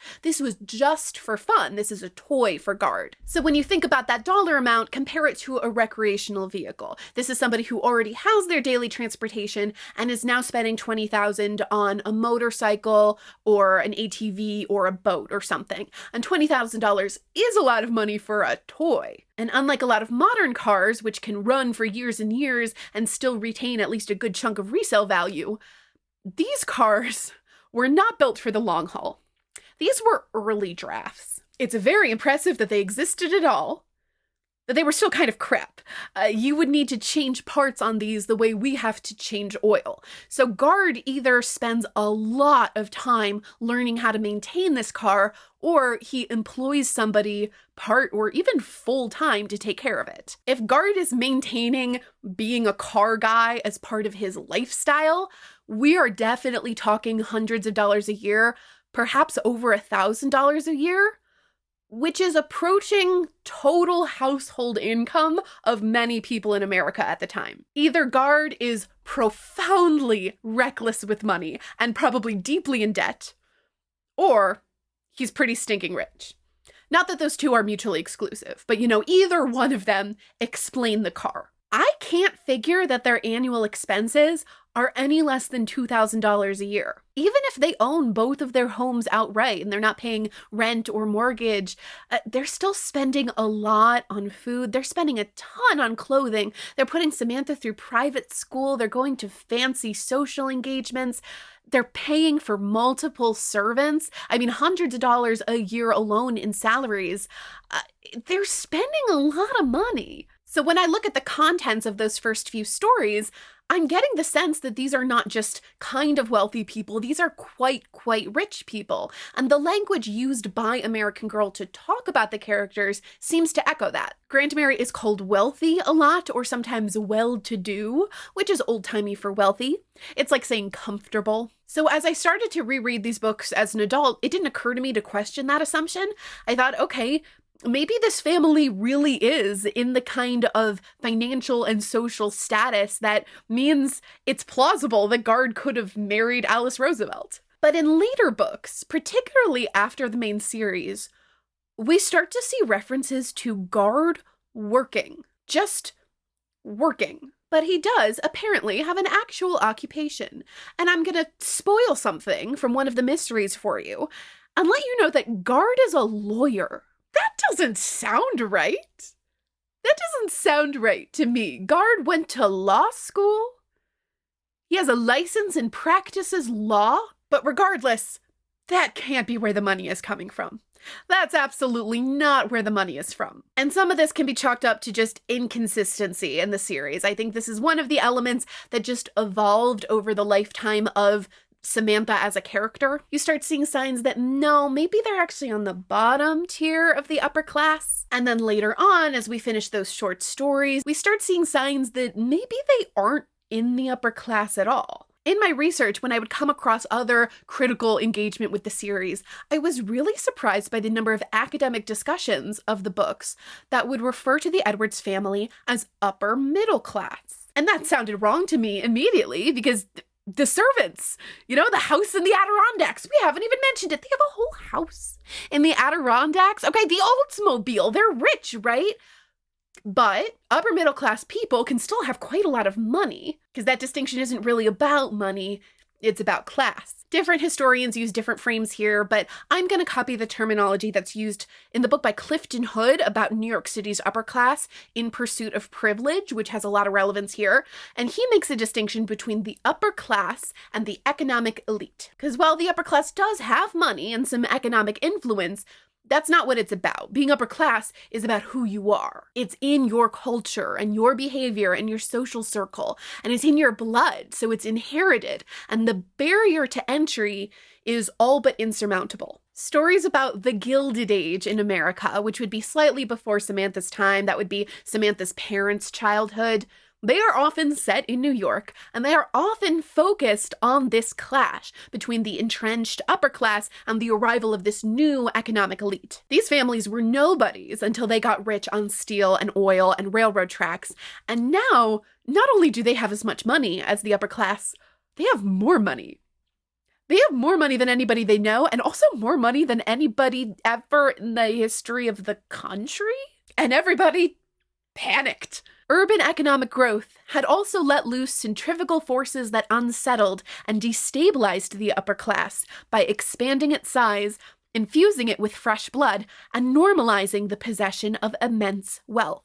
These developments alarmed upper-class New Yorkers, who had absorbed lessons from Victorian culture about the necessity of defending genteel society against outsiders who were uncivilized, crude, unsophisticated, and materialistic. Remember, these upper-class Americans low-key want to be Victorian English aristocrats. And they can act like lords and ladies all they want. They can eat the same food and wear the same clothes and dance the same little dances. But at the end of the day, the English have titles, and the Americans don't. They don't have that state-backed total monopoly on both land and status. What they have instead is anxiety.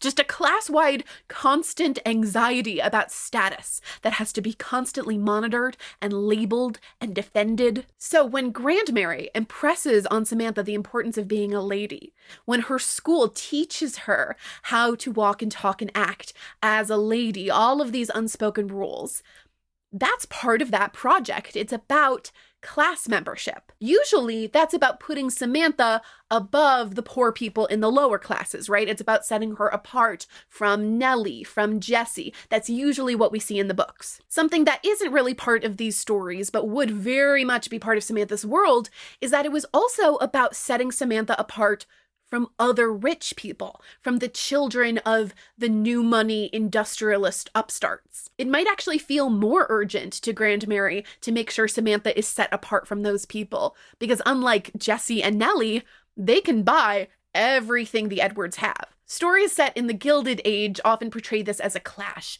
as a battle being fought, and stories set in Samantha's day, tend to be about the aftermath of a battle lost, about people who have either come to terms with a new normal or are stubbornly clinging to a world that has already been lost. The adults in Samantha's life would not be putting this much time and effort into making sure Samantha is able to become a lady if they felt secure that she obviously would be. It's ironically the fact that they talk about it so much that we see it's a source of anxiety, that it's something they aren't feeling certain about. And I actually think a lot of this holds true even if the Edwards are upper middle class. It's that thing about anxiety, because often people who sit comfortably at the very top of their particular heap can get away with more. They can kind of bend some rules and just be eccentric. You can do anything I like, Owen. I'm eccentric. But if you're teetering on the bottom edge of your class, or right on the edge of the one above you, if you have that fence-sitting feeling of instability, you have something to prove. Thinking of the Edwards as middle class does not make a lot of sense to me in regards to their spending habits, but I think it makes a lot of sense in regards to their behavior. It gives context to Grandmary's constant anxiety about appearance and deportment. It makes Cornelia make a lot more sense. Her kind of outspokenness and her political action, her being at a suffragist rally, that makes a lot more sense if she's not even in good society at all to begin with. But that's a different story, right? I think they wanted to tell a story about a very, very rich girl, and that sounds like a great idea when you're making a doll. And then they found all these fun little rabbit holes to go down if they just give everybody a little more freedom, a little more looseness socially, a little more proximity to exciting political action or wealth disparity. If we just nudge them a little down on the socioeconomic ladder, we maybe have a little more to talk about.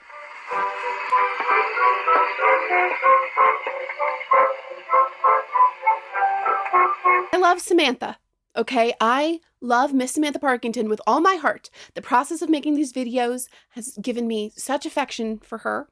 She's great. I love her. But I'm getting really tired of reading stories that don't have Nellie O'Malley in them. Because what's the point of any of this? Like, what are we doing here without Nellie O'Malley? She's been around. Presumably, she's living at the Van Sicklins with her parents and two sisters, working as a maid, but also going to school. I assume she and Samantha see each other, but they definitely don't see each other on page. She was not invited to the birthday party. She was not invited to New York City. She was definitely not invited to Piney Point. Okay, she didn't get to ride on the bicycles. She didn't get to go to the talent show. Where is she? I hope she's okay. She's definitely doing really good, right? Well, good news, we get to find out in Changes for Samantha. Because look at this, the original cover, it's Samantha, but on the ribbon cover, who's that? It's Nellie O'Malley. Let's see how Nellie O'Malley is doing. Really bad. So let's dive into Changes for Samantha. The 6th book in the series is traditionally the Changes book, and big changes have to happen in our girl's life as they are happening in the life of the nation. But for Samantha, it seems like some big changes have already happened. Because when we catch up with her, she's coming home from her ice skating lesson, and she comes in the door and says, "I'm home," but she's not in the Mount Bedford house. She's not saying "I'm home" to Grandmary in the mansion in Mount Bedford. She's greeting Uncle Guard and Aunt Cornelia in their townhouse in New York City. Because Samantha has moved. She lives in New York City now with Uncle Guard and Aunt Cornelia. Okay. Samantha hurries in the house and goes to warm up by the fire because it's cold outside. It is winter. It's actually January, which means we are now in 1906. We learned that this is Samantha's favorite part of her daily routine now that she lives with Guard and Cornelia, where she sits in the parlor with Cornelia and they have tea together while they wait for Guard to get home from the office. It's very cozy and domestic. It's very, I'm an only child with 2 parents, and I get all their attention, so it's just about Samantha's dream. Cornelia pulls out a box of craft supplies, and the two of them make some Valentines together, because Valentine's Day is coming up, and boy, do these Victorian, Edwardian-inspired people love their paper crafting, love making Valentines. The text just says Cornelia has a box of craft supplies, but the illustrations have interpreted this as a hat box, which is very reminiscent of Samantha Samantha in the Christmas story, and it's really cute. So Samantha and Cornelia sit together and make valentines for the people in their life, and Samantha starts with Grandmary and the Admiral. Not Grandmary and the Admiral. Grandmary and the Admiral. The newlyweds, smiled Aunt Cornelia. Oh, it's so romantic, sighed Samantha. I mean, the way Grandmary and the Admiral finally got married after being so fond of each other for all those years.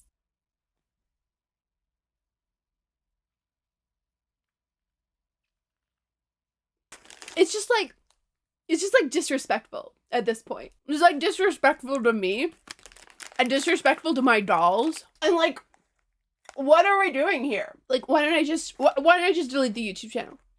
Why don't I just delete the YouTube channel? So yeah, apparently Grandmary changed her mind. She finally said yes to the Admiral's annual proposal. The way the timeline works out, it does seem like she finally said yes right after he almost died on Teardrop Island, which I guess makes sense, you know, near-death experience. Now she's appreciating how short life is. You gotta seize the moment. And then they got married. Off page. So now let's really quick cut to the recap of the story where we see Grandmary and Admiral Bemis get married.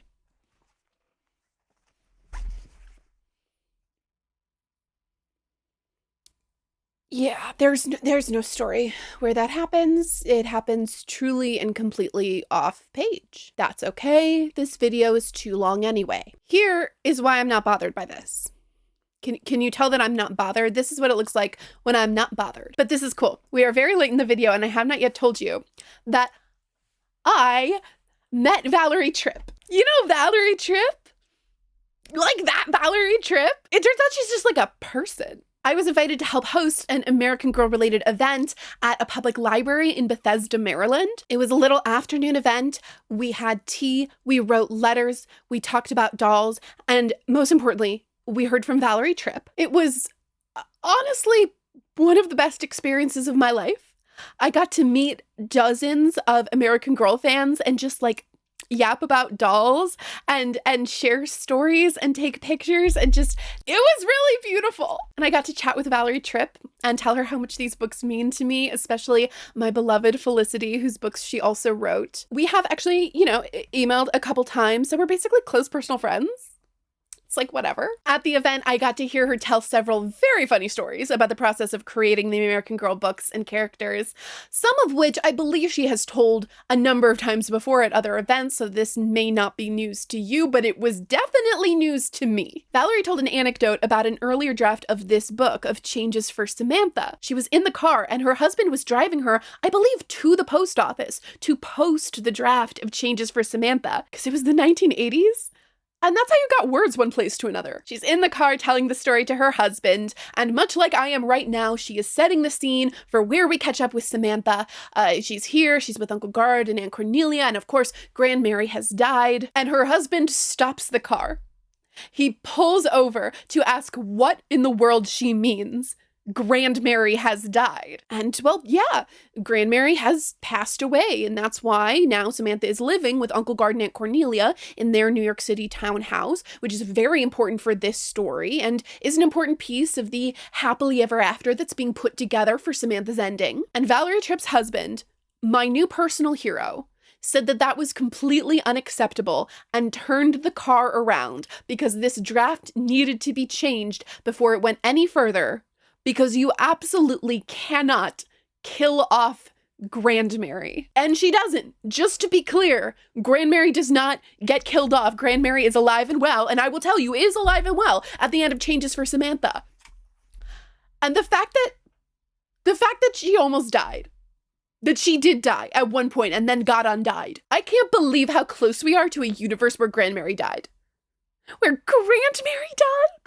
I bet she died in the same universe that Big Bird blew up in the Challenger. But I think that gives some context to how this story begins and the sort of abruptness, the kind of clumsiness of the exposition here. Am I happy that Grandmary's engagement and wedding happened off page? Of course not. You know how badly I want to know what she was wearing? You know how badly I want to see Samantha told that they're getting married? But if the alternative is that Grandmary is dead, I will take it, because this is very much the alternative. This is the explanation that Valerie Tripp crafted after the fact to help explain why Samantha is now living in New York City with Guard and Cornelia, and Grandmary is nowhere to be found in the whole book. Samantha explains this in a very, very natural way in her dialogue. I'm sure they're happy sailing around the world on the Admiral's yacht.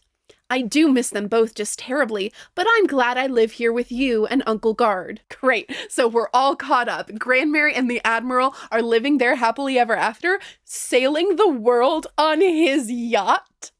Good for her. Good for Grandmary. And of course, Samantha cannot come with them. She needs to be in school and they need their privacy. So she has moved in with Guard and Cornelia, who seem honestly delighted to have her. When Guard comes home a little while later, he greets them with a big smile and calls them his two best girls. Guard has come with 2 pieces of mail for Samantha, and the first one is from Grandmary and the Admiral, who are of course now a pair. This letter is so funny. I'm glad they went the extra mile and formatted it separately in like a handwriting font, because then you get the visual gag of it. I mean, how many birthday cards have you gotten from a married man and woman that look like this? Grandmary says, "My dear Samantha, the Admiral and I," she calls him the Admiral to Samantha. That could be weird, but it's really cute to me. "The Admiral and I are sailing in the warm blue-green waters off Greece. It's lovely. We're very happy, but we do miss our dear girl.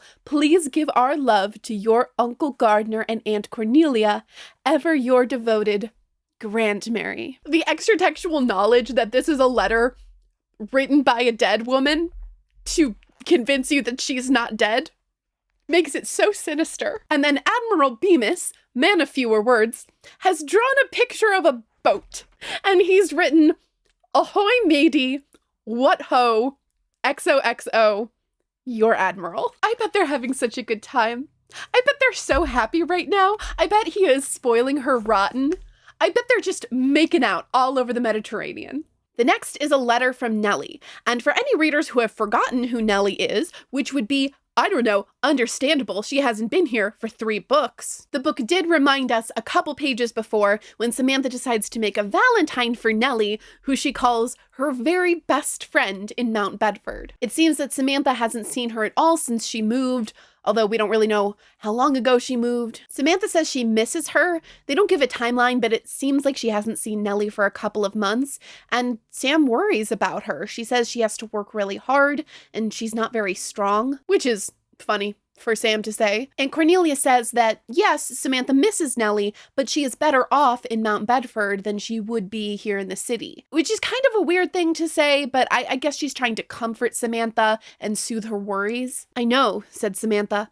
"When Nellie lived in the city before, she worked in a terrible, dangerous factory. It was horrible. At least Nellie had a loving family to go home to," said Aunt Cornelia. "Lots of children who work in those factories are orphans. The lucky ones live in orphanages, the others live on the streets." So that's all right. You know, Samantha misses Nellie, but we know she's doing fine. She's doing fine, right? The letter begins, "Dear Samantha, how are you? I hope you are very happy living at your aunt and uncle's house. I am fine, but..." Everything about this letter breaks my heart. The fact that Nellie begins by asking after Samantha, by like observing the formality and politeness of how you're supposed to write a letter. And I just want to throw up at her saying, "I'm fine, but..." Because here's what comes after the but, okay? "But I have some very sad news. The flu has been very bad here in Mount Bedford this winter. We all had it except Jenny. My mother and father died. My mother and father died. I miss them so much. Mrs. Van Sicklen says they are in heaven where God will take care of them. Mrs. Van Sicklen has been kind, but now we must leave her house. Bridget and Jenny and I are moving to New York City to live with our Uncle Mike. I will come to see you as soon as I can. I promise. Your friend, Nellie." I just think it's rude. Here's the thing. This book is so sad, but it's also so funny. Like, that was Kirsten Larson levels of abrupt and extreme tragedy. Like, you do kind of have to laugh. And Cornelia saying things are tough, but at least they're not orphans. Things would be really bad if they were orphans. And then a letter arrives, and Nellie's like, hi, I'm an orphan now? I'm good, but my parents are dead. It's hard to not feel like this is Aunt Cornelia's fault. Not literally, but in a broader karmic way. Like, she needed to touch wood after saying that, and she didn't. But yeah, this scene is so sad. Samantha just can't speak. She just hands the letter to Guard and Cornelia, and they read it, and they go into parent mode. Guard scoops Samantha up and puts her on his lap and holds her like she's a little child. Cornelia holds onto Samantha's hands, and they're both saying comforting things, but mostly they don't speak because, as Samantha can tell, they're getting choked up. Like, they're both so upset too. Because Guard and Cornelia also know Nellie. I don't know if they know the younger sisters, but they've clearly met and gotten to know Nellie. They tell Samantha that it's hard to understand why such terrible things happen to good people and to people that you love. But they also offer her words of hope that they have this uncle who will take care of them and they'll be nearby in New York City. Guard says that Samantha will be able to see Nellie and make sure she's all right. It was the one good thing in the middle of the sadness, like one candle in a big dark room. Nellie promised to come, so I know she will. Oh, I hope she comes soon. Samantha is very compassionate and very empathetic. And sometimes it's a little bit hard to see that because she's also so solution-oriented, so action-oriented. When a problem comes up, she wants to spring right into what she can do and how to fix things, which is a way of showing love, absolutely. But sometimes that makes it hard to tell if she really understands the gravity of a situation. We see this really clearly in the second book, in Samantha Learns a Lesson, the school story with Nellie. When Nellie is in despair because she's being bullied at school and she thinks she'll never be able to learn and catch up, we don't really see Samantha offering like a shoulder to cry on. We don't see her spend a lot of time telling Nellie that she understands or validating how terrible the situation is or talking about the fact that none of this should happen. When she's talking with Nellie, she is all solutions. She's all encouragement. She's all get yourself up, dust yourself off. Here's what we're going to do. We're going to go set up a school. We're going to do this and that. And that kind of response might make you think that Samantha is not very emotionally affected by what's going on. Like, she's being a good friend, but does she really feel Nellie's pain deeply? In her inner narration or in her interactions with other characters, like her teacher or Grandmary, Samantha is really expressing how deeply this affects her emotionally, how much she is sharing and empathizing with Nellie's pain. There are obviously many aspects of it that she can't truly understand or appreciate, but she is extending a lot of empathy. She feels it deeply. She is having that mental and emotional experience of deep compassion. And you really can see that compassion and that empathy in this scene because Nellie isn't there. There's nobody to encourage or cheer up. There's nothing Samantha can do. There's no action to take. There's no plan to hatch. It's just Samantha feeling these feelings. Just her having her emotional reaction to this news. And it's not mentioned in this scene, but it's hanging over the whole thing that this is the one thing about Nellie's life that Samantha can kind of understand. From the beginning, that's one thing they knew they had in common. Nellie's life was very foreign to Samantha, but Samantha does understand the feeling of not having your parents there. At first, it was because Nellie's parents were alive. They were just far away. She had been sent away to work. But now Nellie's parents are dead and there's nothing Samantha understands more than Orphan Syndrome. So Samantha just sits with Guard and Cornelia and hopes she can see Nellie really soon. Because what else can you do? The next chapter opens with one of those silhouette illustrations, one of those small vignette silhouette illustrations of Samantha sitting by the window waiting for Nellie. And I will cry. Days and days pass by and Nellie hasn't shown up and there's been no other letter or any other news and Samantha is getting more and more anxious And you can tell that Uncle Guard is getting anxious too. Finally, he decides he is going to call Mrs. Van Sicklen on the telephone. He's going to telephone her. They use telephone as a verb. He's going to call even though it's long distance, which I love because I don't think they're more than 40 miles away. He calls the telephone a newfangled contraption, two of my favorite words. That's one of the great things about reading about the turn of the century. They're always calling things newfangled, and they're always making new contraptions. The telephone call is so funny. Guard is shouting into the mouthpiece the whole time, and it seems that the conversation was very confusing, but eventually they get the information that Mrs. Van Sicklen does not know where Nellie and the girls are. She says the girls left by train 2 weeks ago and hasn't heard anything about them since. She doesn't have an address for Uncle Mike, and he certainly doesn't have a telephone, but she does know he's on 17th or 18th Street. Samantha is very confused and concerned that Nellie has been in New York City for a couple weeks and hasn't come to see her yet. And Guard offers a lot of possible explanations that she's busy or she's working, but Samantha is not convinced. She knows something's wrong. Samantha is desperate to go look for her. She wants to go out into the city and try to find Nellie, and Guard and Cornelia shut that down. They say, absolutely not. That's not a good idea. And New York City is so big. We would not be able to find her anyway. The right thing to do is just sit tight. The right thing to do is be patient and wait for Nellie to show up. Wait for things to happen. Just don't take action. Just sit and wait. And have they met Samantha? I don't think they have. Because obviously she's not going to do that. And obviously, since they said no, she's going to do it herself. So after school, she starts walking.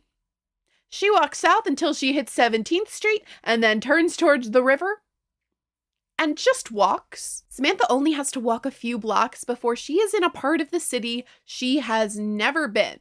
And suddenly the streets look a lot different. She says the street smells like smoke and fish, and it's very crowded. There are push carts everywhere with wares and supplies, and the street is very muddy. And there were so many people. Women dressed all in black with shawls over their heads poked at the things on the carts. Silent men stood next to small fires, rubbing their hands. Packs of raggedy-looking boys ran through the crowd. Samantha began to feel as small and timid as a mouse in the hubbub around her. All the noise and strangeness was frightening, but she could not turn back. It's very, very cold, but Samantha sees a cart with a man selling roasted chestnuts. On every street corner, there is some chance to encounter a cart of hot nuts.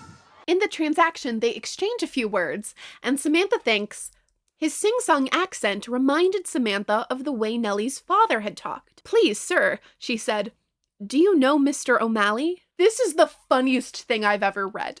I'm obsessed with this scene. Samantha is walking around this unfamiliar part of town, and she exchanges words with this man, and she hears the way he speaks, which we know is an Irish accent. That's what she's trying to describe. And the way the man's dialogue is written, like, this is an Irish accent, possibly even from the same region of Ireland that Nellie's father is from, although I'm not sure Samantha could distinguish that. She does not even seem to connect this accent to the idea of being Irish. But she's heard this man talk. She thinks they have the same accent. So she goes, "Do you know Mr. O'Malley?" And the man looks at her and he's like, "Yeah, I actually know a couple O'Malleys." She's out on the street. She just goes up to the first Irish person she sees and she's like, you know Mr. O'Malley."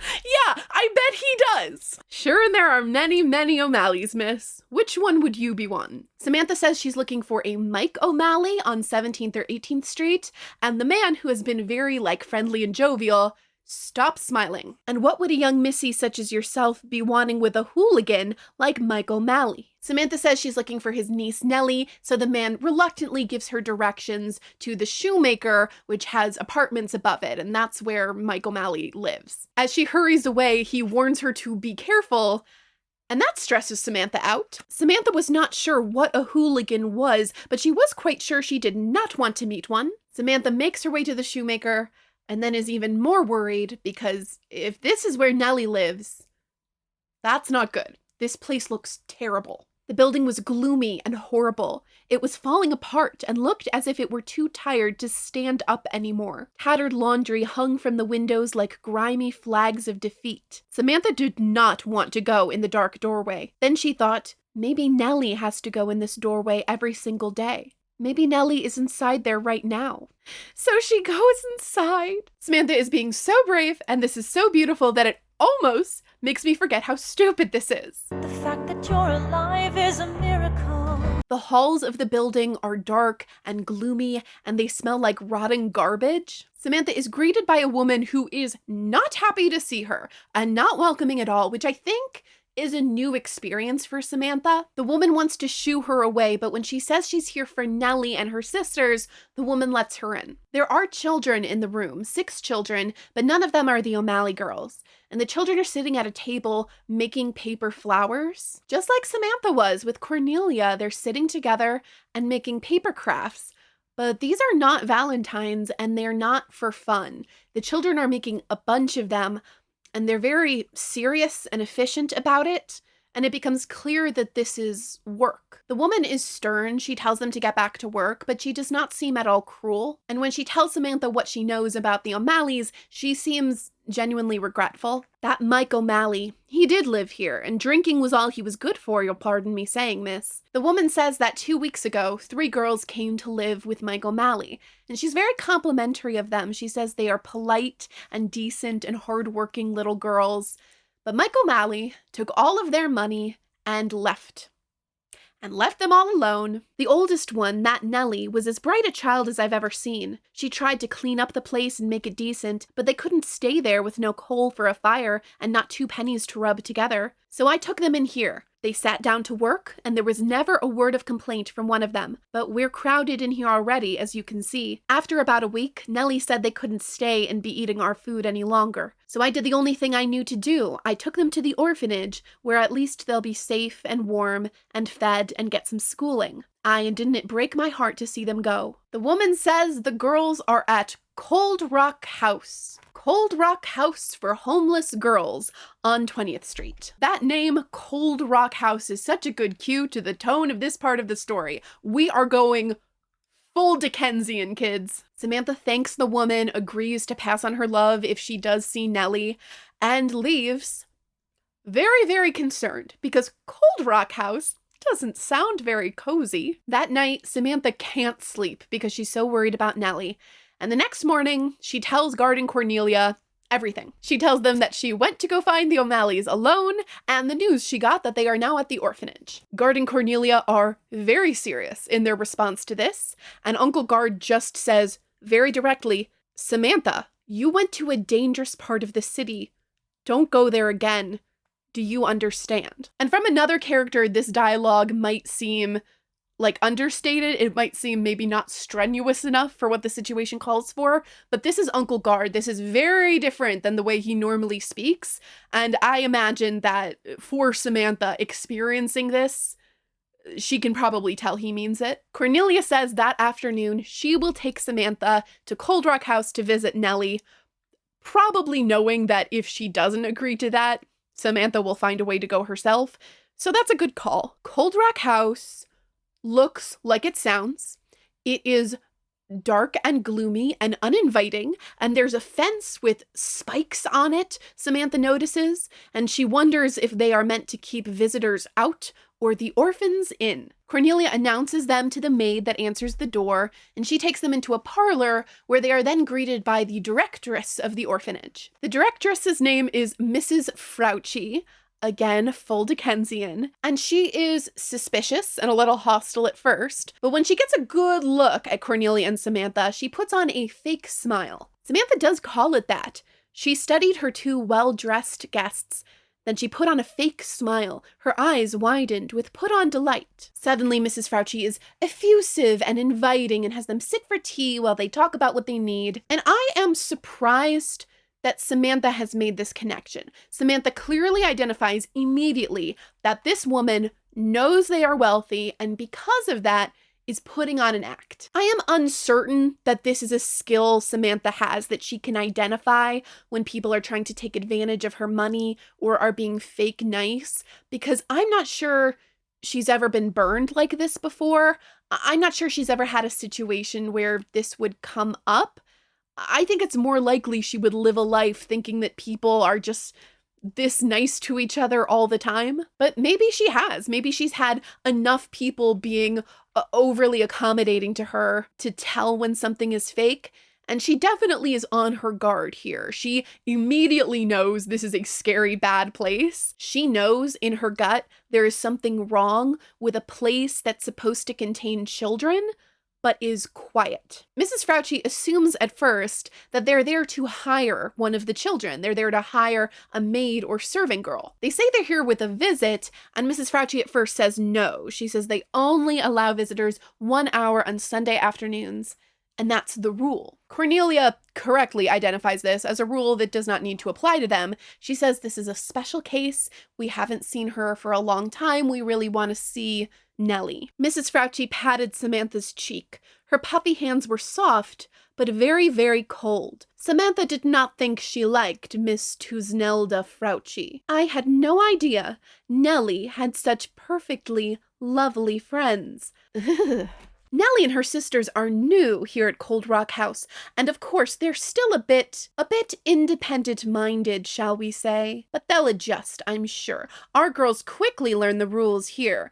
Obedience, order, discipline. Nellie! Cried Samantha. It's Nellie O'Malley! It's been so long since she's been on page. I know Samantha hasn't seen her for a couple months and she's happy to see her, but it's been longer for me.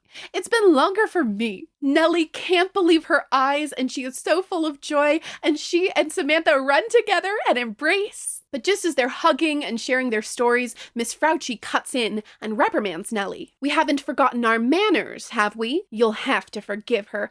Good manners are an important part of Cold Rock House training, but these rough girls come to us without any idea of polite behavior at all. Now Samantha was sure she didn't like Miss Fauci. Imagine calling Nellie rough. She could feel her face grow red with anger, but she bit her tongue as Nellie curtsied and murmured, "How do you do, Mrs. Edwards?" Cornelia and Samantha try to have a conversation with Nellie. They want to give her condolences and see how she is and tell her what's going on, but Miss Fauci keeps cutting in and keeps trying to explain to them how wonderful the orphanage is and how they're doing such a good job of caring for and teaching the girls. They're learning to be grateful to their betters and to be obedient, hardworking girls. While Miss Fauci keeps talking, Samantha just keeps looking at Nellie, and she sees that Nellie's hair has been chopped short, and she's wearing a rough dress that doesn't fit right, and she's very thin. But hey, here's finally something that Samantha can help with,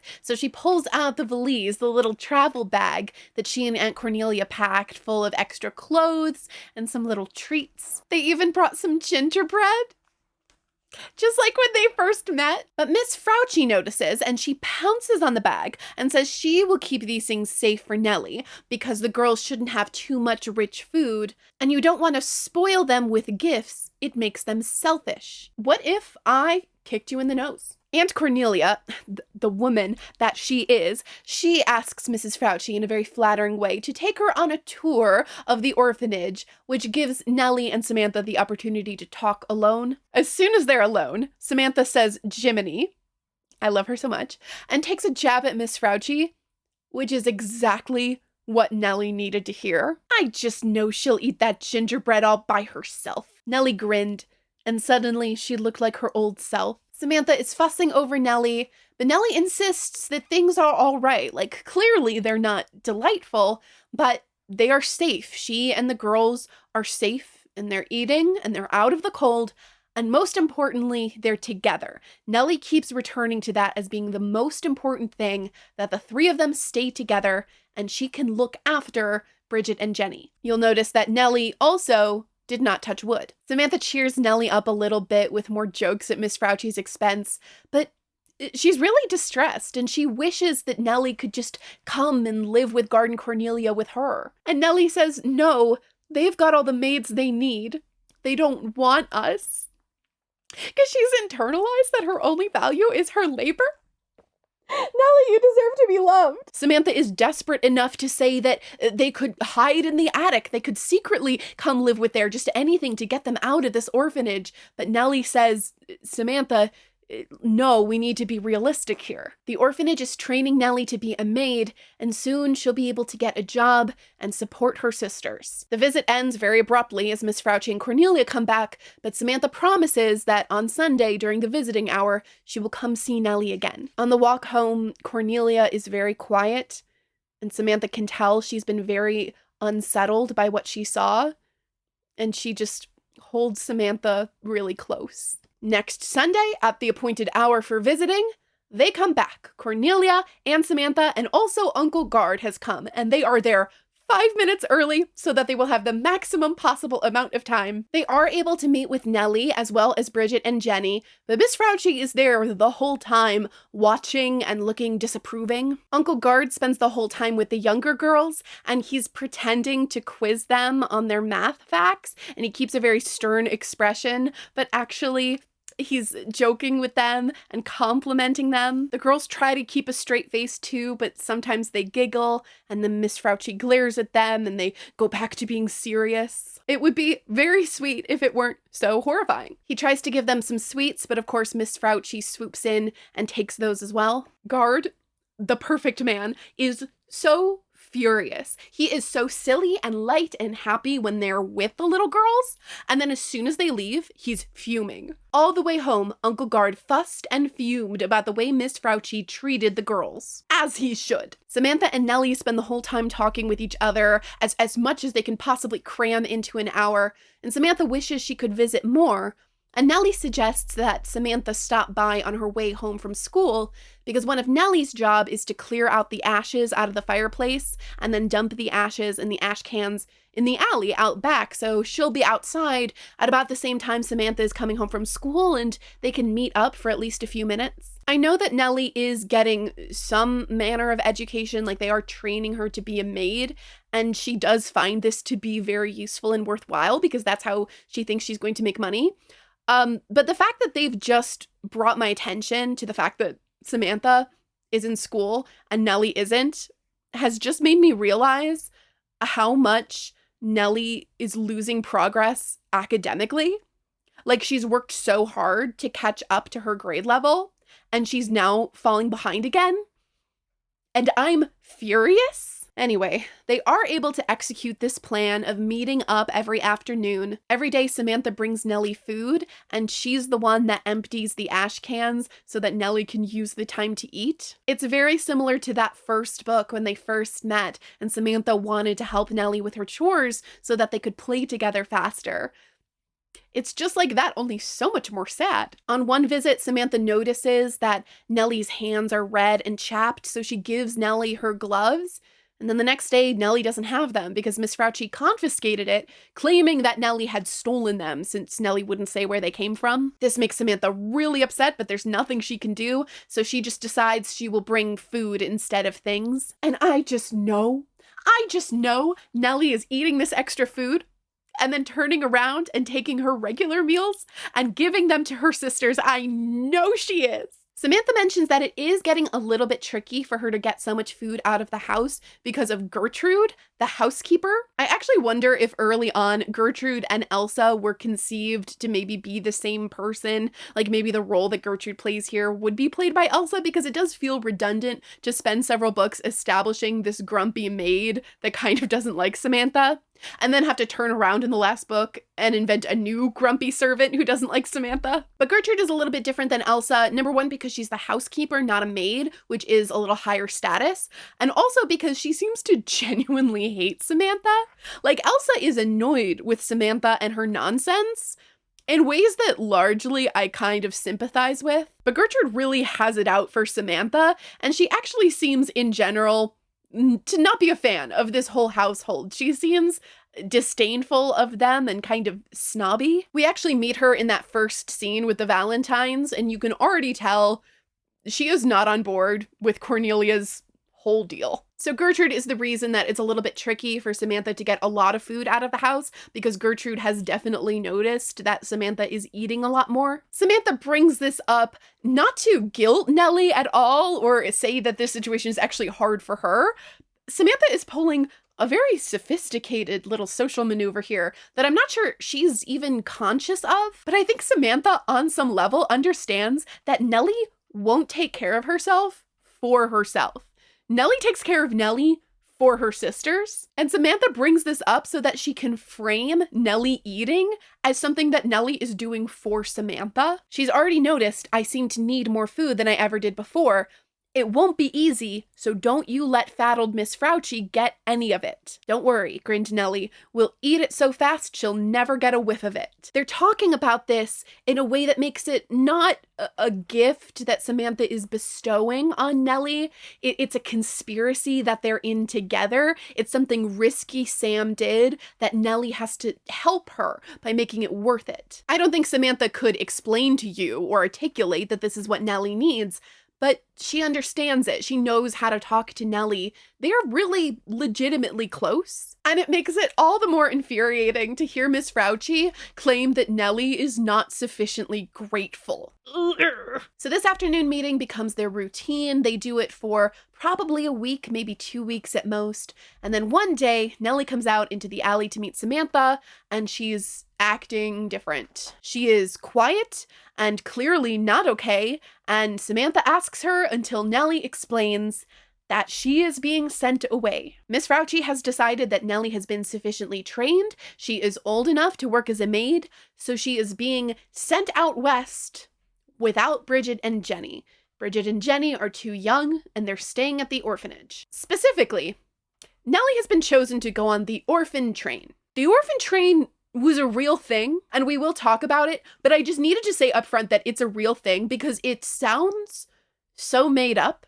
It sounds so on the nose and ludicrously maudlin. It's giving cake-sniffing orphans in the orphan shack. Because you're just orphans, and you're probably dumb. I'm telling you, Dickensian. The orphan train is a train full of orphans. I mean, that's what it is. An orphan here is used very broadly. These are children whose parents have passed away, and also children whose parents have abandoned them, surrendered them. They have been taken from their parents in some situations. These are parentless children in big cities on the East Coast where institutions like orphanages are being overcrowded. So the big brain idea was that you take a bunch of these children and you put them on the train and you send the train out west. And then in the rural areas, all of these families who could use an extra pair of hands on their farm will pick children off of the orphan train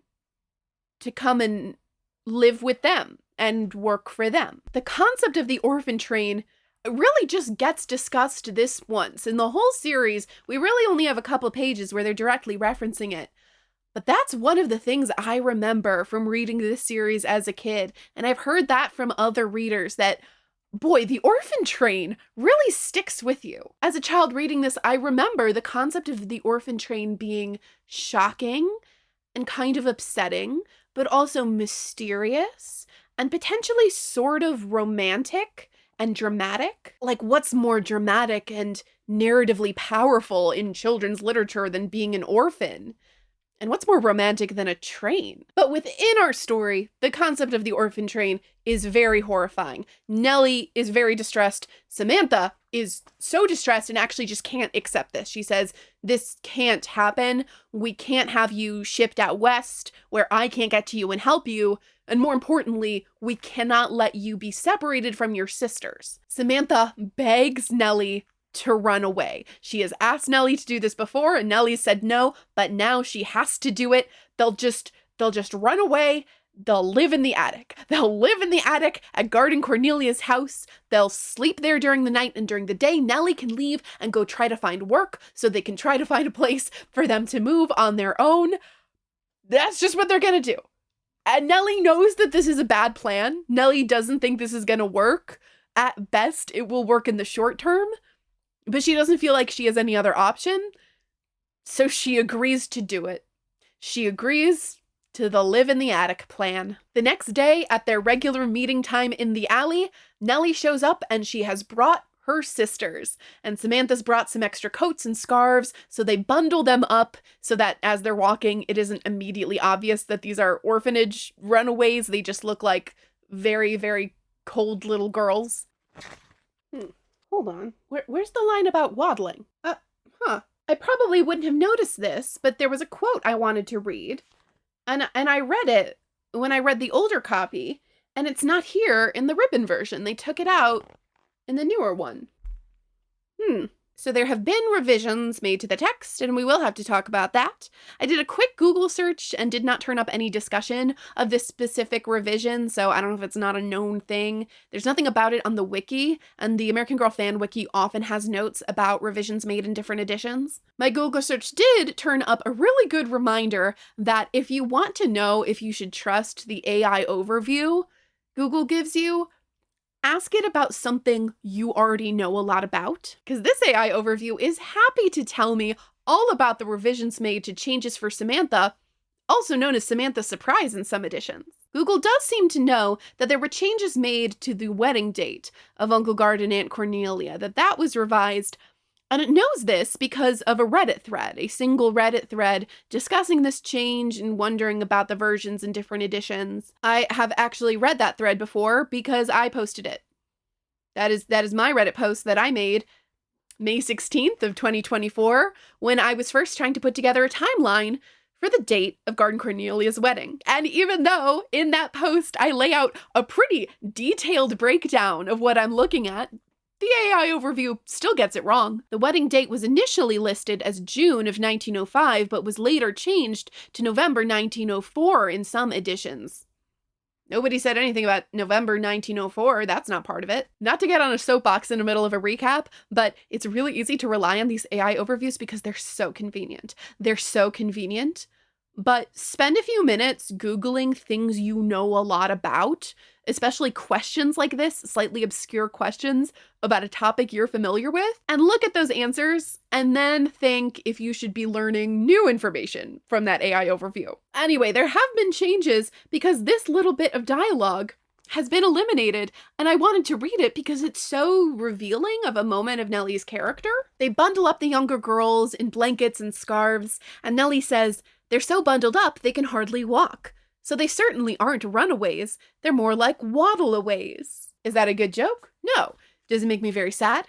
Yes. Because Nellie's being so positive in this scene. Like, she's being casual and playful and not showing that she is tense or afraid or distressed at all. We know she is. In the last scene, she was very, very not okay.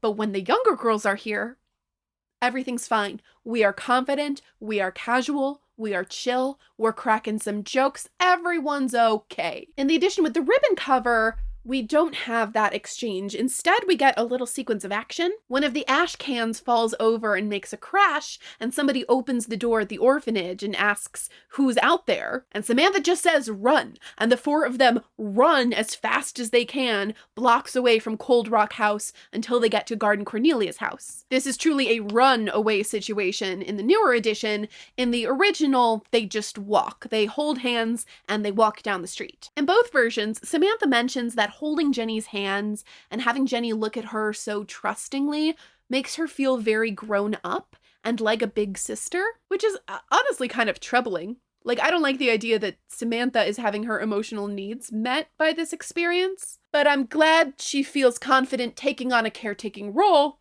since she is taking care. They get to the house and they climb in through the basement window. They can't go in the front door because everybody will see. So they go in through the window and then sneak all the way up the stairs to the very top of the house. This is a New York City townhouse, probably a brownstone that is very, very tall and narrow. So there's a lot of stairs. But once they get to the top floor, they are very far away from most of the living areas. It's very tense as they sneak past Gertrude, who is working in the kitchen. But they make it up there, and they're in this attic space, which Samantha has done her best to make homey. She's put a rug down and brought up some of her own toys and books. And the chalkboard from Mount Better School, all the callbacks in this book, I'm not okay. Jenny decides she likes it here. She immediately plops down on the rug and starts playing with the paper dolls that Samantha has set out. Because girls and their dolls. She asks if they have to go back to the orphanage that night, and Nellie and Samantha promise her that they don't. Jenny asks if that means they're not orphans anymore. And Samantha says that, you know what, as long as the three of you are together, you'll always have each other. You'll never really be orphans. So the girls are in the attic now, and they live there for days. For days they live there. Samantha describes herself as leading a double life, where most of the time she's with guarding Cornelia and acting normal and doing ice skating and making valentines, and then she also has a secret family. She calls them her secret family and her secret sisters that she sneaks up to see, and she brings them as much food as she can, but it's tricky with Gertrude. Nellie is out all day looking for work, and she hasn't been successful, so she's getting discouraged, but the younger girls are happy as can be. They are just so happy to be staying put someplace and to be cozy and warm and have nothing asked of them and nobody scolding them or punishing them. This is great for them. They love spending time with Samantha, and Samantha loves being a big sister to them, and they always want to talk about guarding Cornelia. Gosh, they all have such bad orphan syndrome. They want to talk about guarding Cornelia and hear what Cornelia is wearing, and what Guard is saying, and what their plans are, what they're all up to. They're actually just like me, for real, because also all I want to hear about is what Cornelia is wearing. The girls say that Guard and Cornelia are the finest lady and gentleman in New York City. So they're honestly thriving, but they don't know what Samantha and Nellie both know, which is that this can't last forever. After a few days, it's actually the day before Valentine's Day, and Samantha has grabbed some of the heart-shaped cookies she made with Cornelia. She's grabbed a few of them to take them upstairs, and Gertrude catches her. She accuses Samantha of keeping a pet in the house, which makes sense because Samantha has been squirreling away food, and Gertrude says she's been hearing scratches and movement from the attic. Samantha denies everything, and as soon as she can, she runs upstairs to warn the girls that they need to be more quiet. Instead of warning them that they need to leave immediately, I'm not sure why Samantha doesn't realize that it's over now. I guess she's just irrepressibly optimistic. But it is over because in a few minutes, Gertrude walks in. She just pushes into the room because she knows something's going on, so she checks the attic. Gertrude is so delighted to have caught Samantha doing something bad, and so delighted that she's caught these other girls that she doesn't know, but she knows they're not supposed to be here. She's kind of terrible. Well, said Gertrude with a smirk, I think you'd better come with me, and these ragamuffins had better come too. Just wait till your aunt and uncle see this. She marches the four girls down the stairs. The girls are despondent, and Guard and Cornelia could not be more surprised. They truly, I can't imagine what they must be thinking at this moment. But they are very bewildered. Gertrude says that the girls are street children and they were squatting in the attic and must have been stealing the food, but Samantha butts in and says she was the one taking the food. The girls didn't do anything. They've just been hiding there. She's been taking the food. And obviously Guard and Cornelia know these girls, so they can tell that that's absolutely what was happening. Guard and Cornelia calm everybody down, get the girls to sit by the fire, get Samantha to explain what's happened.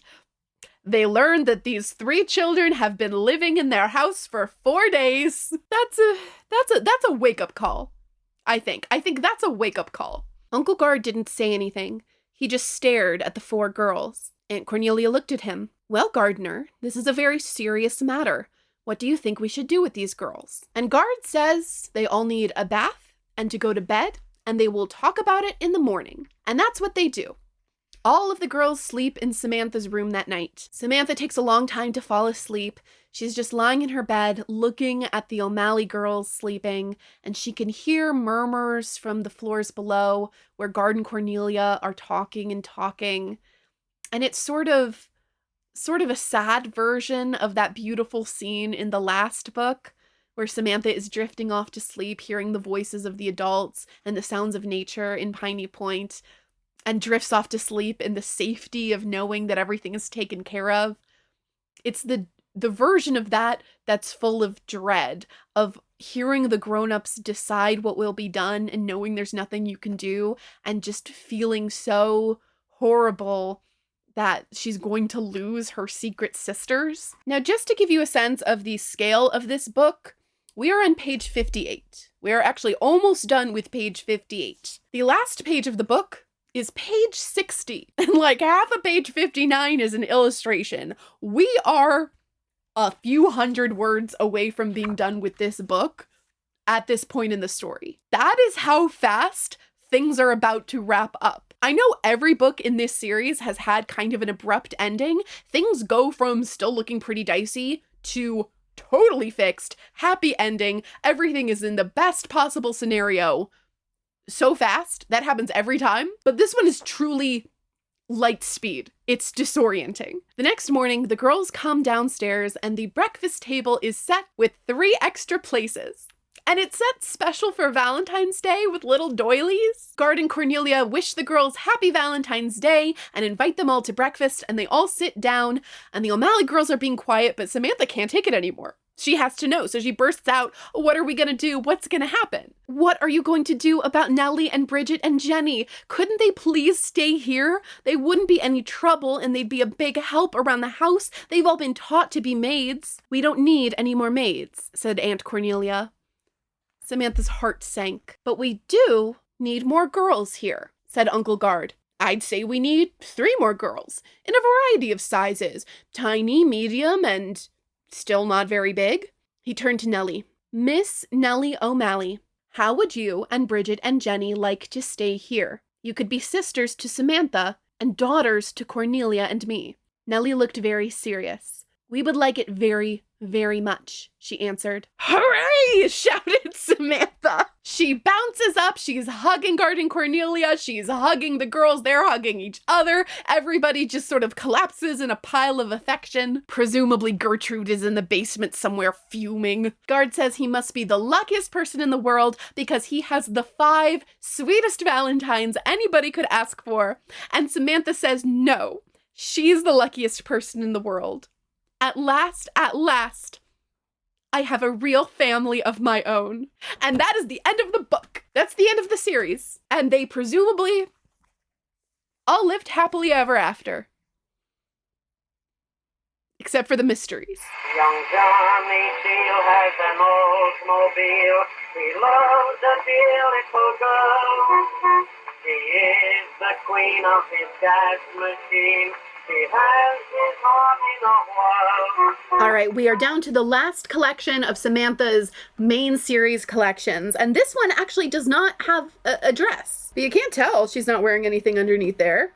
That covers up quite a bit, and so does the doll version. I think maybe in the catalog pictures she's not wearing anything under there. Oh, no, you can see a white sleeve. I think she's wearing her Buster Brown dress underneath because that one has white cuffs that are pretty long, but she's pretty well bundled up. And of course you've got to have the fur hat and her little muff.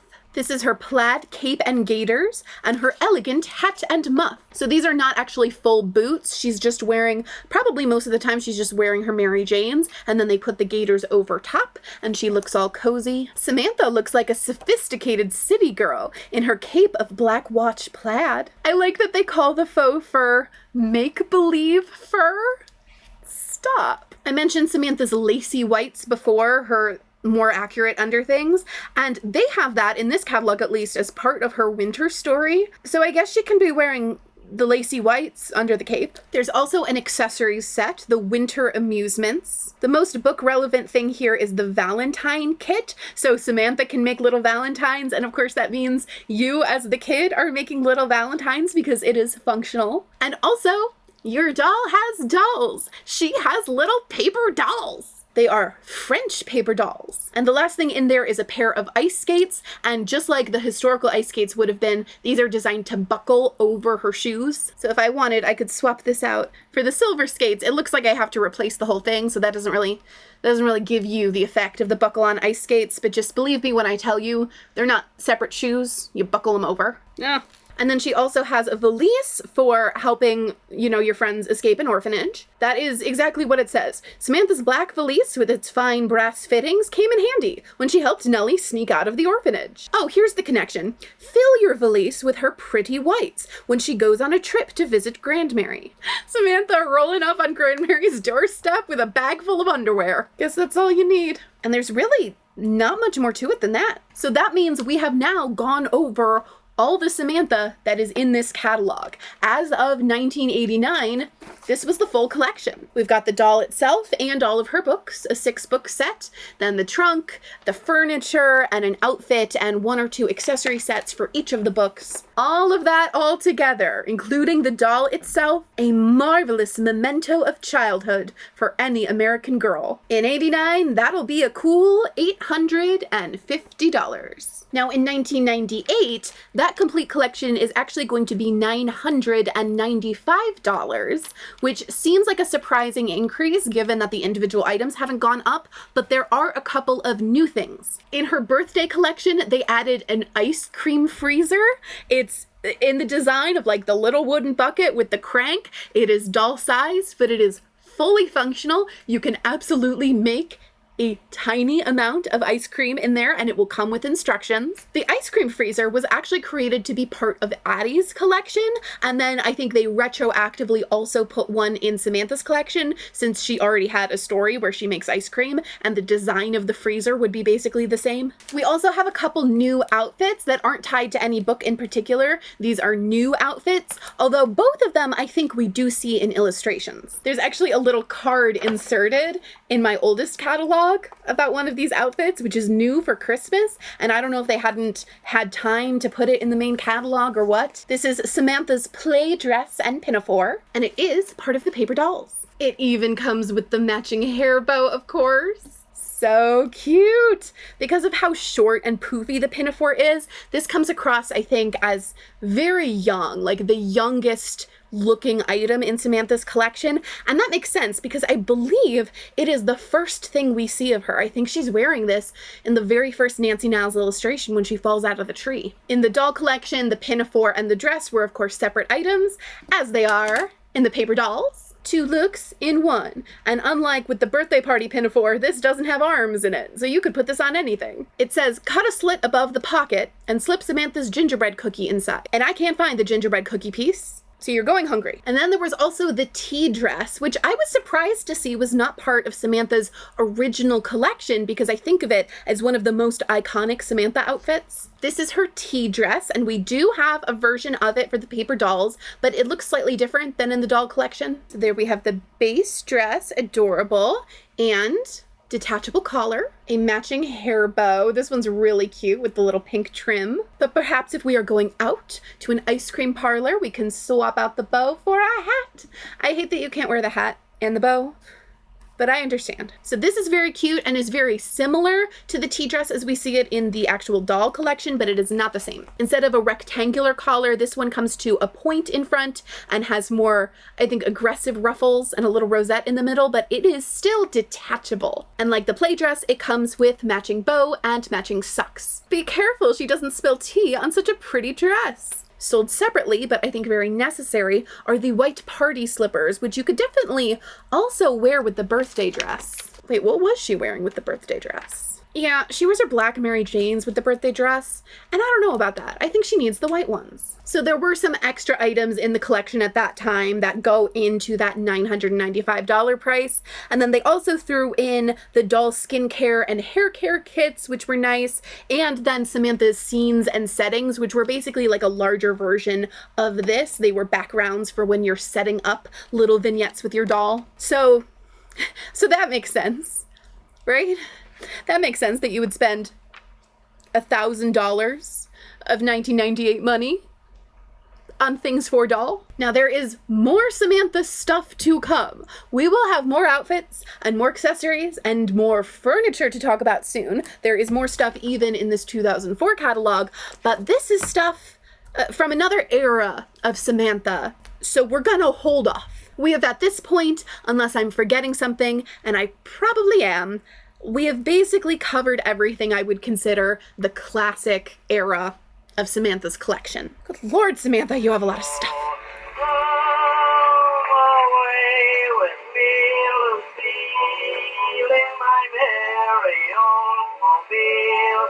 Down the road of life we'll fly on the bubbling you and I. Now that we know where Nellie was Nellie, actually? Because we're back in New York City, which means we are back to real physical places. Let's see if we can figure out where these scenes take place. Let's pull up our map of New York City.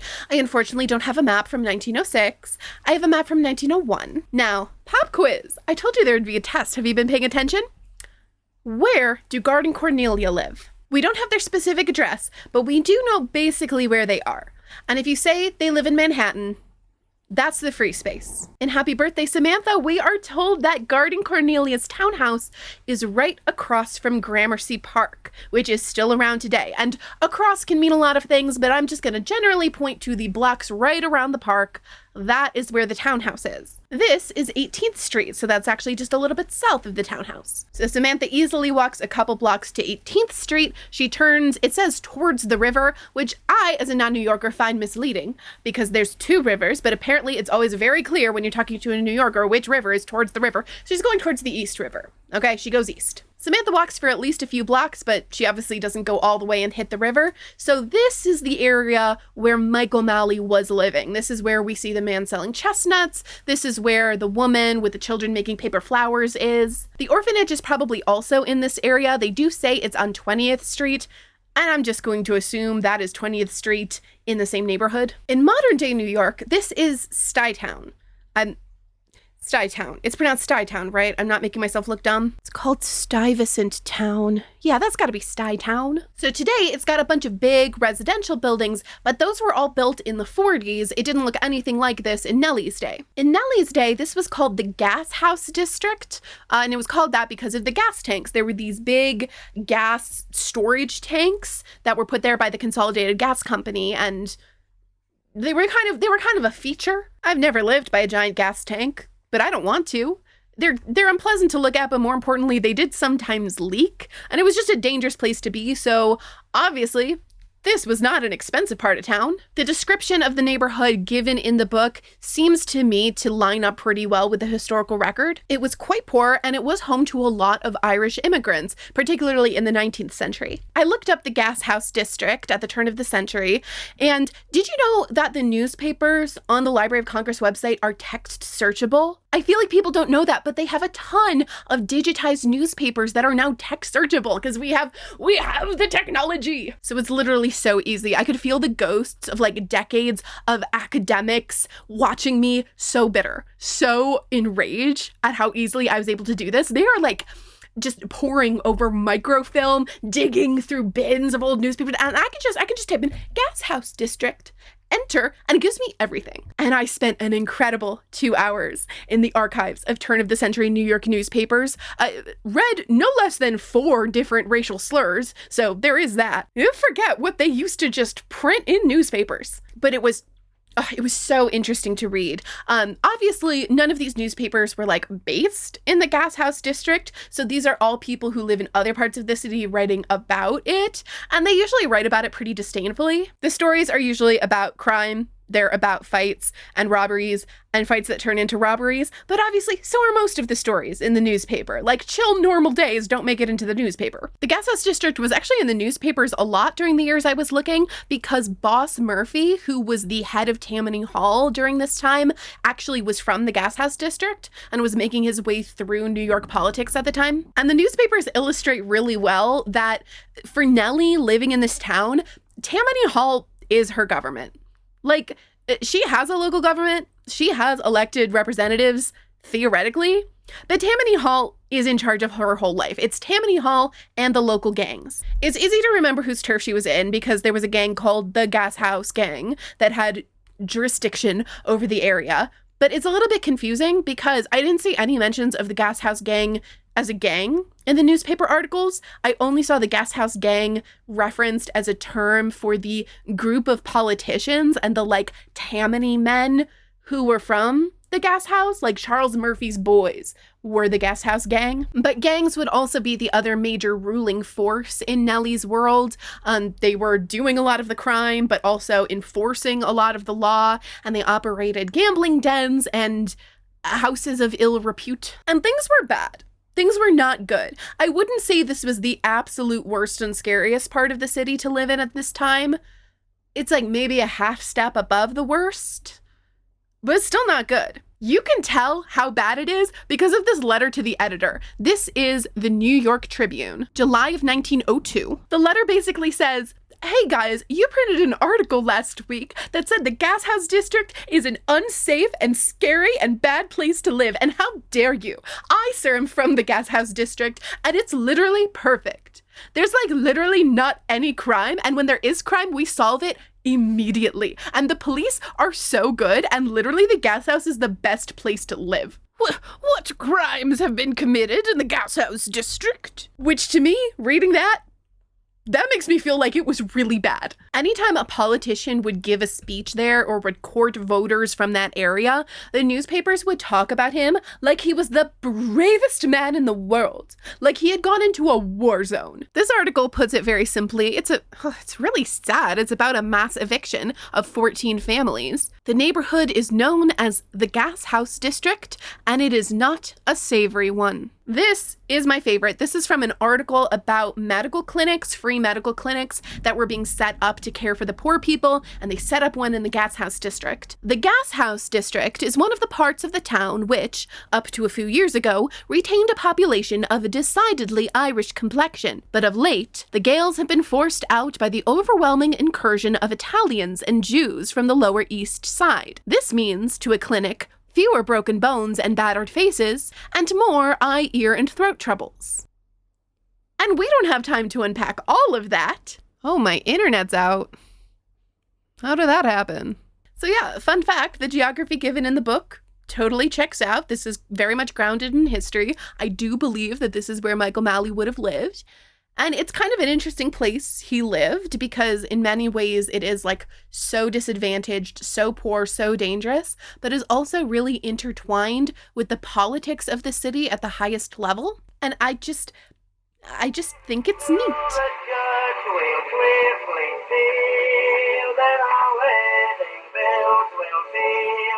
You can go as far as you like with me in my very own mobile. You ready to talk about child labor?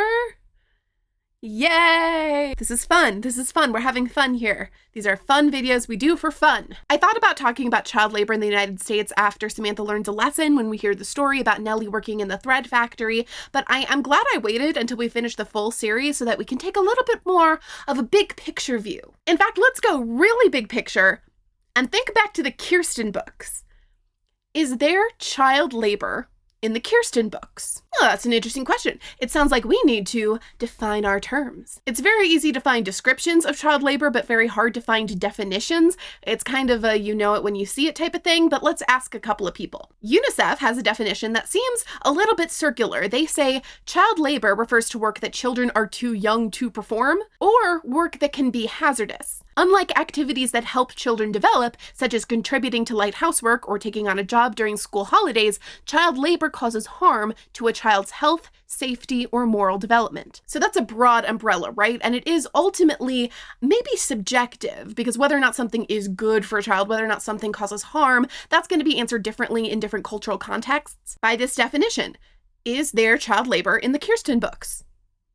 Let's look at another one. The U.S. Department of Labor has its own definition, and this is, of course, for legal purposes, and it is very circular. It includes employment below the minimum age as established in national legislation. Those kids are too young for that job, and how do I know they're too young for that job? It's because they're too young for that job. It also delineates hazardous unpaid household services and the worst forms of child labor. The worst forms of child labor is a term I came across from a lot of different sources, and it is what you're thinking of. It specifies all forms of slavery or practices similar to slavery, such as the sale or trafficking of children, forced or compulsory labor. By this definition, is there child labor in the Kirsten books? I don't know. Forced or compulsory labor, that's a little bit hard to parse when your boss is your parents. Like, you're 9. Everything you do is compulsory. So they forced you to go? Yeah, I was 5. I was forced to go everywhere. All farm work is hard and potentially hazardous. Like, I think what Kirsten does,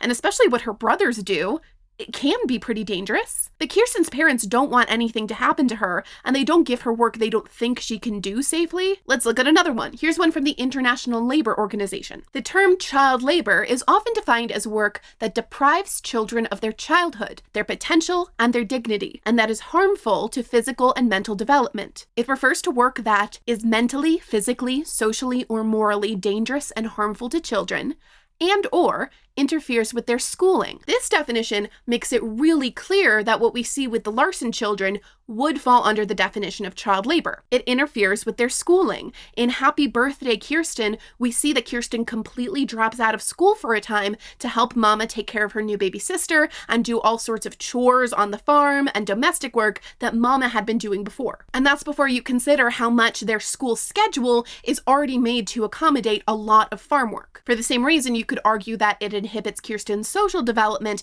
because she isn't seeing her friends, she isn't seeing peers her own age. I find the first part of this definition really helpful. Child labor deprives children of their childhoods, which is not legally helpful, but it is useful for helping us socially distinguish between work that children do that may be appropriate and work that children do that is harmful child labor. So whatever childhood is, okay, whatever a child does, whatever a child needs, can they have that?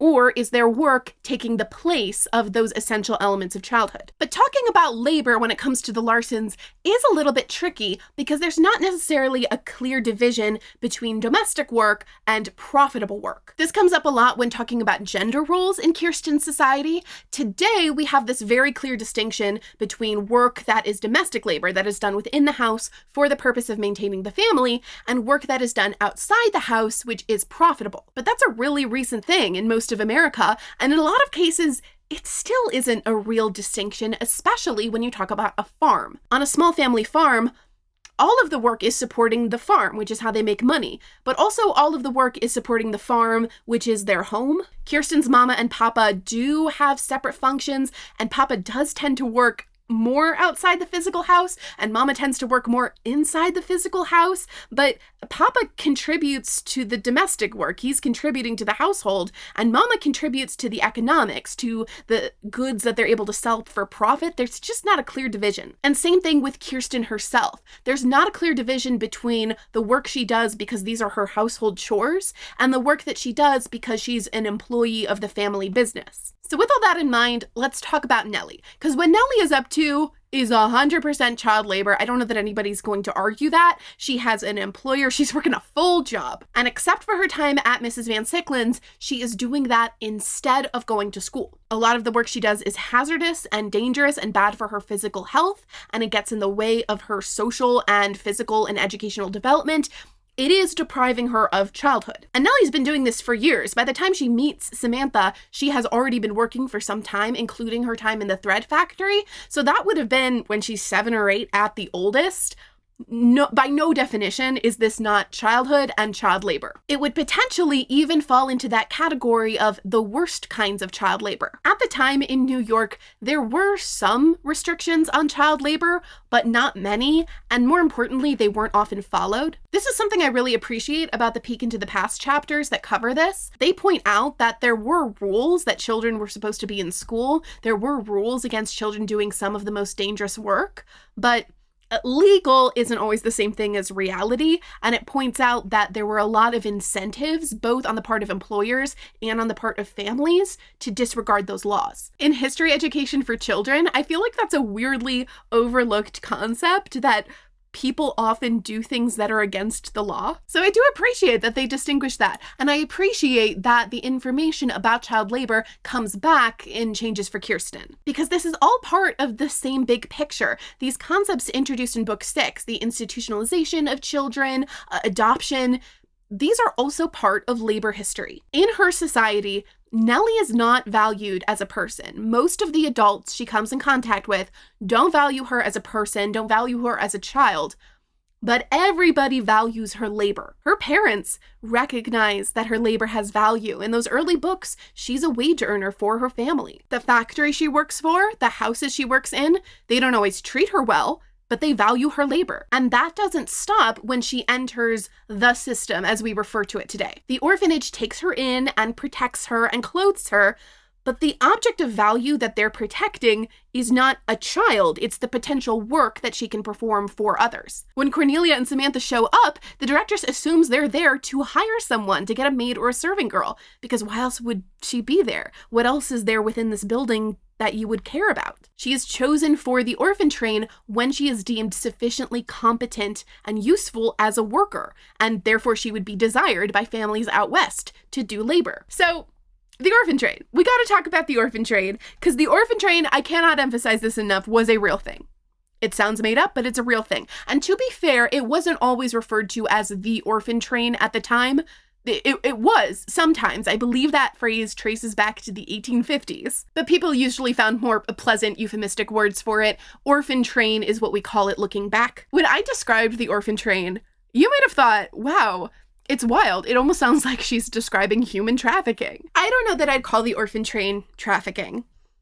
I think it was, but I hesitate to call it that because I don't want to give the impression that this was a massive conspiracy, that this was some big evil scheme cooked up by a villain. This is a case where a lot of different interests converged and a lot of people had different motivations and there were many different outcomes. So let's look at the reality, because Cold Rock House is not real, obviously, but there were many other institutions in New York City at the time that would be a little bit similar. In the 19th century, as New York City urbanized and industrialized and had this huge wave of immigrants coming in, child welfare started to become a huge problem, and they had a lot of organizations popping up to help deal with it. The people who created the orphan train system were not looking to profit off of it. These were reformers who were genuinely invested in the well-being of children, and it's easy to see where they were coming from when you look at the thinking of the day. Think about what Americans thought was healthy and good for you in the late 19th century. There was this really big focus on fresh air, on wholesome exercise. In the city, children are in filthy conditions. They're exposed to the physical pollution and they're exposed to the moral corruption of commerce. But out west, you can go touch grass. You've got that big sky above you. You have rural areas. You have small towns, which are wholesome and godly. Agrarian society, romanticized as classless, was believed to allow an individual to seek his or her fortunes based on personal abilities or talents. Well, that's the land of opportunity, right? Anybody can forge their own future out on the frontier. So that was the theoretical framework, right? The philosophy behind why the reformers of the day thought this was a great idea. And what a wonderful coincidence for these reformers that their philanthropic interests in making life better for these orphans lined up exactly with their self-interest. Because New York City wasn't good for these orphans, but they're also thinking, these orphans aren't good for New York City. The book I read on the orphan trains by Marilyn Holt describes this as a safety valve for problems in the city. The city's institutions and services really like that. It eases the pressure on them, and the people who remain in the city actually also kind of like that because it keeps their wages high. And you know who else really likes it? The cities where these people move. Because as overcrowded as New York is getting, there are a lot of places out in the Midwest that could actually use some more people. So wow, how interesting. All of those interests are lining up. The East likes it, the West likes it. It seems to be a win-win for the poor people on both sides of the equation. This is the perfect social crusade, the perfect project for the turn of the century, for the nascent progressive era, right? That's exactly what people wanted, this top-down approach where the elites use money and time to fix the lives of the poor. They see the problem and they know the problem can be fixed with action on their part, and even better, it's technology related. It's on trains. If they can do it on trains, they're going to do it on trains because it's innovative. Okay, it's American, and we have justification from philosophy, from psychology, from religion. It's also a little bit low-key eugenicist, and they really like that. What could possibly be the problem?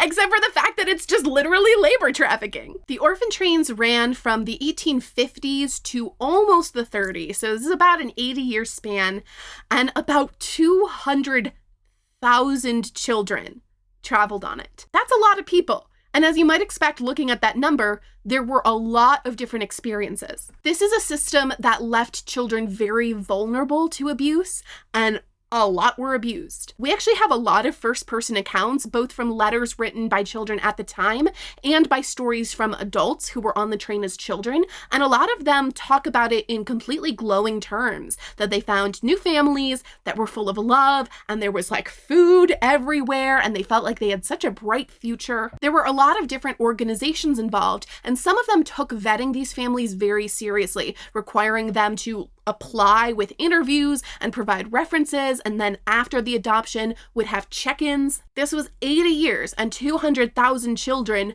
Your mileage will really, really vary. Some view the system as a tragic chapter in America's social history. Others choose to romanticize the experience. Between the extremes must be the recognition that this was not a malicious design to rob the poor of their homes and families. On the other hand, resettlement was not a romantic adventure with the placed out receiving just rewards. If Nellie had gone on the orphan train and been placed out, as they call it, I don't know what her life would have been like. She may very well have had a beautiful, picturesque story of adoption where she had new parents that loved her and taught her and provided for her, and she happily contributed to the family and did age-appropriate chores on the farm. Or she might have been plucked off the train as free labor and been relegated to second-class status in her new town and family. She may have been abused and exploited by her new family. Depending on the organization that placed her out, she might have had a formal indenture. Like, she might have had a literal contract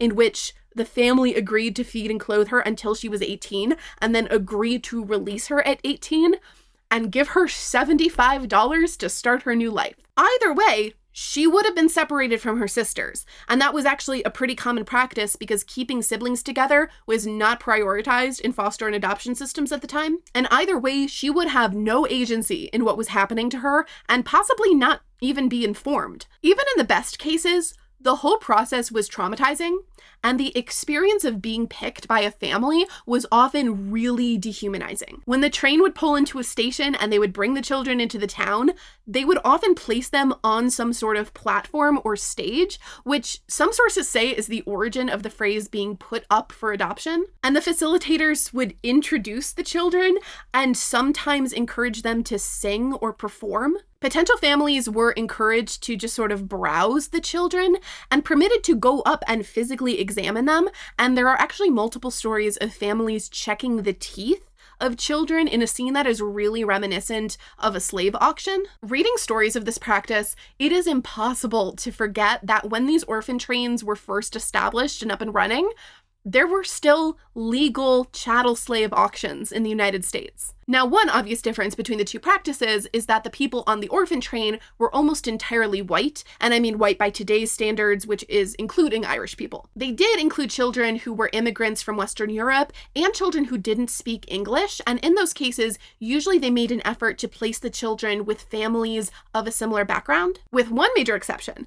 Irish Catholic children, like Nellie, were often specifically placed with strongly Protestant families with the intention that they get de-Catholicized and assimilate into Protestant religion and culture. This was a known, documented practice, and in the 1870s, the Children's Aid Society actually created these mercy trains to counter this that specifically placed Catholic children with Catholic families. Usually, the families in the West wanted children that matched them. Once the train system caught on, and you had thousands of children going on the trains every year, families would sometimes order children ahead of time, and they would specify what they wanted as far as age and sex, and often even physical characteristics like hair color and skin color. So bringing Kirsten back into the mix for a second, I bet some of you see the connection I'm about to make, because think about Kirsten's adulthood. Kirsten grows into an adult on her family farm in Minnesota, and in all likelihood, she marries a man of similar background and then has her own children on a similar farm somewhere near in the Midwest. There are certainly other things that could happen to Kirsten. She could have a very different future, but this is the most likely thing. If we imagine that all of the American Girl historical series take place in the same universe, then during changes for Samantha, Kirsten is probably still alive. She would be 60, and she might not make it to 60, but she made it to 10, so chances are pretty good. The most likely thing is that Kirsten and her children and her grandchildren are doing their farm thing somewhere in Minnesota, which means they are exactly the kind of family that the orphan train is looking for. When Nellie is gonna be sent out west to live with a family, that's Kirsten's people.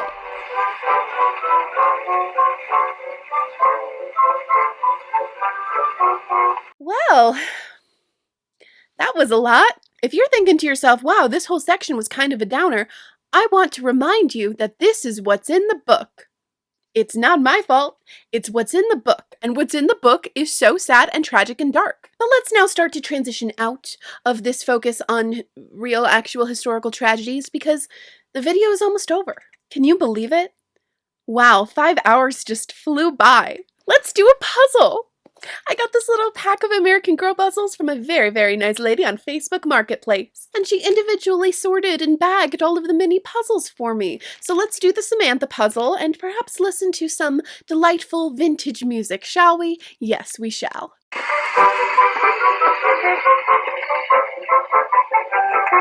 Young Johnny Steele has an Oldsmobile. He loves a beautiful girl.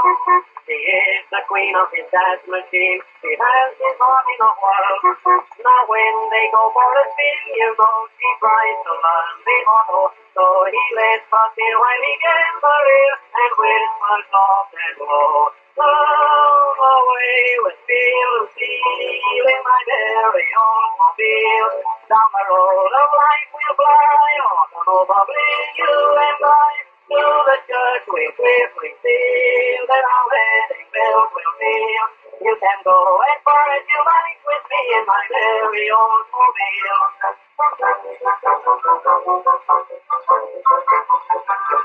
Do we feel better now? Is it all better now? If it's not, we can do a craft. Let's do another craft from the craft kit. How about a walnut shell surprise? That's really what it's called. You take a walnut, just an actual walnut, and you glue stuff on it. Art! They love to talk in the dark old park as they go flying along. He says he knows like a motor goes, but sparkers horribly strong. He say they pull to the engine tune, their honeymoon will happen soon. He'll win Lucille with his automobile, and then he'll finally cruise. Round away with me, Lucille, in my very Oldsmobile. Down the road of life we'll fly, automobile, you and I. Through the dirt we'll swiftly steal, then our wedding bells will peal. You can go as far as you like with me in my very Oldsmobile. Down the way with me, Lucille, in my very Oldsmobile. Down the road of life we'll fly, automobile, you and I. Through the dirt we'll swiftly steal, then our wedding bells will peal. You can go as far as you like with me in my very Oldsmobile. So that didn't go very well, did it? Half of it survived. One solid walnut half, so I put the lace around there, and I put the gold foil inside like you're supposed to. And I have the ribbon here somewhere. I thought maybe I could make a little basket out of it. I've never actually shelled a walnut before, and I followed the instructions in the book. I really, really did. So I'm gonna blame this on either bad instructions or the fact that this walnut is like 20 years old. If this was user error, I don't want to hear about it. I don't want to hear about it if I did this wrong. Okay, I did my best. I tried. Well, do we feel better now? Are we back in the mindset of whimsy? I hope so, because we have one more thing to talk about. I can't believe it. Just one more thing to talk about. And it is the ending, because this is the ending of the main Samantha series. There is, of course, more Samantha material. And if we're talking release order, the short stories haven't come out yet, but this is the main series. This is the core series. These are the 6 books that follow the 6 canonical events in the life of an American girl. And we are now all done. And I want to look at how this thing ended and also how all of these books individually end. And perhaps while we do that, we can do one more craft. The heart-shaped sachet. I did make one of these in the last video after I read the Christmas story, but I did it wrong. Or I did it right. I just didn't do it the way that they wanted me to do it. So today we're going to do it the way Pleasant Company tells me to do it, okay? Using their supplies. One side of the thing will be fabric, and then the other side will be lace. We've got some potpourri. Let's see how this is held up. Okay, that's not bad. I'm just kind of getting rows. The only issue is you can see there's a lot of tiny pieces still in there, and I think a lot of that debris is going to be small enough to go through the holes in the lace. They give you pins and a needle and some matching thread. No scissors, but I've got mine somewhere. Okay, I'm using the same pattern from the book. No, it does not fit. The pattern is too big. Whichever way I position it, the pattern still like peeks out on either side. Oh, and the lace is even worse. The lace doesn't remotely cover this heart. Come on, guys. Guys, I think it fits on the diagonal. Geometry! Well, I'm glad we got that mystery solved. I know you were also worried. So we're gonna multitask today. I'm gonna do my thing over here while we talk about how these books tend to end. The Samantha ending. If you listen to people who like to talk about story structure, okay, the people who try to systematize the way that narrative works, they're always talking about the denouement. And the reason they're talking about that is because it's French and it makes them sound smart. But the denouement is important. Basically, anytime you have a story that builds to a climax, after the climax, you have kind of the fallout, you have the resolution, all the little bits and pieces have to settle. So having this additional chapter can fulfill some sort of functional work in tying up loose ends in the story and making sure everything has been explained, everybody gets where they need to go. But more importantly, it makes the story emotionally satisfying. Throughout the story, you've been ratcheting up the tension, and then the climax comes at this moment of the highest intensity, and you need a little bit to come down from that. I've come to really expect them because they're basically universal in the modes of storytelling that I have grown up with. Like in all of the films, in all of the novels, even in the episodes of television that I have watched in my life, there's always that extra beat of letting things settle. It's very important, it's basically universal, and it's a thing the American Girl books almost never have. I have never, before or since, encountered any other stories that end the way the American Girl books do. I've seen a lot of other people note this, that these books don't always seem to have an ending, they just end. You know, things don't wrap up and finish, they're not exactly concluded, it's just that the book's over. A bunch of things happen, and then that's page 60, so goodbye. There, it's all stuck with pins, just like in the picture. You can say this is because the American Girl books are so short, you know, they're trying to cram a lot into just 5 or 6 chapters, and they don't have time to stick around after they've gotten their business done. And I think that does have something to do with it. They are trying to be very economical with their pages, but I don't know, I've read a lot of other children's books, and none of them have this feature, this like really consistent feature of the abrupt and sort of disorienting ending. A good number of the Kirsten books felt like this to me. They were just going at 100 miles an hour and then they just stopped. But even the Kirsten books, I would say, tended to have much more emotionally satisfying endings than a lot of the Samantha books. This is partly a stylistic thing, like how the books are written, but also just a feature of the narrative. The endings of these books are very often funny.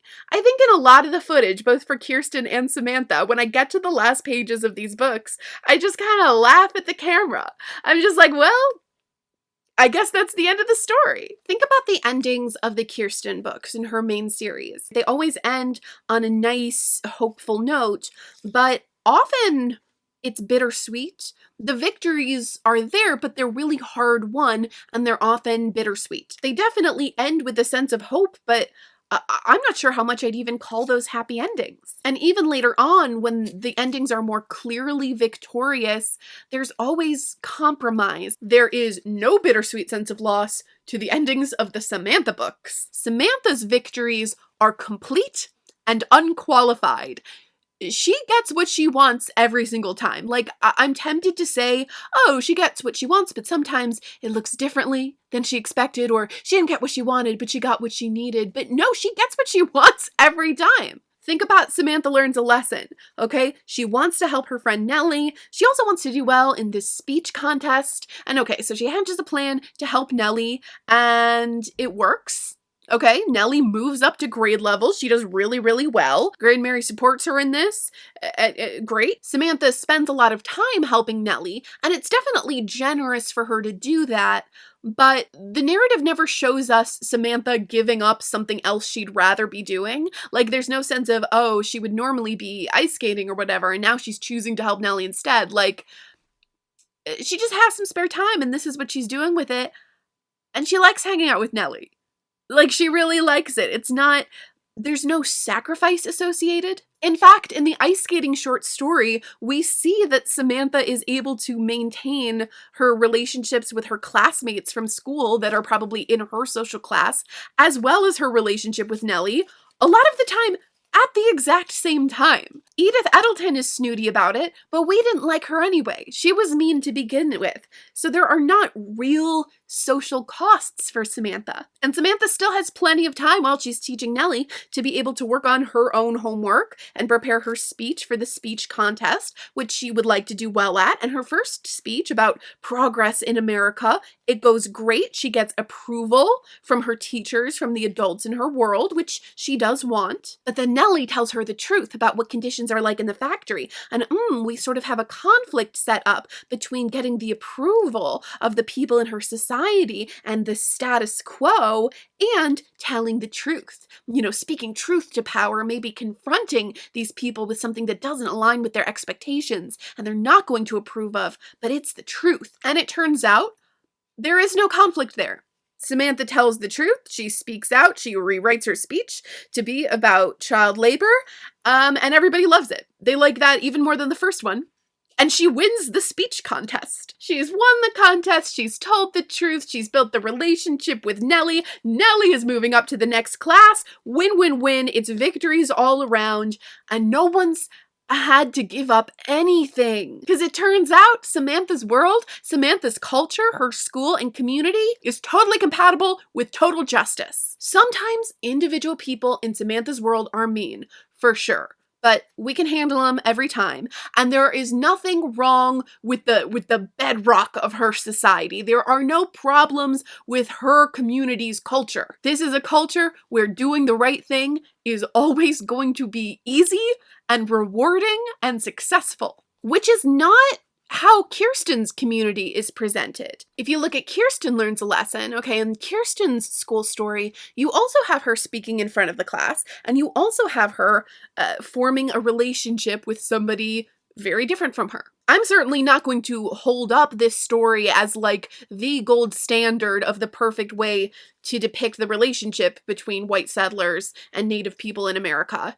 I don't want to be mistaken for saying that this is like, I think this is the textbook. And you can argue that in many ways the Kirsten books whitewash aspects of the pioneer experience, and I'd probably agree with you. But one thing you can't say is that this book presents Kirsten's culture as perfect, as 100% compatible with justice, as being a place where it is always easy and always rewarded to do the right thing. The Larsons are good people, okay? And the story is not trying to take away our ability to identify with them or empathize with them or root for them. But we see some people in Kirsten's community being ignorant or being bigoted. And these are not the words of just a few nasty people who were unpleasant to begin with. These are words from characters we're supposed to think are good and, more importantly, are supposed to be normal in Kirsten's world. The notion that Kirsten, as a white European, is fundamentally superior to somebody like Singing Bird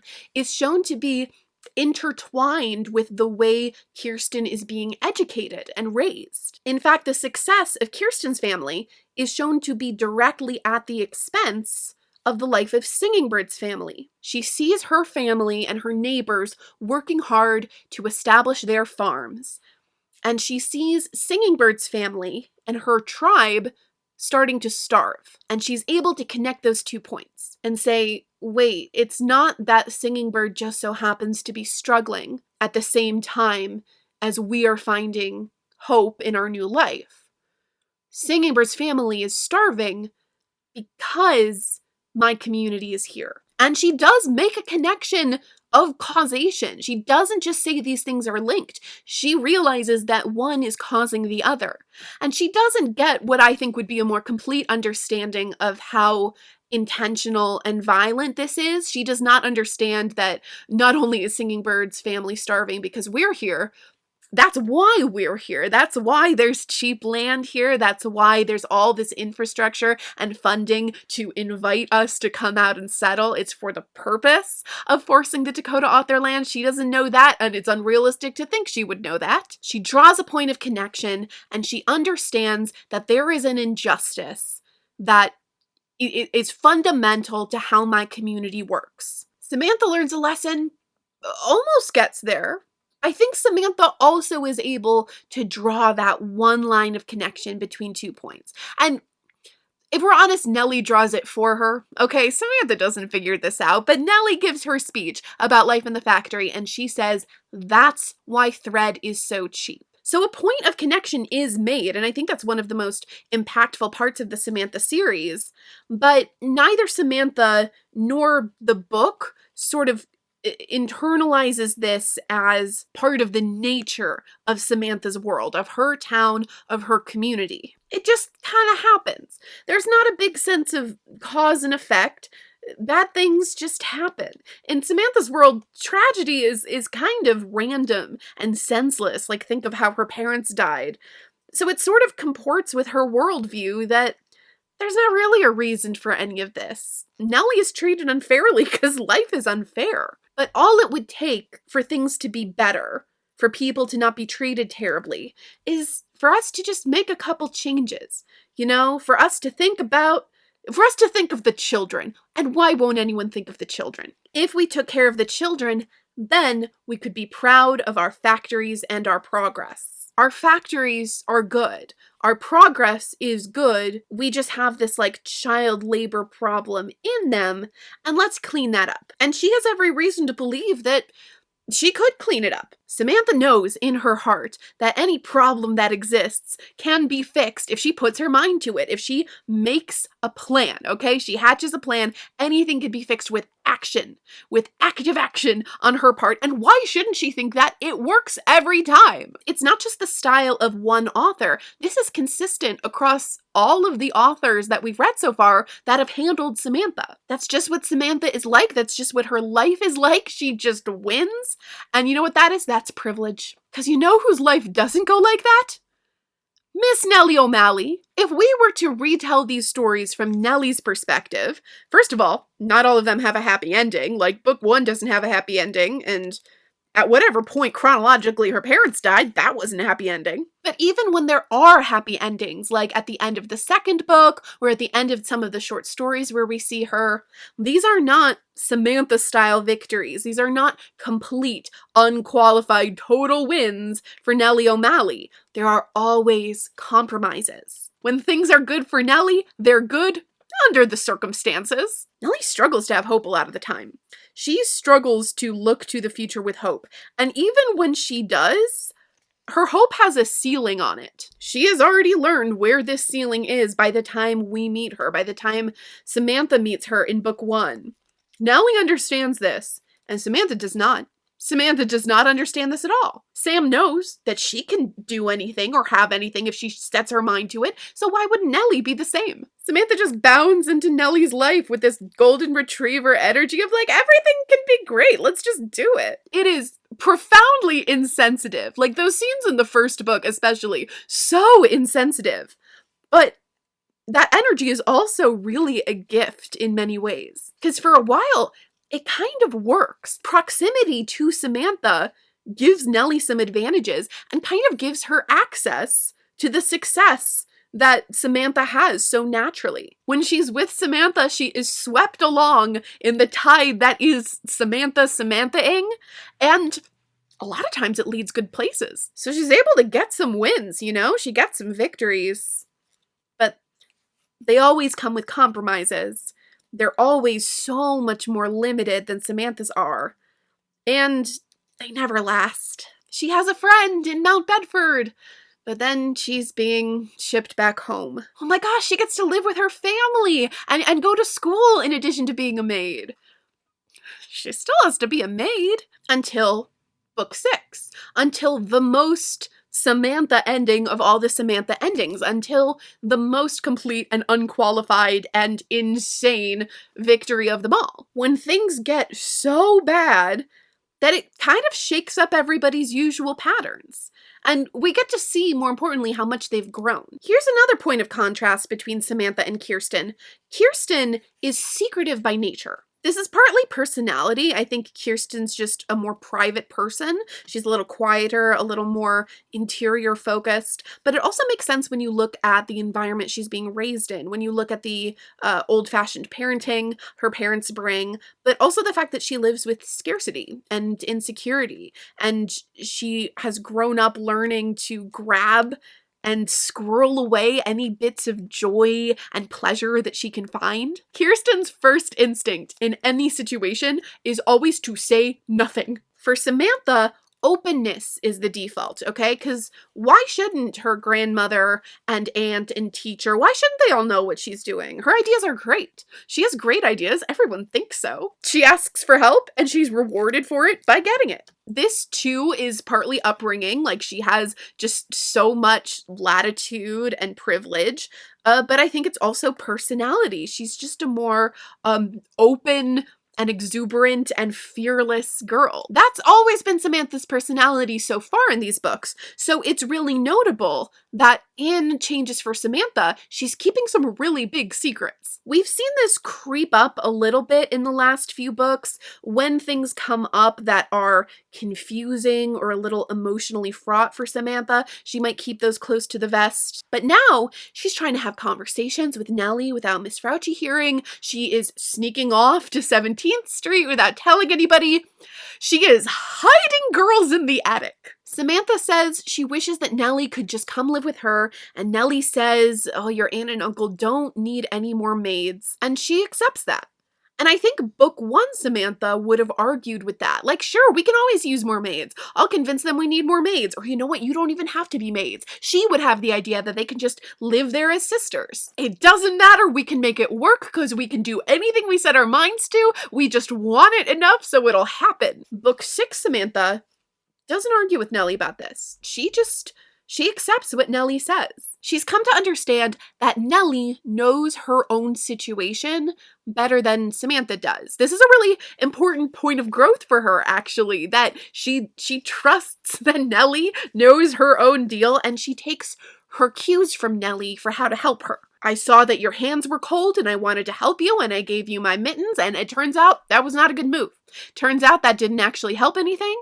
So you know what? Let me hear that feedback and not do that anymore. Let me respond to what you are saying is helpful to you. Oh, food is most helpful to you. Let's do that. That gives me a lot of hope for adult Samantha and her future philanthropic efforts. That will set her apart from a lot of the do-gooders in her class, that she understands that she has the ability to make an impact and do good, but that doesn't necessarily mean she knows what the right thing to do is all the time, and maybe we should listen to the people we're helping about what is and isn't helpful for them. All right, we bagged it out. I'm not loving the shape. Let me clip some of these corners. It seems that Samantha is starting to understand that Nellie lives by different rules than she does. And this culminates in what I think is one of the most important lines in the whole series. The moment when they're all at the breakfast table together on Valentine's Day, and Samantha asks Guard and Cornelia if Nellie and her sisters can be their maids. Oh, see, that's already better. Clip your corners. So Samantha asks if Nellie can be a maid,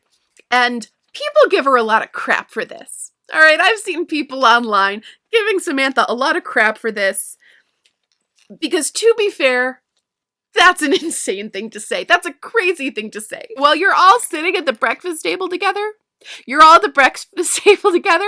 and she's your best friend, and you're like, please, can she be our maid? Not the most tactful and sensitive thing to say. But may I remind you, Nellie was the one to bring it up. Okay, Nellie was the one who established the premise that if they were to live in Guard and Cornelia's house, it would only be as maids. Samantha is saying this because she has finally learned to believe what Nellie says about her own life. Several times, Samantha has been able to extend the power of the complete and total victory of the Samantha ending. She's been able to share that with Nellie, but it's never lasted. It's always come with compromises, and eventually things have always gotten worse for Nellie afterwards. And finally, Samantha is willing to let go of her ideas and her preconceived notion about what Nellie's future can be. She has said, okay, even though what I want for Nellie is totally different, I'm finally going to let that go because things have gotten so desperate that she is finally willing to accept compromise. Book 1 Samantha would never. Book 1 and 2 Samantha would never. And the kicker, of course, is that she finally gets there, okay? And she lays it all out and she makes her big ask at the breakfast table. And then it turns out they can have everything. Nellie and her sisters can live here, and not even as maids. They don't even have to be maids. They don't even have to be working. They can just live there and have luxury. And also they'll be a family. They'll be sisters all together. That is the real moment that Nellie becomes part of the family, of the Edwards Parkington family. Not only is she going to be a literal member of the family and she's going to be a sister to Samantha, but she also in this moment is now able to share in the Samantha victory, the Samantha ending. After all of the setbacks, after all of the tragedies, now Nellie is going to experience this victory. She's not restricted to the Nellie ending, which is full of compromise and the danger of backsliding and struggling for every little bit of light in the darkness. She gets to be like Samantha, like Cornelia too. She gets to have that Samantha ending where everything you want, everything you dream of can happen if you just put your mind to it. And even though we've seen Samantha having so many amazing victories before, the way she tells it, this is the first time she really feels like she's gotten everything she's wanted. Because this is the only thing she's ever really wanted, right? Is to feel like she had her family, like she has parents, like she has siblings, and what could possibly happen that they would not be able to take on together. Somebody's got to start knocking on wood around here. Wow, so cute. It's just like the picture. That's nice. I'm going to use this one too, although I don't know if you can see, but it is kind of shedding little bits, little dusty bits. I'll worry about that later. Because right now, I can't believe it. The video's over. That's it. That's it for Sam Part 2. Part 2 of 2, right?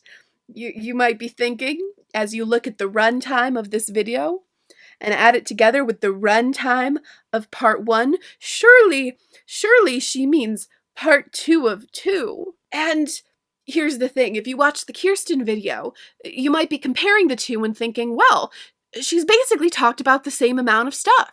We had a 6-book main series, and we had a handful of short stories. We did some crafts, we did some recipes, we talked about some historical context. We did all that for Samantha, so we must be done now, right? But if you know a little more about Samantha, if you know more about American Girl dolls than you do, genius, then you will know that there's a little bit more Samantha lore. There's a mystery. Actually, there's 5 mysteries. There's a whole thing where she goes on an ocean liner adventure. There's a couple books about that. There's a point where they retired Samantha and then they brought her back. But they brought her back different. They brought her back wrong, you might even say.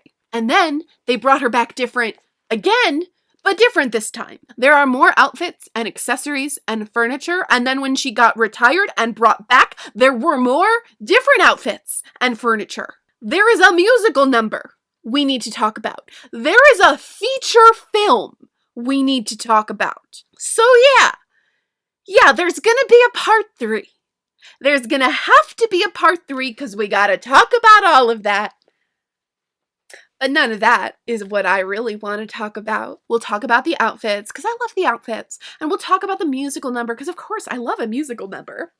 But the most important thing we have to talk about is the fact that there is one more book. There is one more, you could call it a main series book. Another book featuring Samantha, set in 1906, but from a different point of view.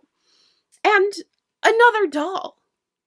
Another doll with her own backstory and her own outfits and accessories. Another doll. It's Nellie O'Malley! Thank you for watching. Really though, thank you for watching. It means so much to me that these videos are finding people who connect with them, who are having a good time, reliving the nostalgia, and diving into American Girl with fresh eyes. These videos are frankly unreasonable. So if you are watching, thank you. If you are commenting or sharing with other people, thank you, thank you. If you enjoyed this video, if you're looking forward to part 3, if you appreciated the fact that this video had some better audio and video quality than part 1, especially the stuff I recorded in the second half of the process, please join me in thanking my wonderful, lovely patrons. If you'd like to support future videos like this, please consider joining us over on my Patreon. It is just a lovely and delightful and supportive community over there. Over on my Patreon, you can find early access and sneak previews to videos like this one. The first 2 hours of this video were posted over 2 months ago on my Patreon, and you can find all sorts of fun stuff over there. We do live watch parties together. There's bonus videos every now and then. So please consider joining us to support truly unhinged ideas like these videos and to have a good time. It's whimsical over there. So I hope to see you there, and if not, I'll meet you back right here later on this year for part 3. You know, don't lose heart. Don't let the Orphan Syndrome grind you down. Bye-bye. My bag of vintage seashell. Vintage seashells. Vintage seashells. Now that I'm seeing myself on screen, I'm a little concerned that we're giving chef instead of skipper. So maybe if I just do that a lot. Ahoy, a real lore drop. I hope you're ready for some hot goss about Admiral Bibet. Apparently, Elsa and Mrs. Hawkins were gossiping about Admiral Bemis. Admiral Bemis, Admiral Bemis, Admiral Bemis, Admiral Bemis. We can...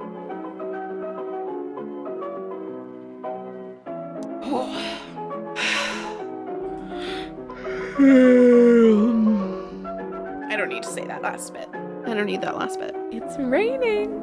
It's actually thunderstorming. Is that bad for audio? Yes. And I don't care about filming anyway because I'm cozy.